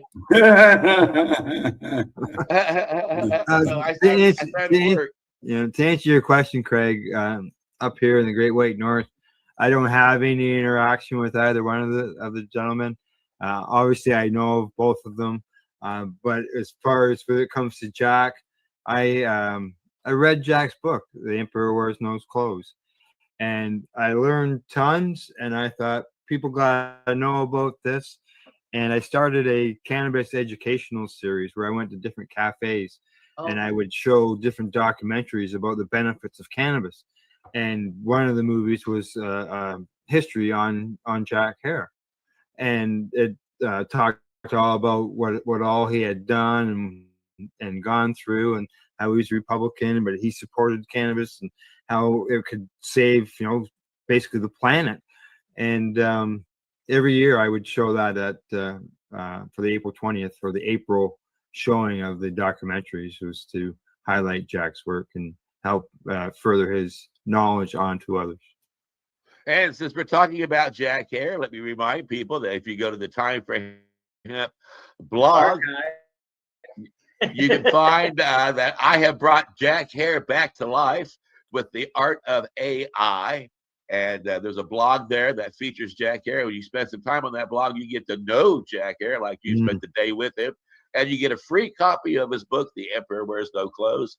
And you see Jack Hare introduce Hemp for Victory and hear about how he and his friends unearthed that video, that film, to make it possible for people to still have it today. And it's Jack Hare that began the archives, along with Gateway Galbraith and Captain Ed. Long time ago, they began unearthing relics of our past that now today seem to hold a lot of truths for next generations, right, guys? Yeah. Oh yeah. Oh yeah. Yeah. And we can talk about Dennis with the medical issue too, because while I was trying to introduce it, he was out there again in San Francisco, just pushing it in their face. He just wouldn't get out of the way. And I found him most helpful to the conversation that I was trying to get going. And again, we worked forever. And those guys were dedicated. That was their thing. They knew they had knowledge and they could help people, and that's what they were going to do. And again, when you look at the whole concept of those days, including Casper here, ex-Army, most of the leadership that dominated the conversation back in the 80s were 80s and 90s were veterans. All the guys that really made a difference they were used to stepping up, and I think the fact that we each knew we were out there and that we would find each other's back if we could in the debate that we're having trouble with, that gave us a lot of confidence, I think, to continue on. And of course, these guys were confident men. I was at that. It was the 1990 or 1991 final wording of the California Hemp Initiative at Brenda's house, where Casper took the oath. And so we were working on the final wording. And so Jack says, invite everyone and get a bunch of people down there. We want to really take some input on what we should change for the final wording. And so I agreed with almost everything. And it came down to this one last vote. And Jack said, he said, should it really be 18 or 21 for the age that we should put in this final wording? And I said, listen, it should be 18. If you can join the military at 18, you should be able to smoke cannabis at 18. You shouldn't have to wait till 21. Correct. And he says, well, we're trying to follow the wine regulation. So we're using the basically our lawyers have taken the wine, whatever their outlaw was or outlaw regulations for the regulations, and we're applying that to marijuana. We think it should be the same. Well, let me tell a story real quickly, Casper. He says, all right, let's take a vote, everyone. Who thinks it should be 21? After Jack makes this whole speech, it should be 21.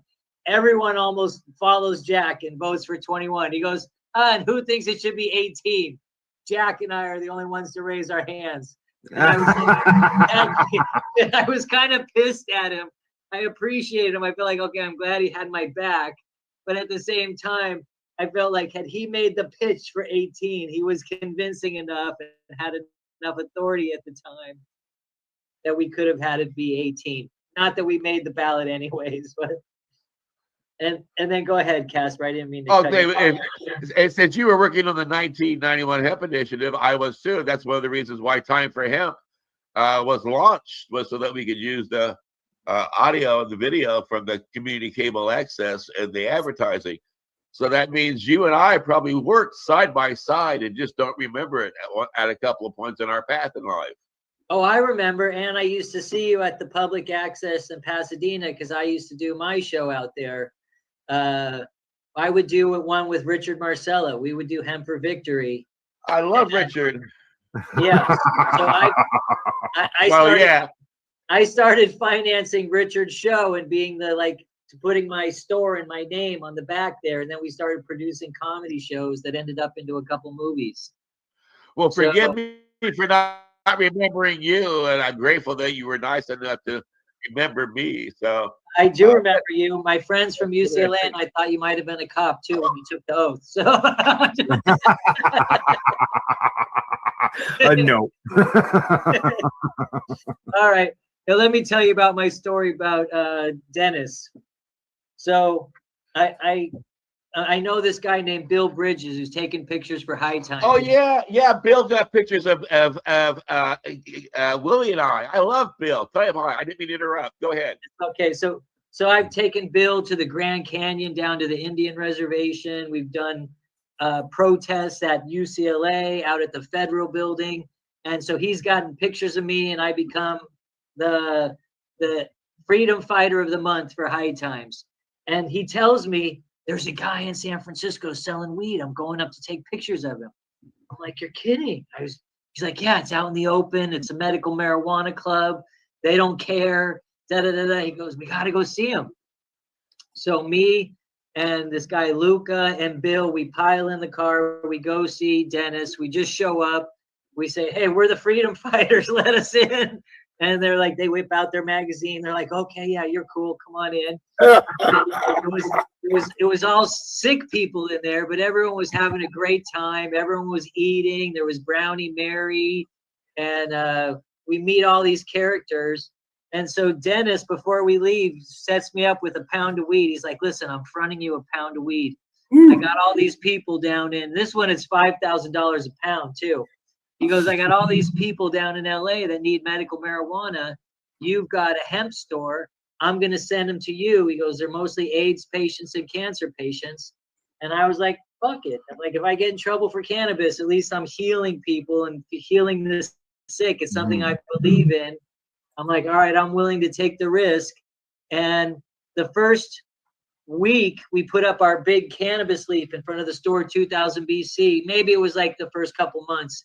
This father and his 14-year-old son, we're right around the corner. We're on Melrose, around the corner from Cedars-Sinai Hospital.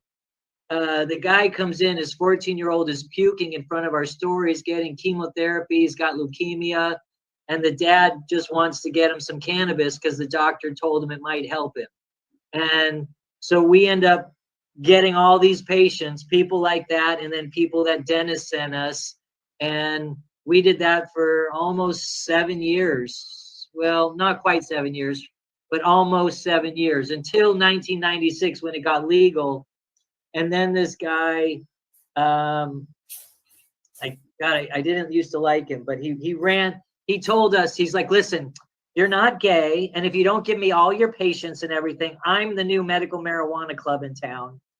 Scott Himmler. Scotty yes. Himmler. Yes. So we ended up giving all of our patients to him, and we just quit right then. But about half of them came back to us. But yeah, Scott basically said, you can't do this anymore. I'm the only one doing it in LA. And then at one point, there were 1,600 medical marijuana clubs in LA. And I wanted to distinguish myself as a church because there had been the decision, UDV versus Gonzalez under President Bush, where this church in New Mexico was allowed to import, sell, distribute, and consume on their church a Schedule I hallucinogen, ayahuasca. And so cannabis is Schedule I also a hallucinogen under the same thing, but clearly it's both benign and benevolent. So we thought, well, here's our opportunity to do something positive, teach the Bible, reach people with this positive message. And the funniest thing was the Jews all came on Sunday to learn about Jesus, and the Christians all came on Saturday to learn the Old Testament. We even had a cantor and a rabbi who I went to high school with, who were at a big major synagogue, and they're like, listen, we're here. We wanted to come on Sunday and find out what Jesus is all about. And I'm sure there's been a couple of times in your path, then, that you've broken bread with Roger Christie. Oh yeah, Roger and I still stay in touch. I love Roger. I feel horrible for him and his wife that he had to spend so much time in prison and suffer so badly as well, because he's such a kind-hearted person. I'm glad he's still alive and doing well. Absolutely. He was a guest on my show quite a few times, and he was one of the people who also was a champion of Time for Hemp. When Time for Hemp first started doing video releases, Roger made it a point to start putting his money and his efforts behind that to keep that production afloat. So I've been blessed to have had Roger as a friend in my path in life.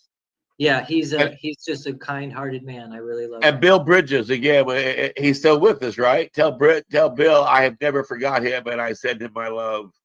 I haven't seen Bill in years. There's a lot of people that I know have passed away and that we really miss. There's too many to really count them all. But you remember Peter McWilliams? Yeah. Yes. Yeah. There's a tribute to Peter on my website. Yeah, Got it Peter. straight in my drawer. when I first opened 2000 BC, they arrested me. I mean, like they keep arresting me, but they arrested me for using the word bong instead of water pipe. And that was why I appreciate you veterans and stuff. So they came in, they arrested me, they seized everything, and I'm living in my store at the time in the back. So I just graduated college and decided to open this hemp shop. And John Rappaport, the writer, have you guys ever heard of him? Yes. He's a very kind guy. He was writing for the LA Weekly at the time. And I said, I'm a capitalist. I said, I don't know why they're arresting me. I said, I'm just here to make some money.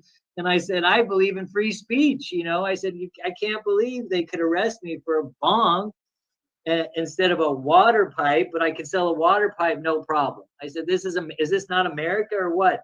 So he wrote this great article about me, and people started coming in like crazy to my shop. And then we were selling bongs out the back of our car. Yeah. Captain Ed's head shop, Heads and Highs, and Lion's Lair out in Van Nuys supported Time for Hemp. And I lost track with the people out at Lion's Lair. And but they were just wonderful, caring people. And I tell you, you're bringing back memories that are just mind-blowing to me. And I'm so grateful that I have these. That's one of the things that I have been blessed with the cannabis movement. It is a family, and I have found so much love in the hemp movement. So much love. And when I'm not part of the hemp movement, I am kind of empty. But when I'm busy doing things like this, I feel full. I feel alive because I'm spending time with my family. Right. Well, yeah, there were times I felt exactly the same, you know, where it was just a family. There's been times when I felt a little betrayed by people in the family too, and have seen you know, murders go without being prosecuted, like Les Crane and stuff, or Jeff Jacobs, who I'm in a couple movies with, how he was murdered and under, you know, somewhat suspicious circumstances. So it's really I felt like there was a big COINTELPRO against our movement as well. You know, the person that I was really close with, he had spent time in my house, but he actually, when they arrested me at Temple 420, you know, they came in and we were doing everything by the book. So can I say his name? I don't want to. Yeah, it's up to yourself. Yeah, you know, I don't care. He can sue me if he wants. I've been begging him to sue me for years because I still have all the videotapes. Like, I hang on to that shit. But there was a gentleman named Brett Bogue. He was working with High Times. He had met my brother in Amsterdam, and I was buying some cannabis from him for the Medical Marijuana Club. And he actually, we see it on the videotapes later, he actually showed up with the cops that arrested me. And his brother, who's there, was like throwing signals. He walked out right before they came in and arrested me. So we wrote him a check for the cannabis that we purchased. And that was, we were just building up, you know, at our Temple 420. And so we were trying to do it all legitimately, getting Social Security, paying checks for everything like it was a business, paying our taxes. Yeah. And yeah, and so my own friend was involved in having me arrested, which was a real heartbreaking experience. Someone that I had been close with, spent the night at my house. I had been to their house, know their wife and children, and they knew my kids. So that was part of the bad part of feeling like family sometimes. But I guess maybe he got in trouble, was trying to get out of trouble. I don't know what his reasoning was or thinking, but it was really that broke my heart almost as much as anything else. And you sound like you were in the same situation pretty much as Lynette Shaw, who had the first medical cannabis dispensary in the state of California. And she was trying to do it by the numbers, by writing checks and keeping track of what she spent and what she brought in and who she paid what to. And it turned out that though she was trying to do it by the numbers as a business would, they used her business records to put her in jail and to take away her. She fought and she fought and she won. and it took about 8 years almost. Right. No, there was a couple Went other. through a lot of crap. I forget Angel Reach also. Oh yeah, Angel. There was, believe me, there's so many people that we've known, and the woman that runs the Last Prisoner Project. Do you remember her name right now? Stephanie Landa. I don't know her. I know of the project, but Yeah, there's just so many awesome people, like so many great, like I was close with Lynette at one time. She was very close with Bill Bridges too. Yeah, sometimes when I see you, Casper, it really reminds me of all these old times, the public access TV, all that crazy stuff back in the day. You know, and it's just a challenge. And I think part of it has been the United States. And I haven't done any interviews in years. I think the last one I did was Growing Up Beverly Hills. Some friends of mine from high school asked me to do their podcast. And that was like 3 years ago. And we talked a little cannabis, but it was more Beverly Hills, what we remembered about growing up there. But I always felt like this was getting so corrupt. Our government was just so bad. I didn't even want to talk about it and put myself out there too much. But I feel like things are starting to turn around a little right now. It's getting a little more conservative. Hopefully we'll have paper ballots and one day voting soon. And, you know, and things just get better for free speech all around. But it seems like we've been through real challenging times because of the political situation. And part of that started with cannabis too, because the government was really corrupt in 1972 when they created the Controlled Substance Act versus the 1920s when they prohibited alcohol. And one of the reasons for that alcohol prohibition is it stopped those farmers from making some of their own fuel, and it consolidated that. And then you had the 1937 prohibition of cannabis, which was through the Marijuana Tax Act. But the same people that had worked in alcohol prohibition then went to work for it. And when they made the alcohol prohibition, they had enough respect for the U.S. Constitution to pass an amendment and then have to pass another amendment to terminate the prohibition. But they went around it in this sneaky bullshit way with the Tax Act in 1937 and then in 1972 with the Controlled Substance Act, which again was very political based on Nixon's fighting the left, which was being financed by some of these kids dealing drugs on college campuses and protesting the war. And now we have, I was just saying, now we have 100,000 people a year dying of fentanyl being smuggled into our country, and you can't get a person out in the street to freaking protest this shit.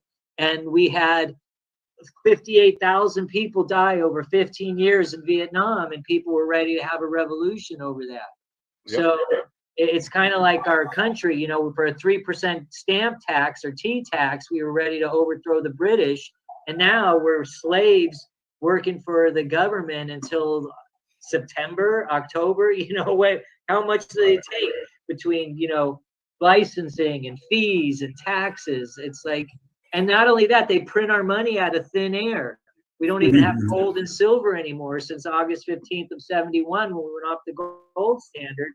So we really are in some form of, I don't know, mental slavery, as Bob Marley would say, you know, but it is, sure, we still have the ability to buy material things and work for money, but at some level, we're working for someone else for something they print for nothing. Well, no other critter on earth works for money. Exactly. And I can tell you, we don't work for money here at Time for Him. We don't have any sponsors. That's another point. Yeah. We have no sponsors, no grant money. We just wake up each day, cross our fingers, and hope the lights are still on. And so I want to remind people of that. I'm going to get my Cash App thing up so you can make a donation if you want. But we do make it because you share us with your friends. We are at the end of the hour. And Craig, is there anything you want to share with our audience before we say la vie? I appreciate you grumpy old stoners for having me on. It's been a pleasure. I'm glad we could relive some of the ups and downs of the cannabis movement. And I guess my last thing would be, read your Bible, get some exercise, and get into the cannabis industry because it is growing and there's space for you if that's something you want to do. And Al Byrne, I know you got a groovy book that people can pick up at Amazon and read. Well, it's everywhere. It's Amazon, Apple Books, Barnes and Noble. Anywhere you get a book, it's there.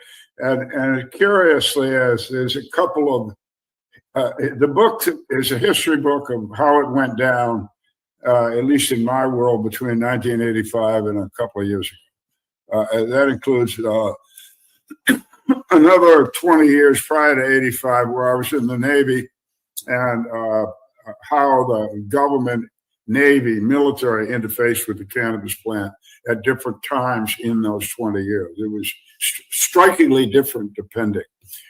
So that's the for country part. The for cannabis part is 1983 on, the development of medical cannabis in the United States. How did that happen? Craig, you mentioned, you were talking about some of the people like Dennis and Jack and others, and you're saying it's almost too many to mention. That's why one of the reasons I wrote the book. I mentioned it. All of those people you talked about are in that book. Now, there only might be 2 sentences, but I wanted them remembered. I wanted people to understand that their sacrifices, like you, were huge, and that they were courageous people. They had something to say. They weren't afraid to say it. The other thing, you corrected Casper, and you didn't. Casper says it's a club, and you said, yeah, it is, but it isn't. And I agree with both of you. I have had the same experience. I wrote it in the book. There are some people in here I'll die for. There are other people that betrayed me. And they were very close and all of that. So I wrote that in the book. And again, I wrote it more for the younger folks, although people that are older and my age, there's so much information in there about medical cannabis. I don't care what you think you know, you don't know at all. And all of it isn't in that book either, but a hell of a lot more than you know. So buy the book and read it. And like we say about Time for Hemp, spread the word out on this. Use these are tools, these Zooms, these books, this work that Craig has done. These are tools that you should use yourself, or to at least use them as a foundation for doing whatever it is you're going to do with cannabis your way, which is what we want you to do. And so Al Graham, now your time. Yeah. I get to pontificate. Go ahead. It's your turn. All right. Catch Pace Radio, which is People Advocating Cannabis Educational Radio, at paceradio.net. We have a new broadcast that comes out every day of the week. So we're broadcasting 7 days a week. And today's discussion with Craig is basically time for memories, just like it is time for hemp. Can I bring up one more person, a Canadian? Yes. I just want to say Mark Emery is a real hero of mine. I don't know if you guys are familiar with Mark. He's been on my show so many times. Yeah, good old Mark. I love Mark. Sure. Jody. He's a real hero in this space too, even though he was Canadian, and he didn't come down to a lot of our events. He helped supply the seeds to America to help get and he went to jail for it, and then now it's legal to sell them anywhere in the U.S. and 52 countries we can ship to. But Mark Emery really helped change that and paid the price for it also, like so many of us did. And I think he spent 5 years in prison. And and he's not bitter at all. And I just feel so grateful for guys like him as an example of how to stand up for what you believe in, try to make a difference in the world, deal with the consequences if they come, and then still be able to move forward with your life. And as Craig has also pointed out, there's been too many that have come and gone. And that is truly the reason why I continue to do Time for Hemp. I retired and said, I'm done with this a few years back. But then I kept hearing all the voices in my archives telling me that I had made a promise to each of them that I would do what I could to raise their voice around the world and get their message out to as many people as I could. And there's been a lot of people in my archives who, shortly before they passed away, made it a point to come on to Time for Hemp to tell their story so that someone out there in the audience who might be dealing with Crohn's disease or dealing with cancer or dealing with some kind of problem, maybe even going through an arrest and getting back out of jail and getting back into the world, can understand that there's been others that came before them that have also walked that path. And this is how they got through it. And this is how they managed to stay strong. And they wanted to make certain that their message did get heard.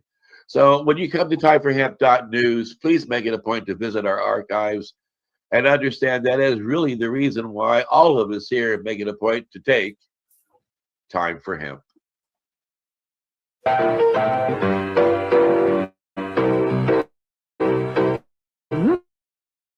all that money, yeah, the money that they spend. Take another look and spend some time for him. Don't cut trees for paper, cause it hurts the environment. Stop deforestation, yes, it's time for him. Whoa, an acre of hemp makes 20 bales of oil. No need for pesticides to poison all our soil. People got no food, they got no clothes, they got no rest.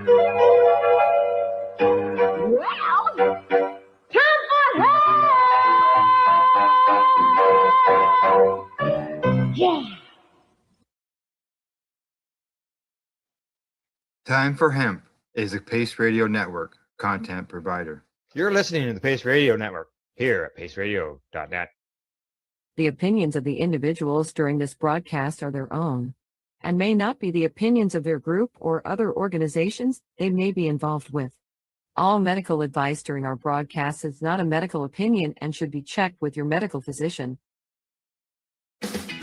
Enjoy the buzz of legalization with Campbellford Lifestyle Shop. From lights to plant nutrients, books, consumption accessories, and more, we've got all your basics to grow or consume cannabis. Visit our info center or take a look at our piercing services and body jewelry, now available in-store through Campbellford Lifestyle Shop, 17 Bridge Street West, Campbellford.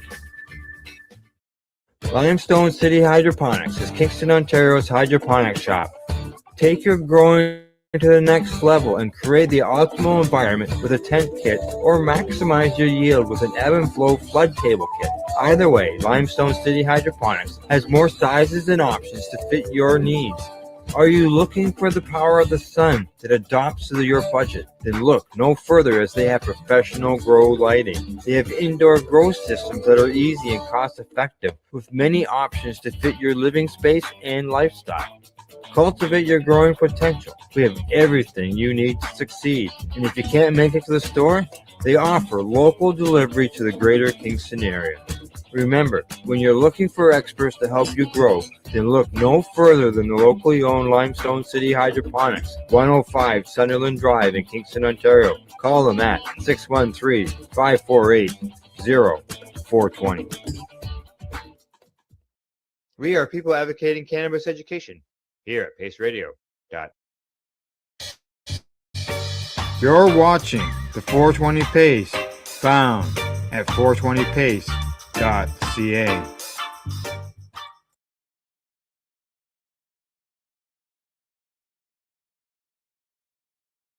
First story of the day. It comes to us from StratCan. It's an update on a story, and it says testing clears unlicensed dispensary of opioid contamination following overdose concerns. An unlicensed cannabis store accused of causing 2 overdoses reports that the Annawichbeck Police Service says testing confirmed its products are free of fentanyl and other harmful substances. The store plans to reopen on July the 17th. Now, the police services in Ontario issued a drug alert for Garden River First Nations on June the 11th. Now, after 2 reports of 2 suspected overdoses in the past week, one of which was fatal, and both incidents were suspected of being connected to cannabis use or was thought to be cannabis. Now, the APS said at the time that it could have been connected to cannabis purchased at the dispensary in Garden River First Nation near Sault Ste. Marie. Now, that dispensary now says testing has cleared the store of any dangerous substances. The store says it will seek the full results from APS. Now, the store plans to reopen, as I mentioned, on July 17th. Now, when the reports of the overdoses were made public, the store, the Little Green Garden, said it provided samples of all its products to APS. Testing was conducted by Health Canada. They say, to support the investigation, we have provided samples of every cannabis strain in our store to the police services for testing to confirm that the products do not contain any harmful or dangerous substances. Now, they commented a representative for the stores at that time. And they say that our hearts are with the families, loved ones, and all those affected by this tragedy. We stand with our community during this difficult time and remain committed to supporting the ongoing investigation and ensuring the safety and well-being of everyone that we serve. We have a major update. APS wrote the store on its Facebook page on July the 15th. They say, as we anticipated, all samples we provided for testing have come back negative for fentanyl and any other harmful substances. All samples collected from our store for each and every strain we sell contain only cannabis. We will share the testing results once we receive them through the Freedom of Information. And in the meantime, APS has informed us that you may call them to confirm this information.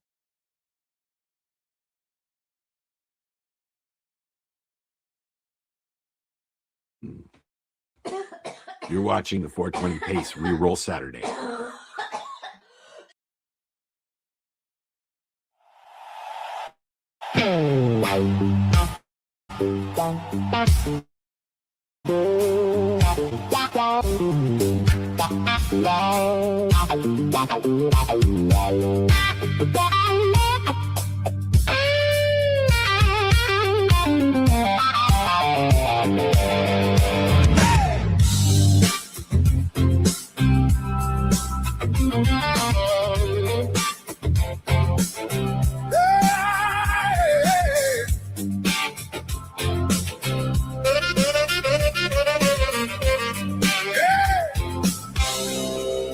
Music by yeah.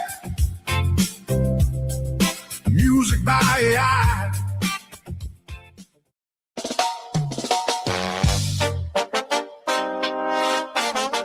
Oh, da, da, da, da. Yeah.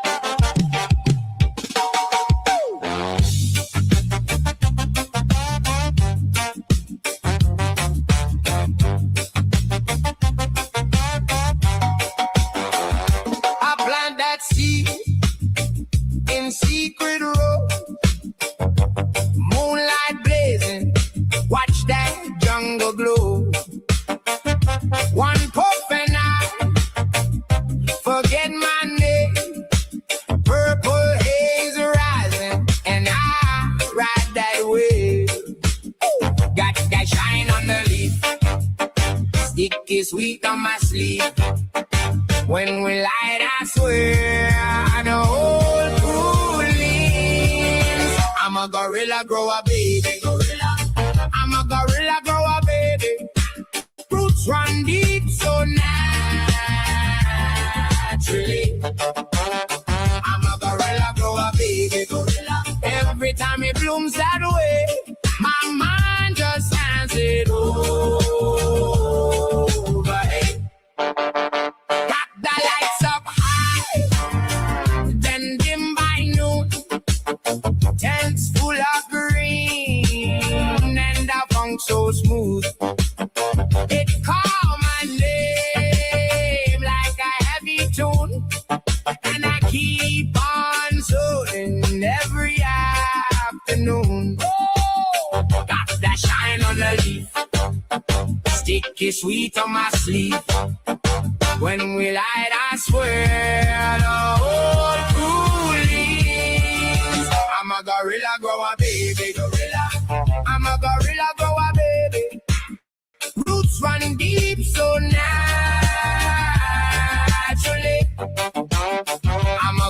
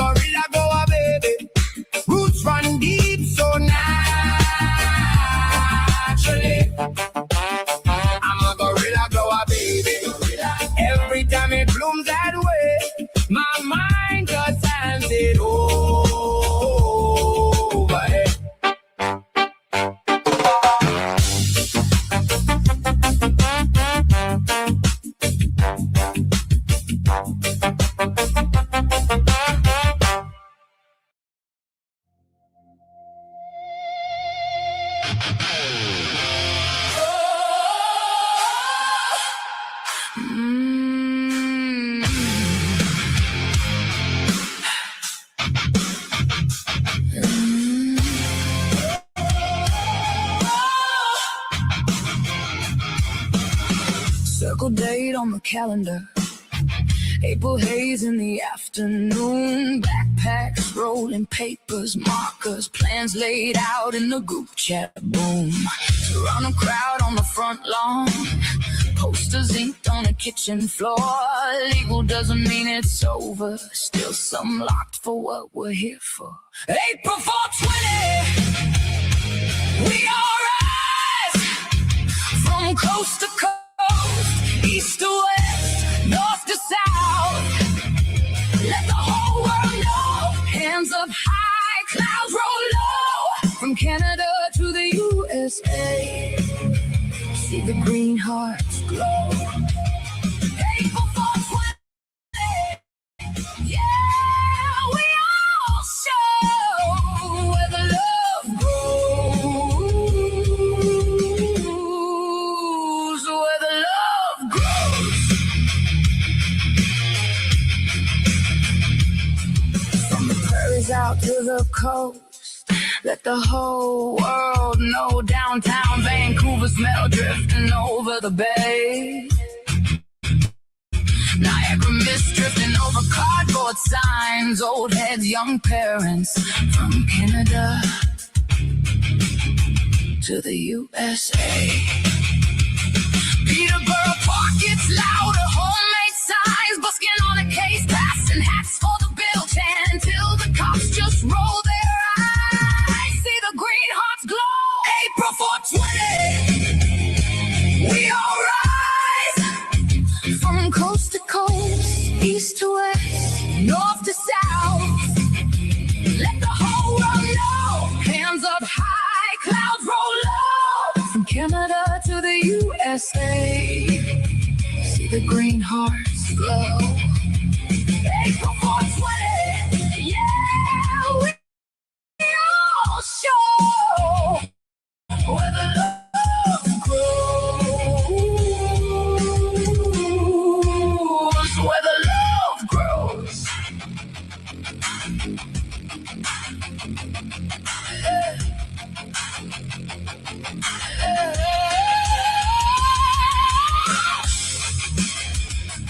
Is it party? Is it protest? It's a little bit of both, I guess. Old laws, new dreams in the same fresh air. We cough, we joke, but we still care. April 420. We all rise.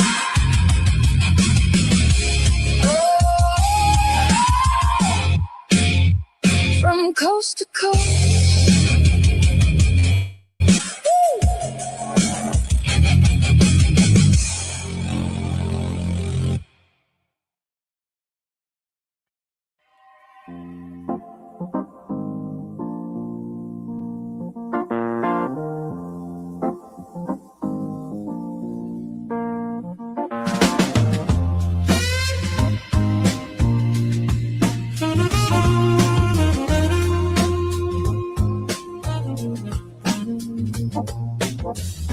Tiny door in the garden, paint chip glowing red, little cap in my palm now. Trust me, something said.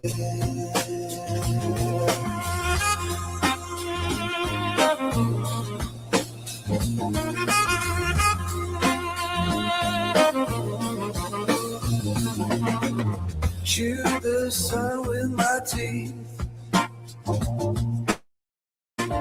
Sky drip down on my tongue. Grass grew out of my fingers. Time forgot to run.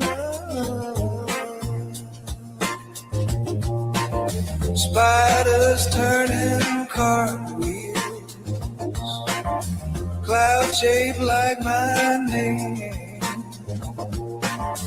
Every breath a doorway, red blank flame.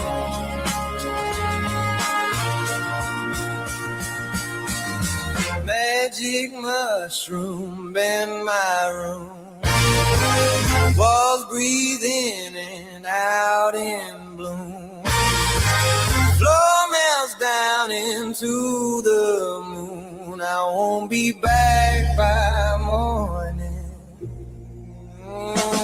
Soon, magic mushroom, slow this tune.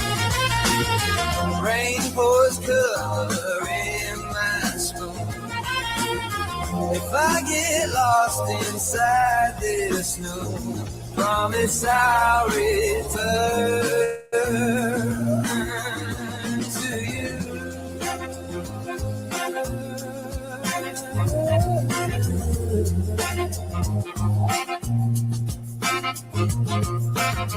Photos on the fridge rack.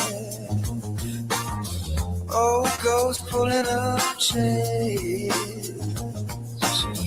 All my ex-loves in crayons waving from the stage.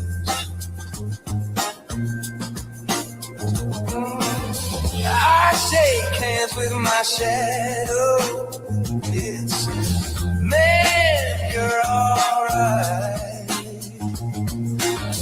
We swap names in the kitchen. Poor galaxies on ice.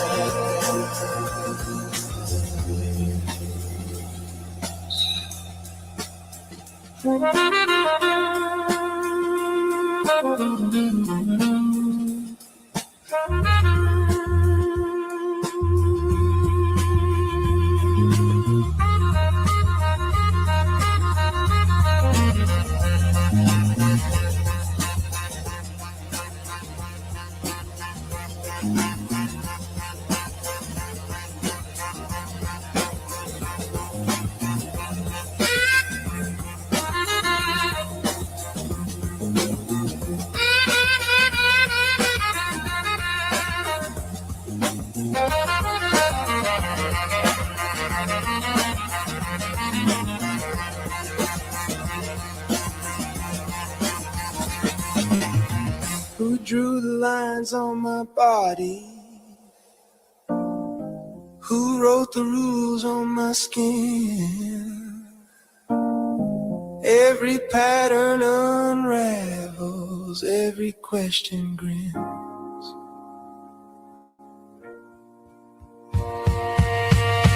I float above the ceiling. I talk it down from the lid. We agree on a secret planted deep in my head.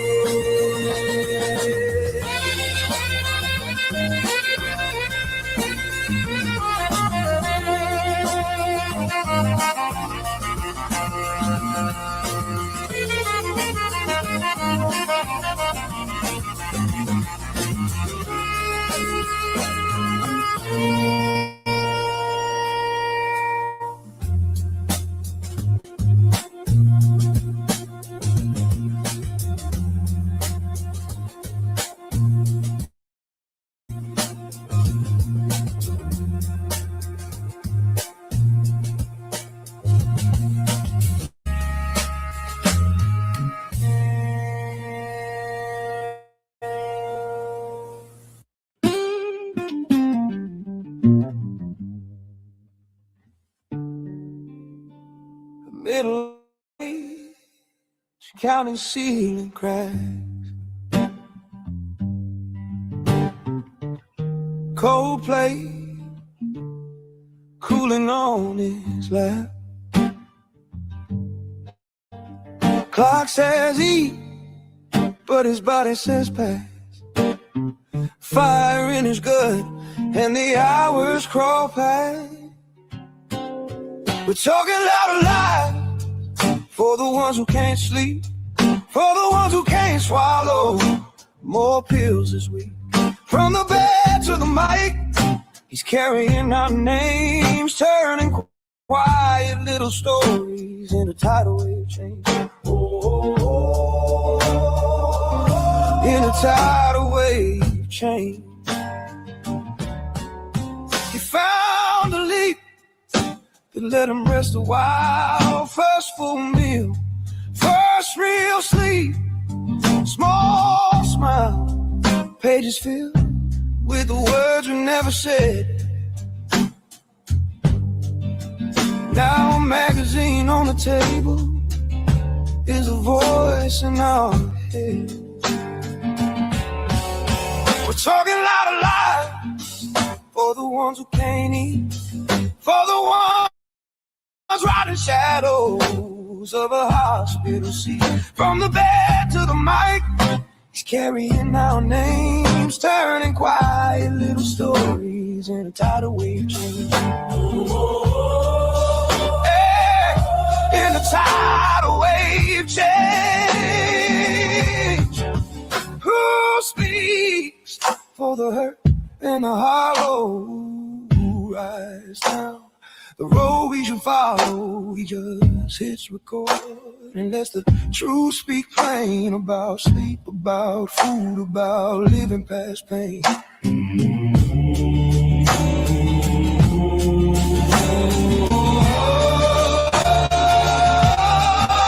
Talking loud and loud when nobody's wanting, when the law draws a line between relief and sin.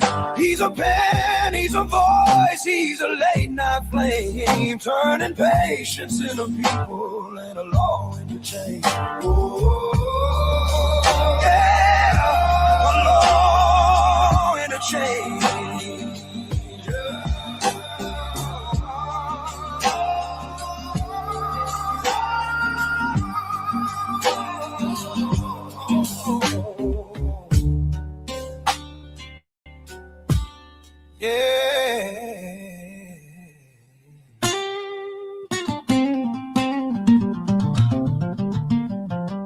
Law in the chain.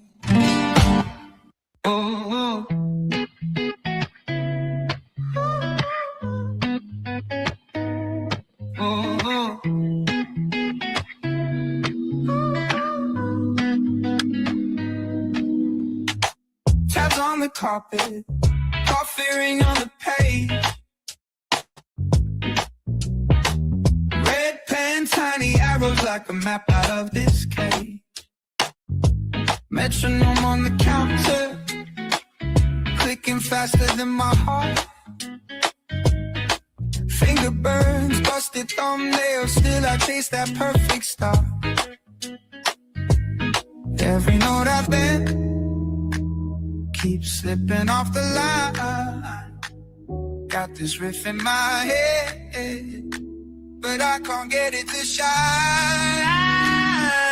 I'm trying to write a melting guitar, a low one strike, set the whole crowd in slow-mo. Next slide, have them screaming from the front row. Yeah, I wanna light it up and let it try to ride a face melting guitar solo, so hot it leaves a shadow on the wall. One run, one breath, one last blow. Yeah, I wanna light it up and let it go. Loop that stubborn section. Thumb sore, strings gone dull. Neighbors banging the ceiling, guess they feel it in their skull. Hear the chorus in my headphones, beats pushing me along. Every stumble, every fumble, still is dragging out a song. Every note I bend keeps slipping off the line, but that fire in my chest says keep twisting every climb. I'm trying to write a face melting guitar low. One strike, set the whole crowd in slow-mo. Next slide, have them screaming from the front row. Yeah, I want it up and let it go. I'm trying to write a face melting guitar solo, so hot it leaves a shadow on the wall. One breath, one last blow.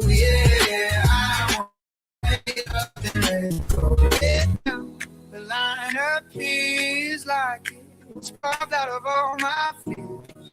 And missed calls, cold food, late nights. All of that for 4 bars at bite.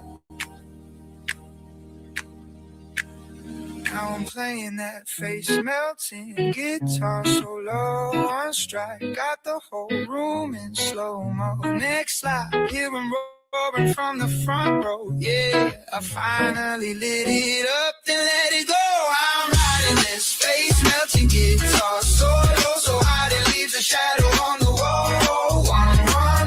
One breath, one last blow. Yeah, I light it up, then let it go.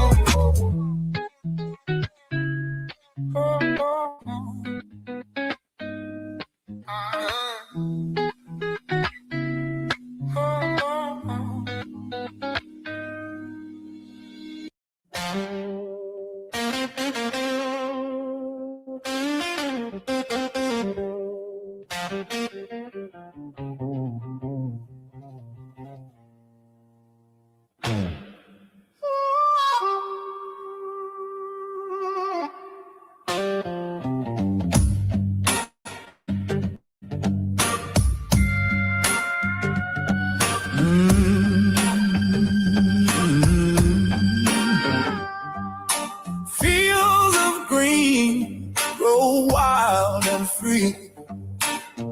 Whispers of hope in every tree. Gold in the fiber, strong and true. Impose the magic we never knew. Roots run deep where the sun will shine. Leaves so bold breaking through the line. It's not just a plan, it's a beating heart, giving us strength to make a fresh start. Empire, let's rise and soar. A brighter future knocking at our door. Wrap the world in threads of gold. Here's the story waiting to be told.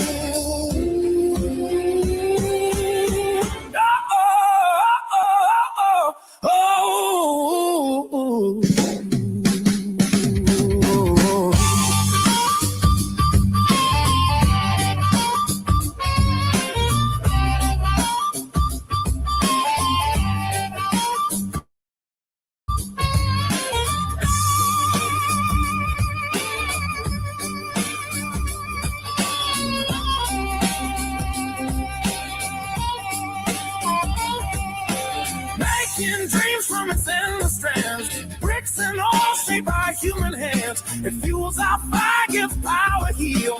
Feels so alive, it's a real deal.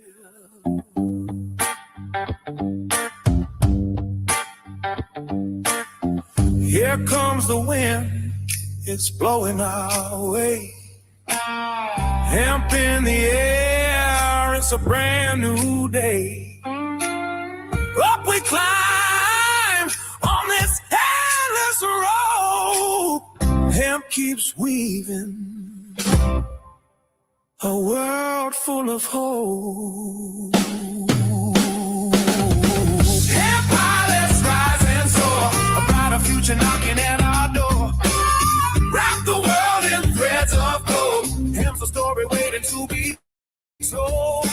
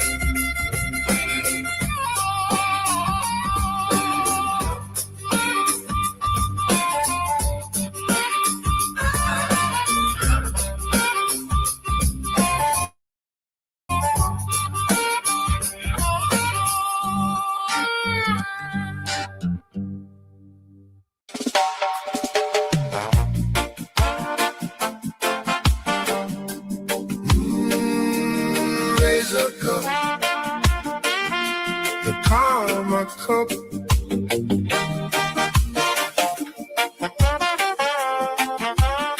Whoa,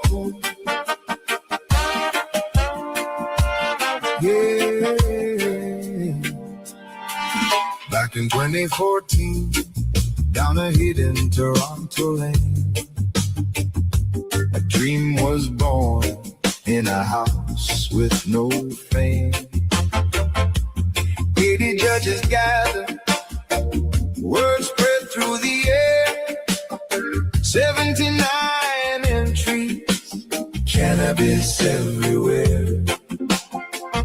Sarah had a vision, fair and blind for all.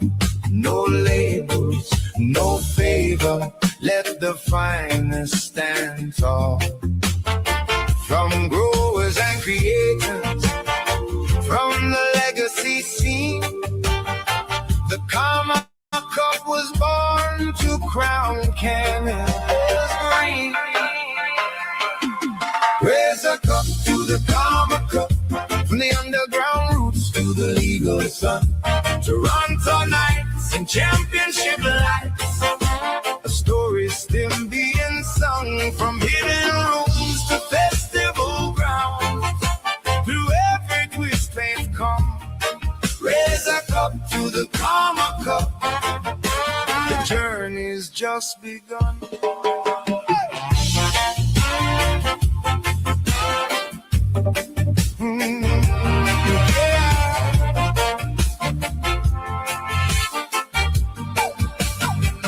2015 rolled around, bigger than before. Hundreds came together, knocking at the door. Vapor lounges buzzing, judges by the score. Canada had never seen a cannabis cup this large before. Then 16 and 17 opened up the gates. Public festivals arrive and attendance escalates. Music, art, education, vendors side by side. Cannabis culture in Toronto shining with pride. Raise a cup to the Karma Cup, from the underground roots to the legal sun. Toronto nights and championship lights, the story's still being sung.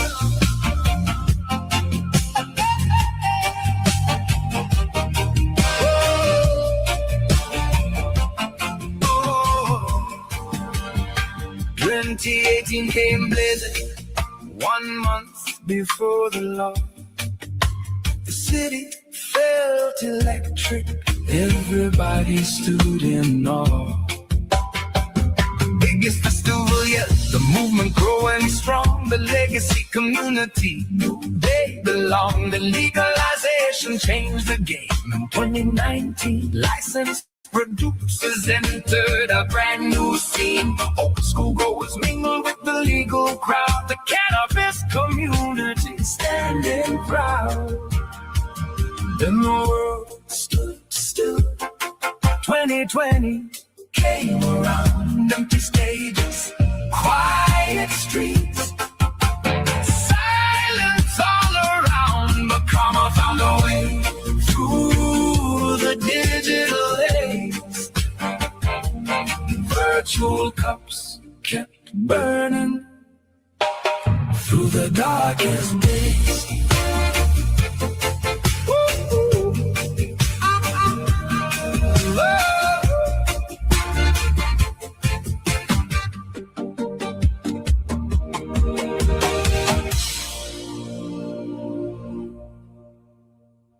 Wow, those were some smoking hot tunes. Thank you for tuning in to Made by Al, your AI-assisted cannabis music show here at 420pace.ca. Who's ready for some more smoking cannabis tunes?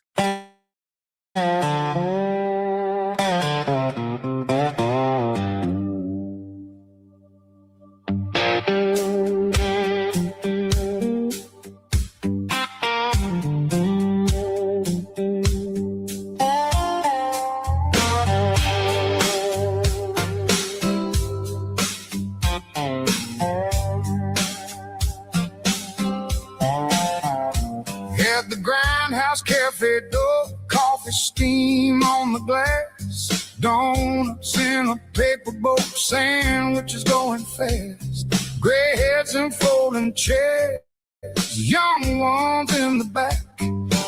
Everybody came to learn and nobody came to act. Some Sun on the window blinds, names on the coffee cup. One man said his own hard truth, then the knowledge started. 2 shows on Sunday, 2 shows on Sunday. Come get educated. 2 shows on Sunday. History on the screen, stories in the room. 2 shows on Sunday, and the whole place blooms. Cannabis education at the Grindhouse Cafe.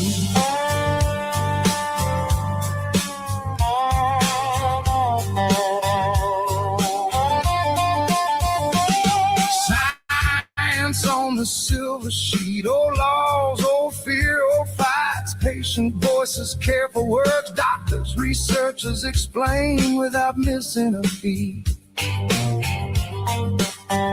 A cop came in for coffee just to listen at the door. He said, I didn't know this much. Then he asked for one more. Sun on the window blinds, names on a coffee cup. One man said his own hard truth, then the knowledge started. 2 shows on Sunday, 2 shows on Sunday. Come get educated. 2 shows on Sunday. History on the screen, stories in the room. 2 shows on Sunday, and the whole place blooms. Cannabis education at the Grindhouse Cafe.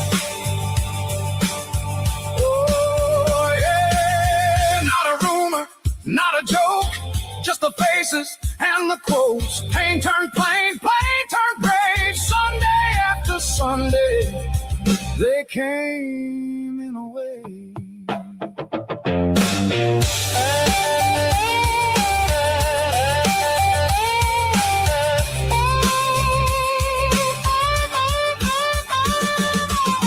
2 shows on Sunday, 2 shows on Sunday. Come get educated. 2 shows on Sunday.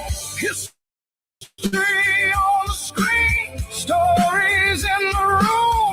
2 shows on Sunday, and the whole place blooms. Cannabis education at the Grindhouse Cafe.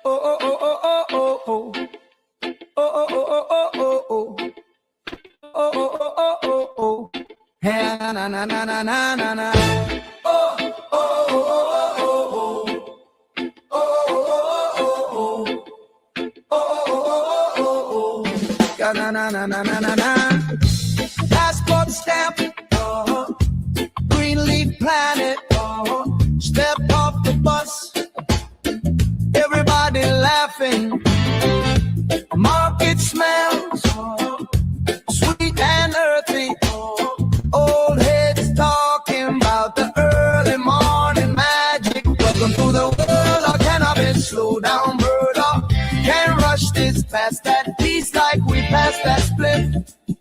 In the world of cannabis, oh, welcome to the world of cannabis. Dig deep breath, let go that stress. One love, one life, one lifted wish. In the world of cannabis, oh, hey, oh, hey, oh, hey, oh, yada yada yada yada. Tie-dye shirt. Grandma giggling, rolling stories more than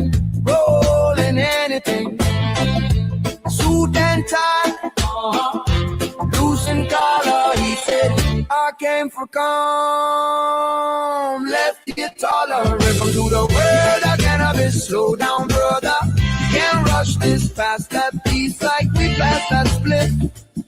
In the world of cannabis, oh, welcome to the world of cannabis. Big deep breath, let go that stress. One love, one life, one lifted wish.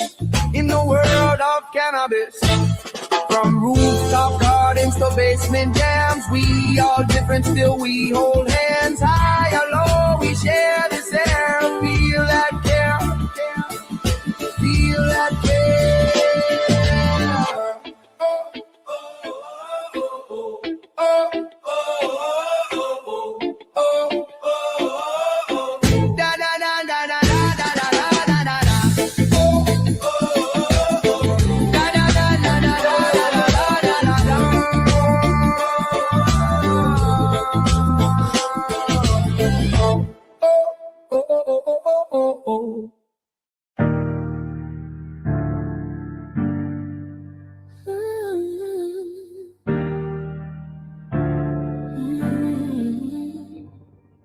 Cannabis leaf on my lanyard, box of treating yourself on my feet.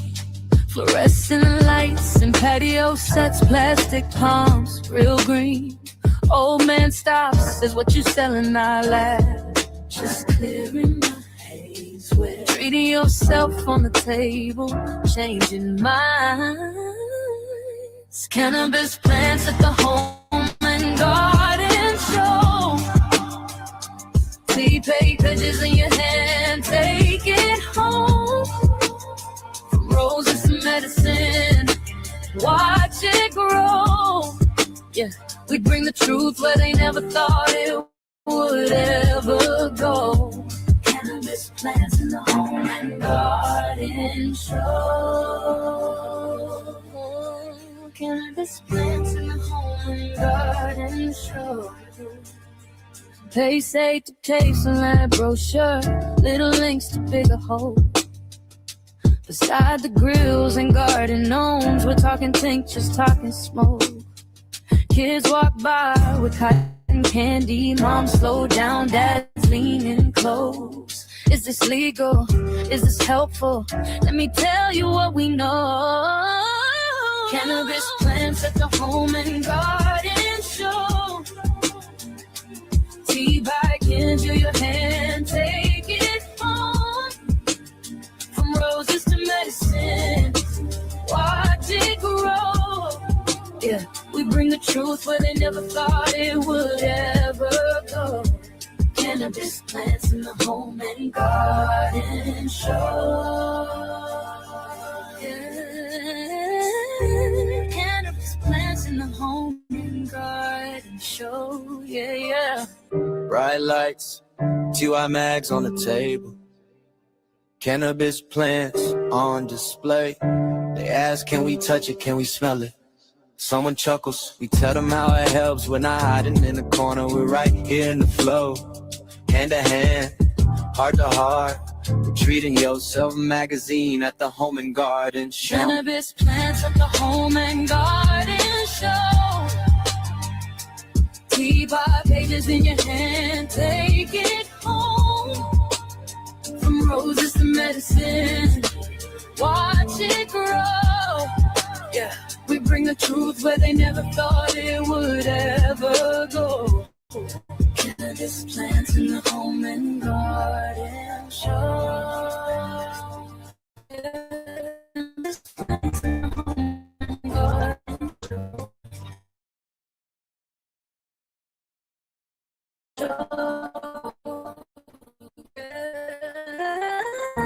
Cannabis plants in the home and garden show. Yeah, yeah.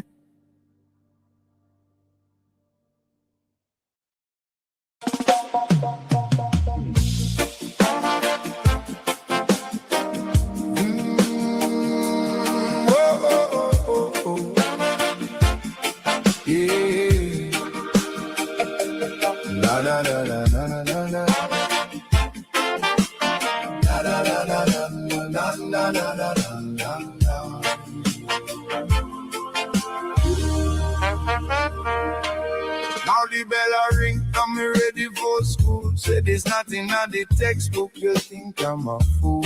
Heard me a study, now the ganja me and you. Tell the principal and teacher, tell them are cool. 1 and 1 make 3, me not see the confusion. Life is a journey, me does I take the long way. Wake up in the morning, yes me give Jah thanks and praise. Blaze it up again, no we celebrate, and it's my favorite. So me not hesitate, and it's my favorite. So me not hesitate, cause it's cannabis Jah. You know it can't done. Cannabis Jah. Tell them are fun. Cannabis Jah. You know it can't done. Cannabis Jah. Jah, Jah, Jah, Jah. Cannabis Jah. You know it can't done. Cannabis Jah. Tell them are fun. Cannabis Jah. You know it can't done. Cannabis Jah.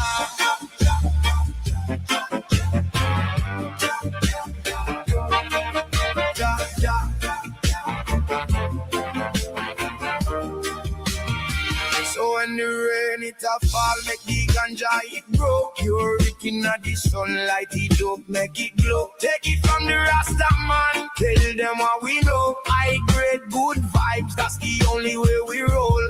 Push, sativa, indica, all of them greenos, hydro. Me love all of them Babylon. You think you're good at stop the man, them you good at try again. Me not hear me depend. Cannabis Jah, you know it can't done. Cannabis Jah, tell them are fun. Cannabis Jah, you know it can't done. Cannabis Jah, Jah, Jah, Jah, Jah, Jah. Cannabis Jah, you know it can't done. Cannabis Jah, tell them are fun. Cannabis Jah, you know it can't done. Cannabis Jah.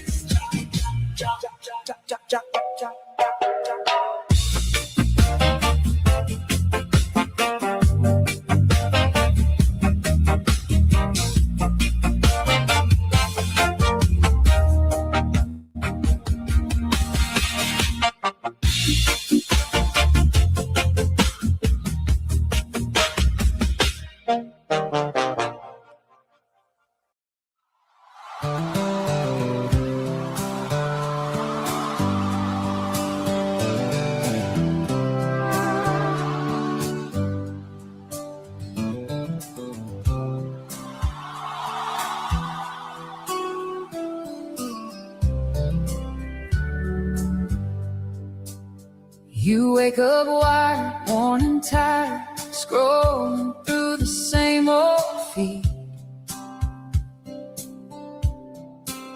Quick fix, same script, nothing that you really need. Heard a friend say go inside, there's a system running quiet, balancing the highs and lows. Always working, steady pilot. Cannabinoid, keep me steady, bring me back when I slip too far. From my heartbeat to my breathing, you're stars. Cannabinoid, keep me level, finding calm in the middle of the storm. Tuning all these tiny signals till my body feels like home. 3 letters here, 3 there, tiny keys to bigger doors. Little shifts in how I sleep, how I eat, how I restore.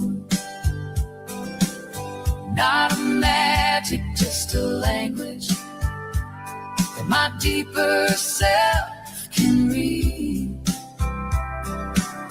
Talking softly to the parts that decide what I really need. Cannabinoid, keep me steady, bring me back when I slip too far. From my heartbeat to my breathing, you're the quiet stars. Cannabinoid, keep me level, finding calm in the middle of the storm.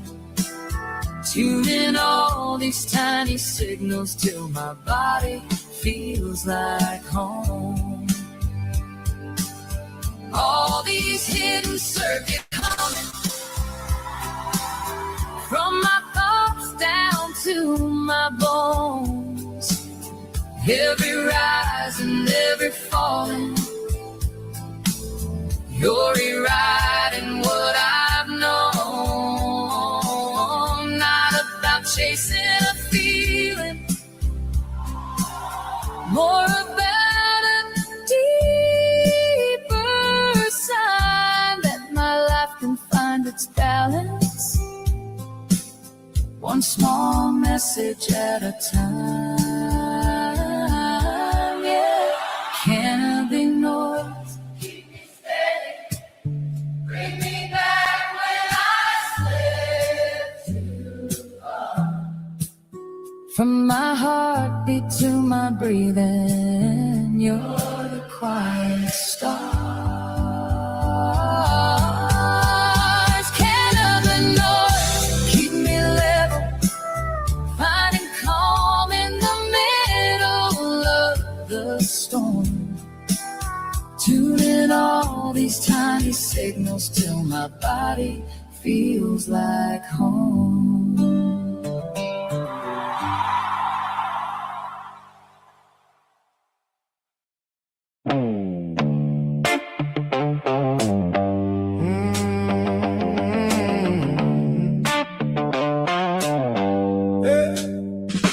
Running that trim, slow hands, clean grind. Green on the table, scissors in time. One wrong move and it burns like sin. Keep your face back, let the fan spin. Remember, don't touch your eyes. Yeah, I learned that the hard way twice. Sticky little one and sharp little price. You blink too fast and you pay the slice. One hand clean, one hand still. Move like a ghost, got to keep that chill. If the room gets loud, don't rub, don't reach. Wash up first, then you breathe. Remember, don't touch your eyes. Don't touch your eyes. Don't touch your eyes.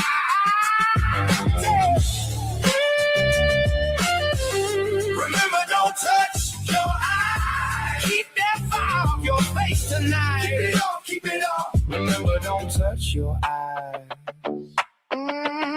Yeah, got the gloves on, sleeves roll right. Sunset dust in the yellow light. I'm talking to you like a brother would. Salvia in the cut from the neighborhood. Trim pile tall and the jar smells sweet, but that little sting don't play so neat. One bad itch and you know the deal. Water on deck, let the skin heal.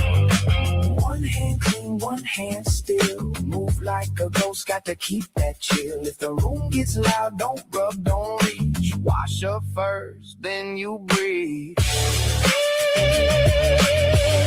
Remember, don't touch your eyes. Don't touch your eyes. Don't touch your eyes.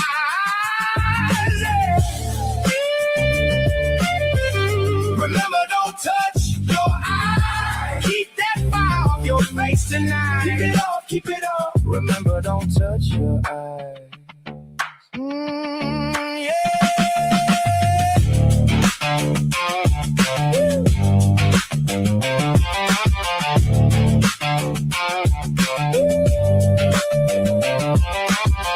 Yeah, I seen that red come quick. One straight touch and it hits like grit. So I pause, let the moment pass. Rinse it out, don't make it last. Hands low, mind clear, that's the code.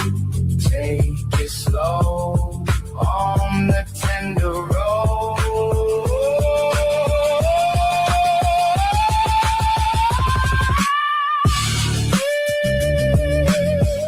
Remember, don't touch your eyes. Don't touch your eyes. Don't touch your eyes. Yeah. Remember, don't touch your eyes. Keep that fire off your face tonight. Keep it off, keep it off. Remember, don't touch your eyes. Remember, don't touch your eyes. Yeah, don't touch your eyes. Wash up first, then you breathe.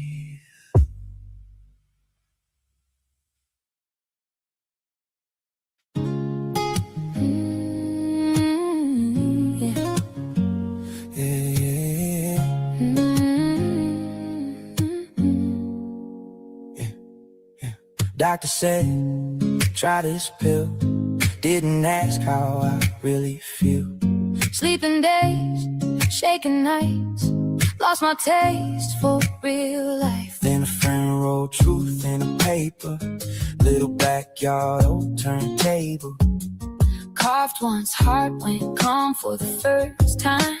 Pain felt small. This is my green light anthem. My lungs, my life, my choice. I chanted, plant in the ground, hands in the sky, healing in the smoke as the days go by. You can call it wrong, you can roll your eyes, but I know what saved me. I don't apologize. Singing out loud for the ones like me. Cannabis care, let the people be free. Hey.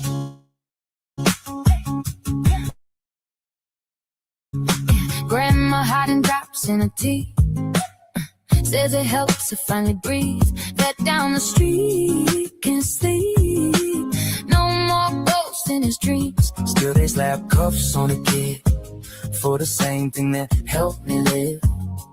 How's that fair? How's that right? When the garden could change your life. This is our green light anthem. From the chemo wards to the campus, from the mothers who just want rest to the anxious hearts in that Sunday best. You can pass your laws, we will pass it around till the courthouse hears our sound. Singing out loud for the ones in need.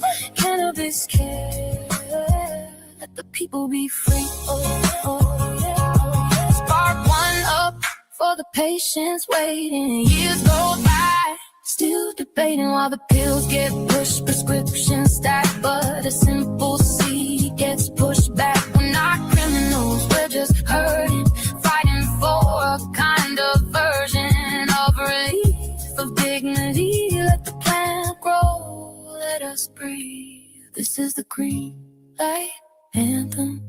From the pain war to the anthems, planting the ground, hands in the sky, healing in the smoke as the days go by. You can call it wrong, we'll still stand tall till every last charge and the chains all fall. Singing out loud for the world to see. Cannabis legal, let the people be free. Let us be, let us be, let us be. Let the people be free.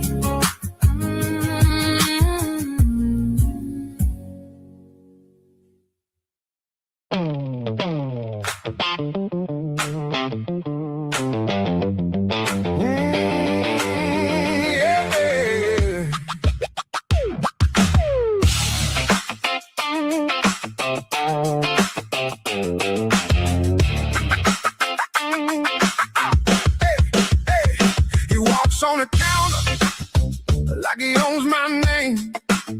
White paws, black coat, little suit, big flame. One green eye watching like he knows my flaws. He swats my hand away, then he curls in my lap. Yeah, he don't ask, he just takes the seat, tail in the air, and a stare so deep. I say, boy, behave. He says, make me man. My tuxedo cat got an attitude. My tuxedo cat, but I love that mood. He purrs, then he snaps, then he comes right back. Yeah, my tuxedo cat. Yeah, yeah, he's dressed like class.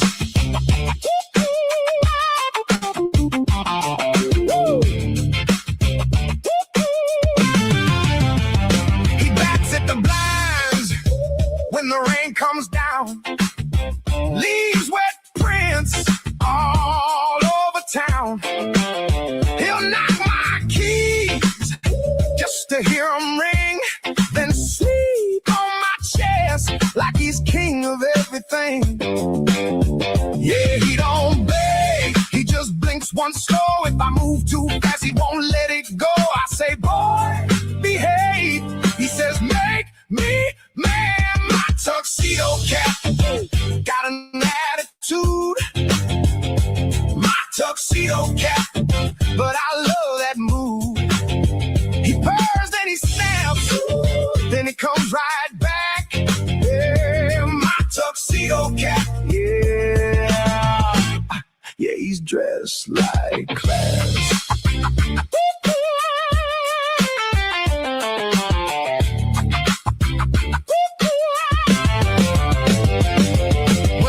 Gets cold, he lights my blade. Little soft foot thunder in a silk black blade. He ain't easy, no, but it stays on my side.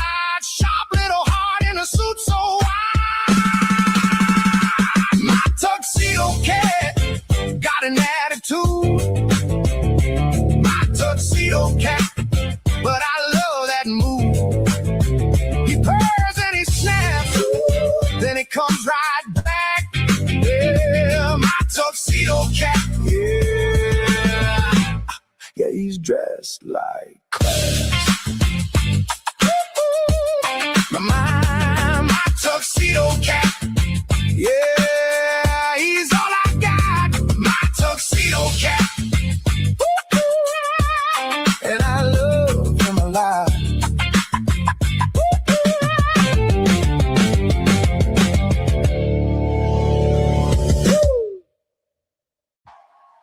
Wow, wasn't that a great show? Unfortunately, all great things come to an end. But we'll be back soon. Until then, remember to respect the plant.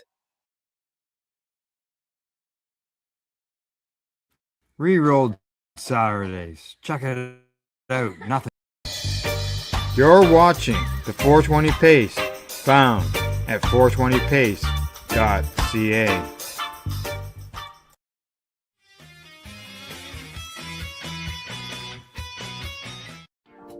You've been watching Rerolled Saturdays. Thank you to our guests, our hosts, and our viewers. Up next, Rerolled Saturday Nighttime Edition. It gets started at 4 p.m. See you then.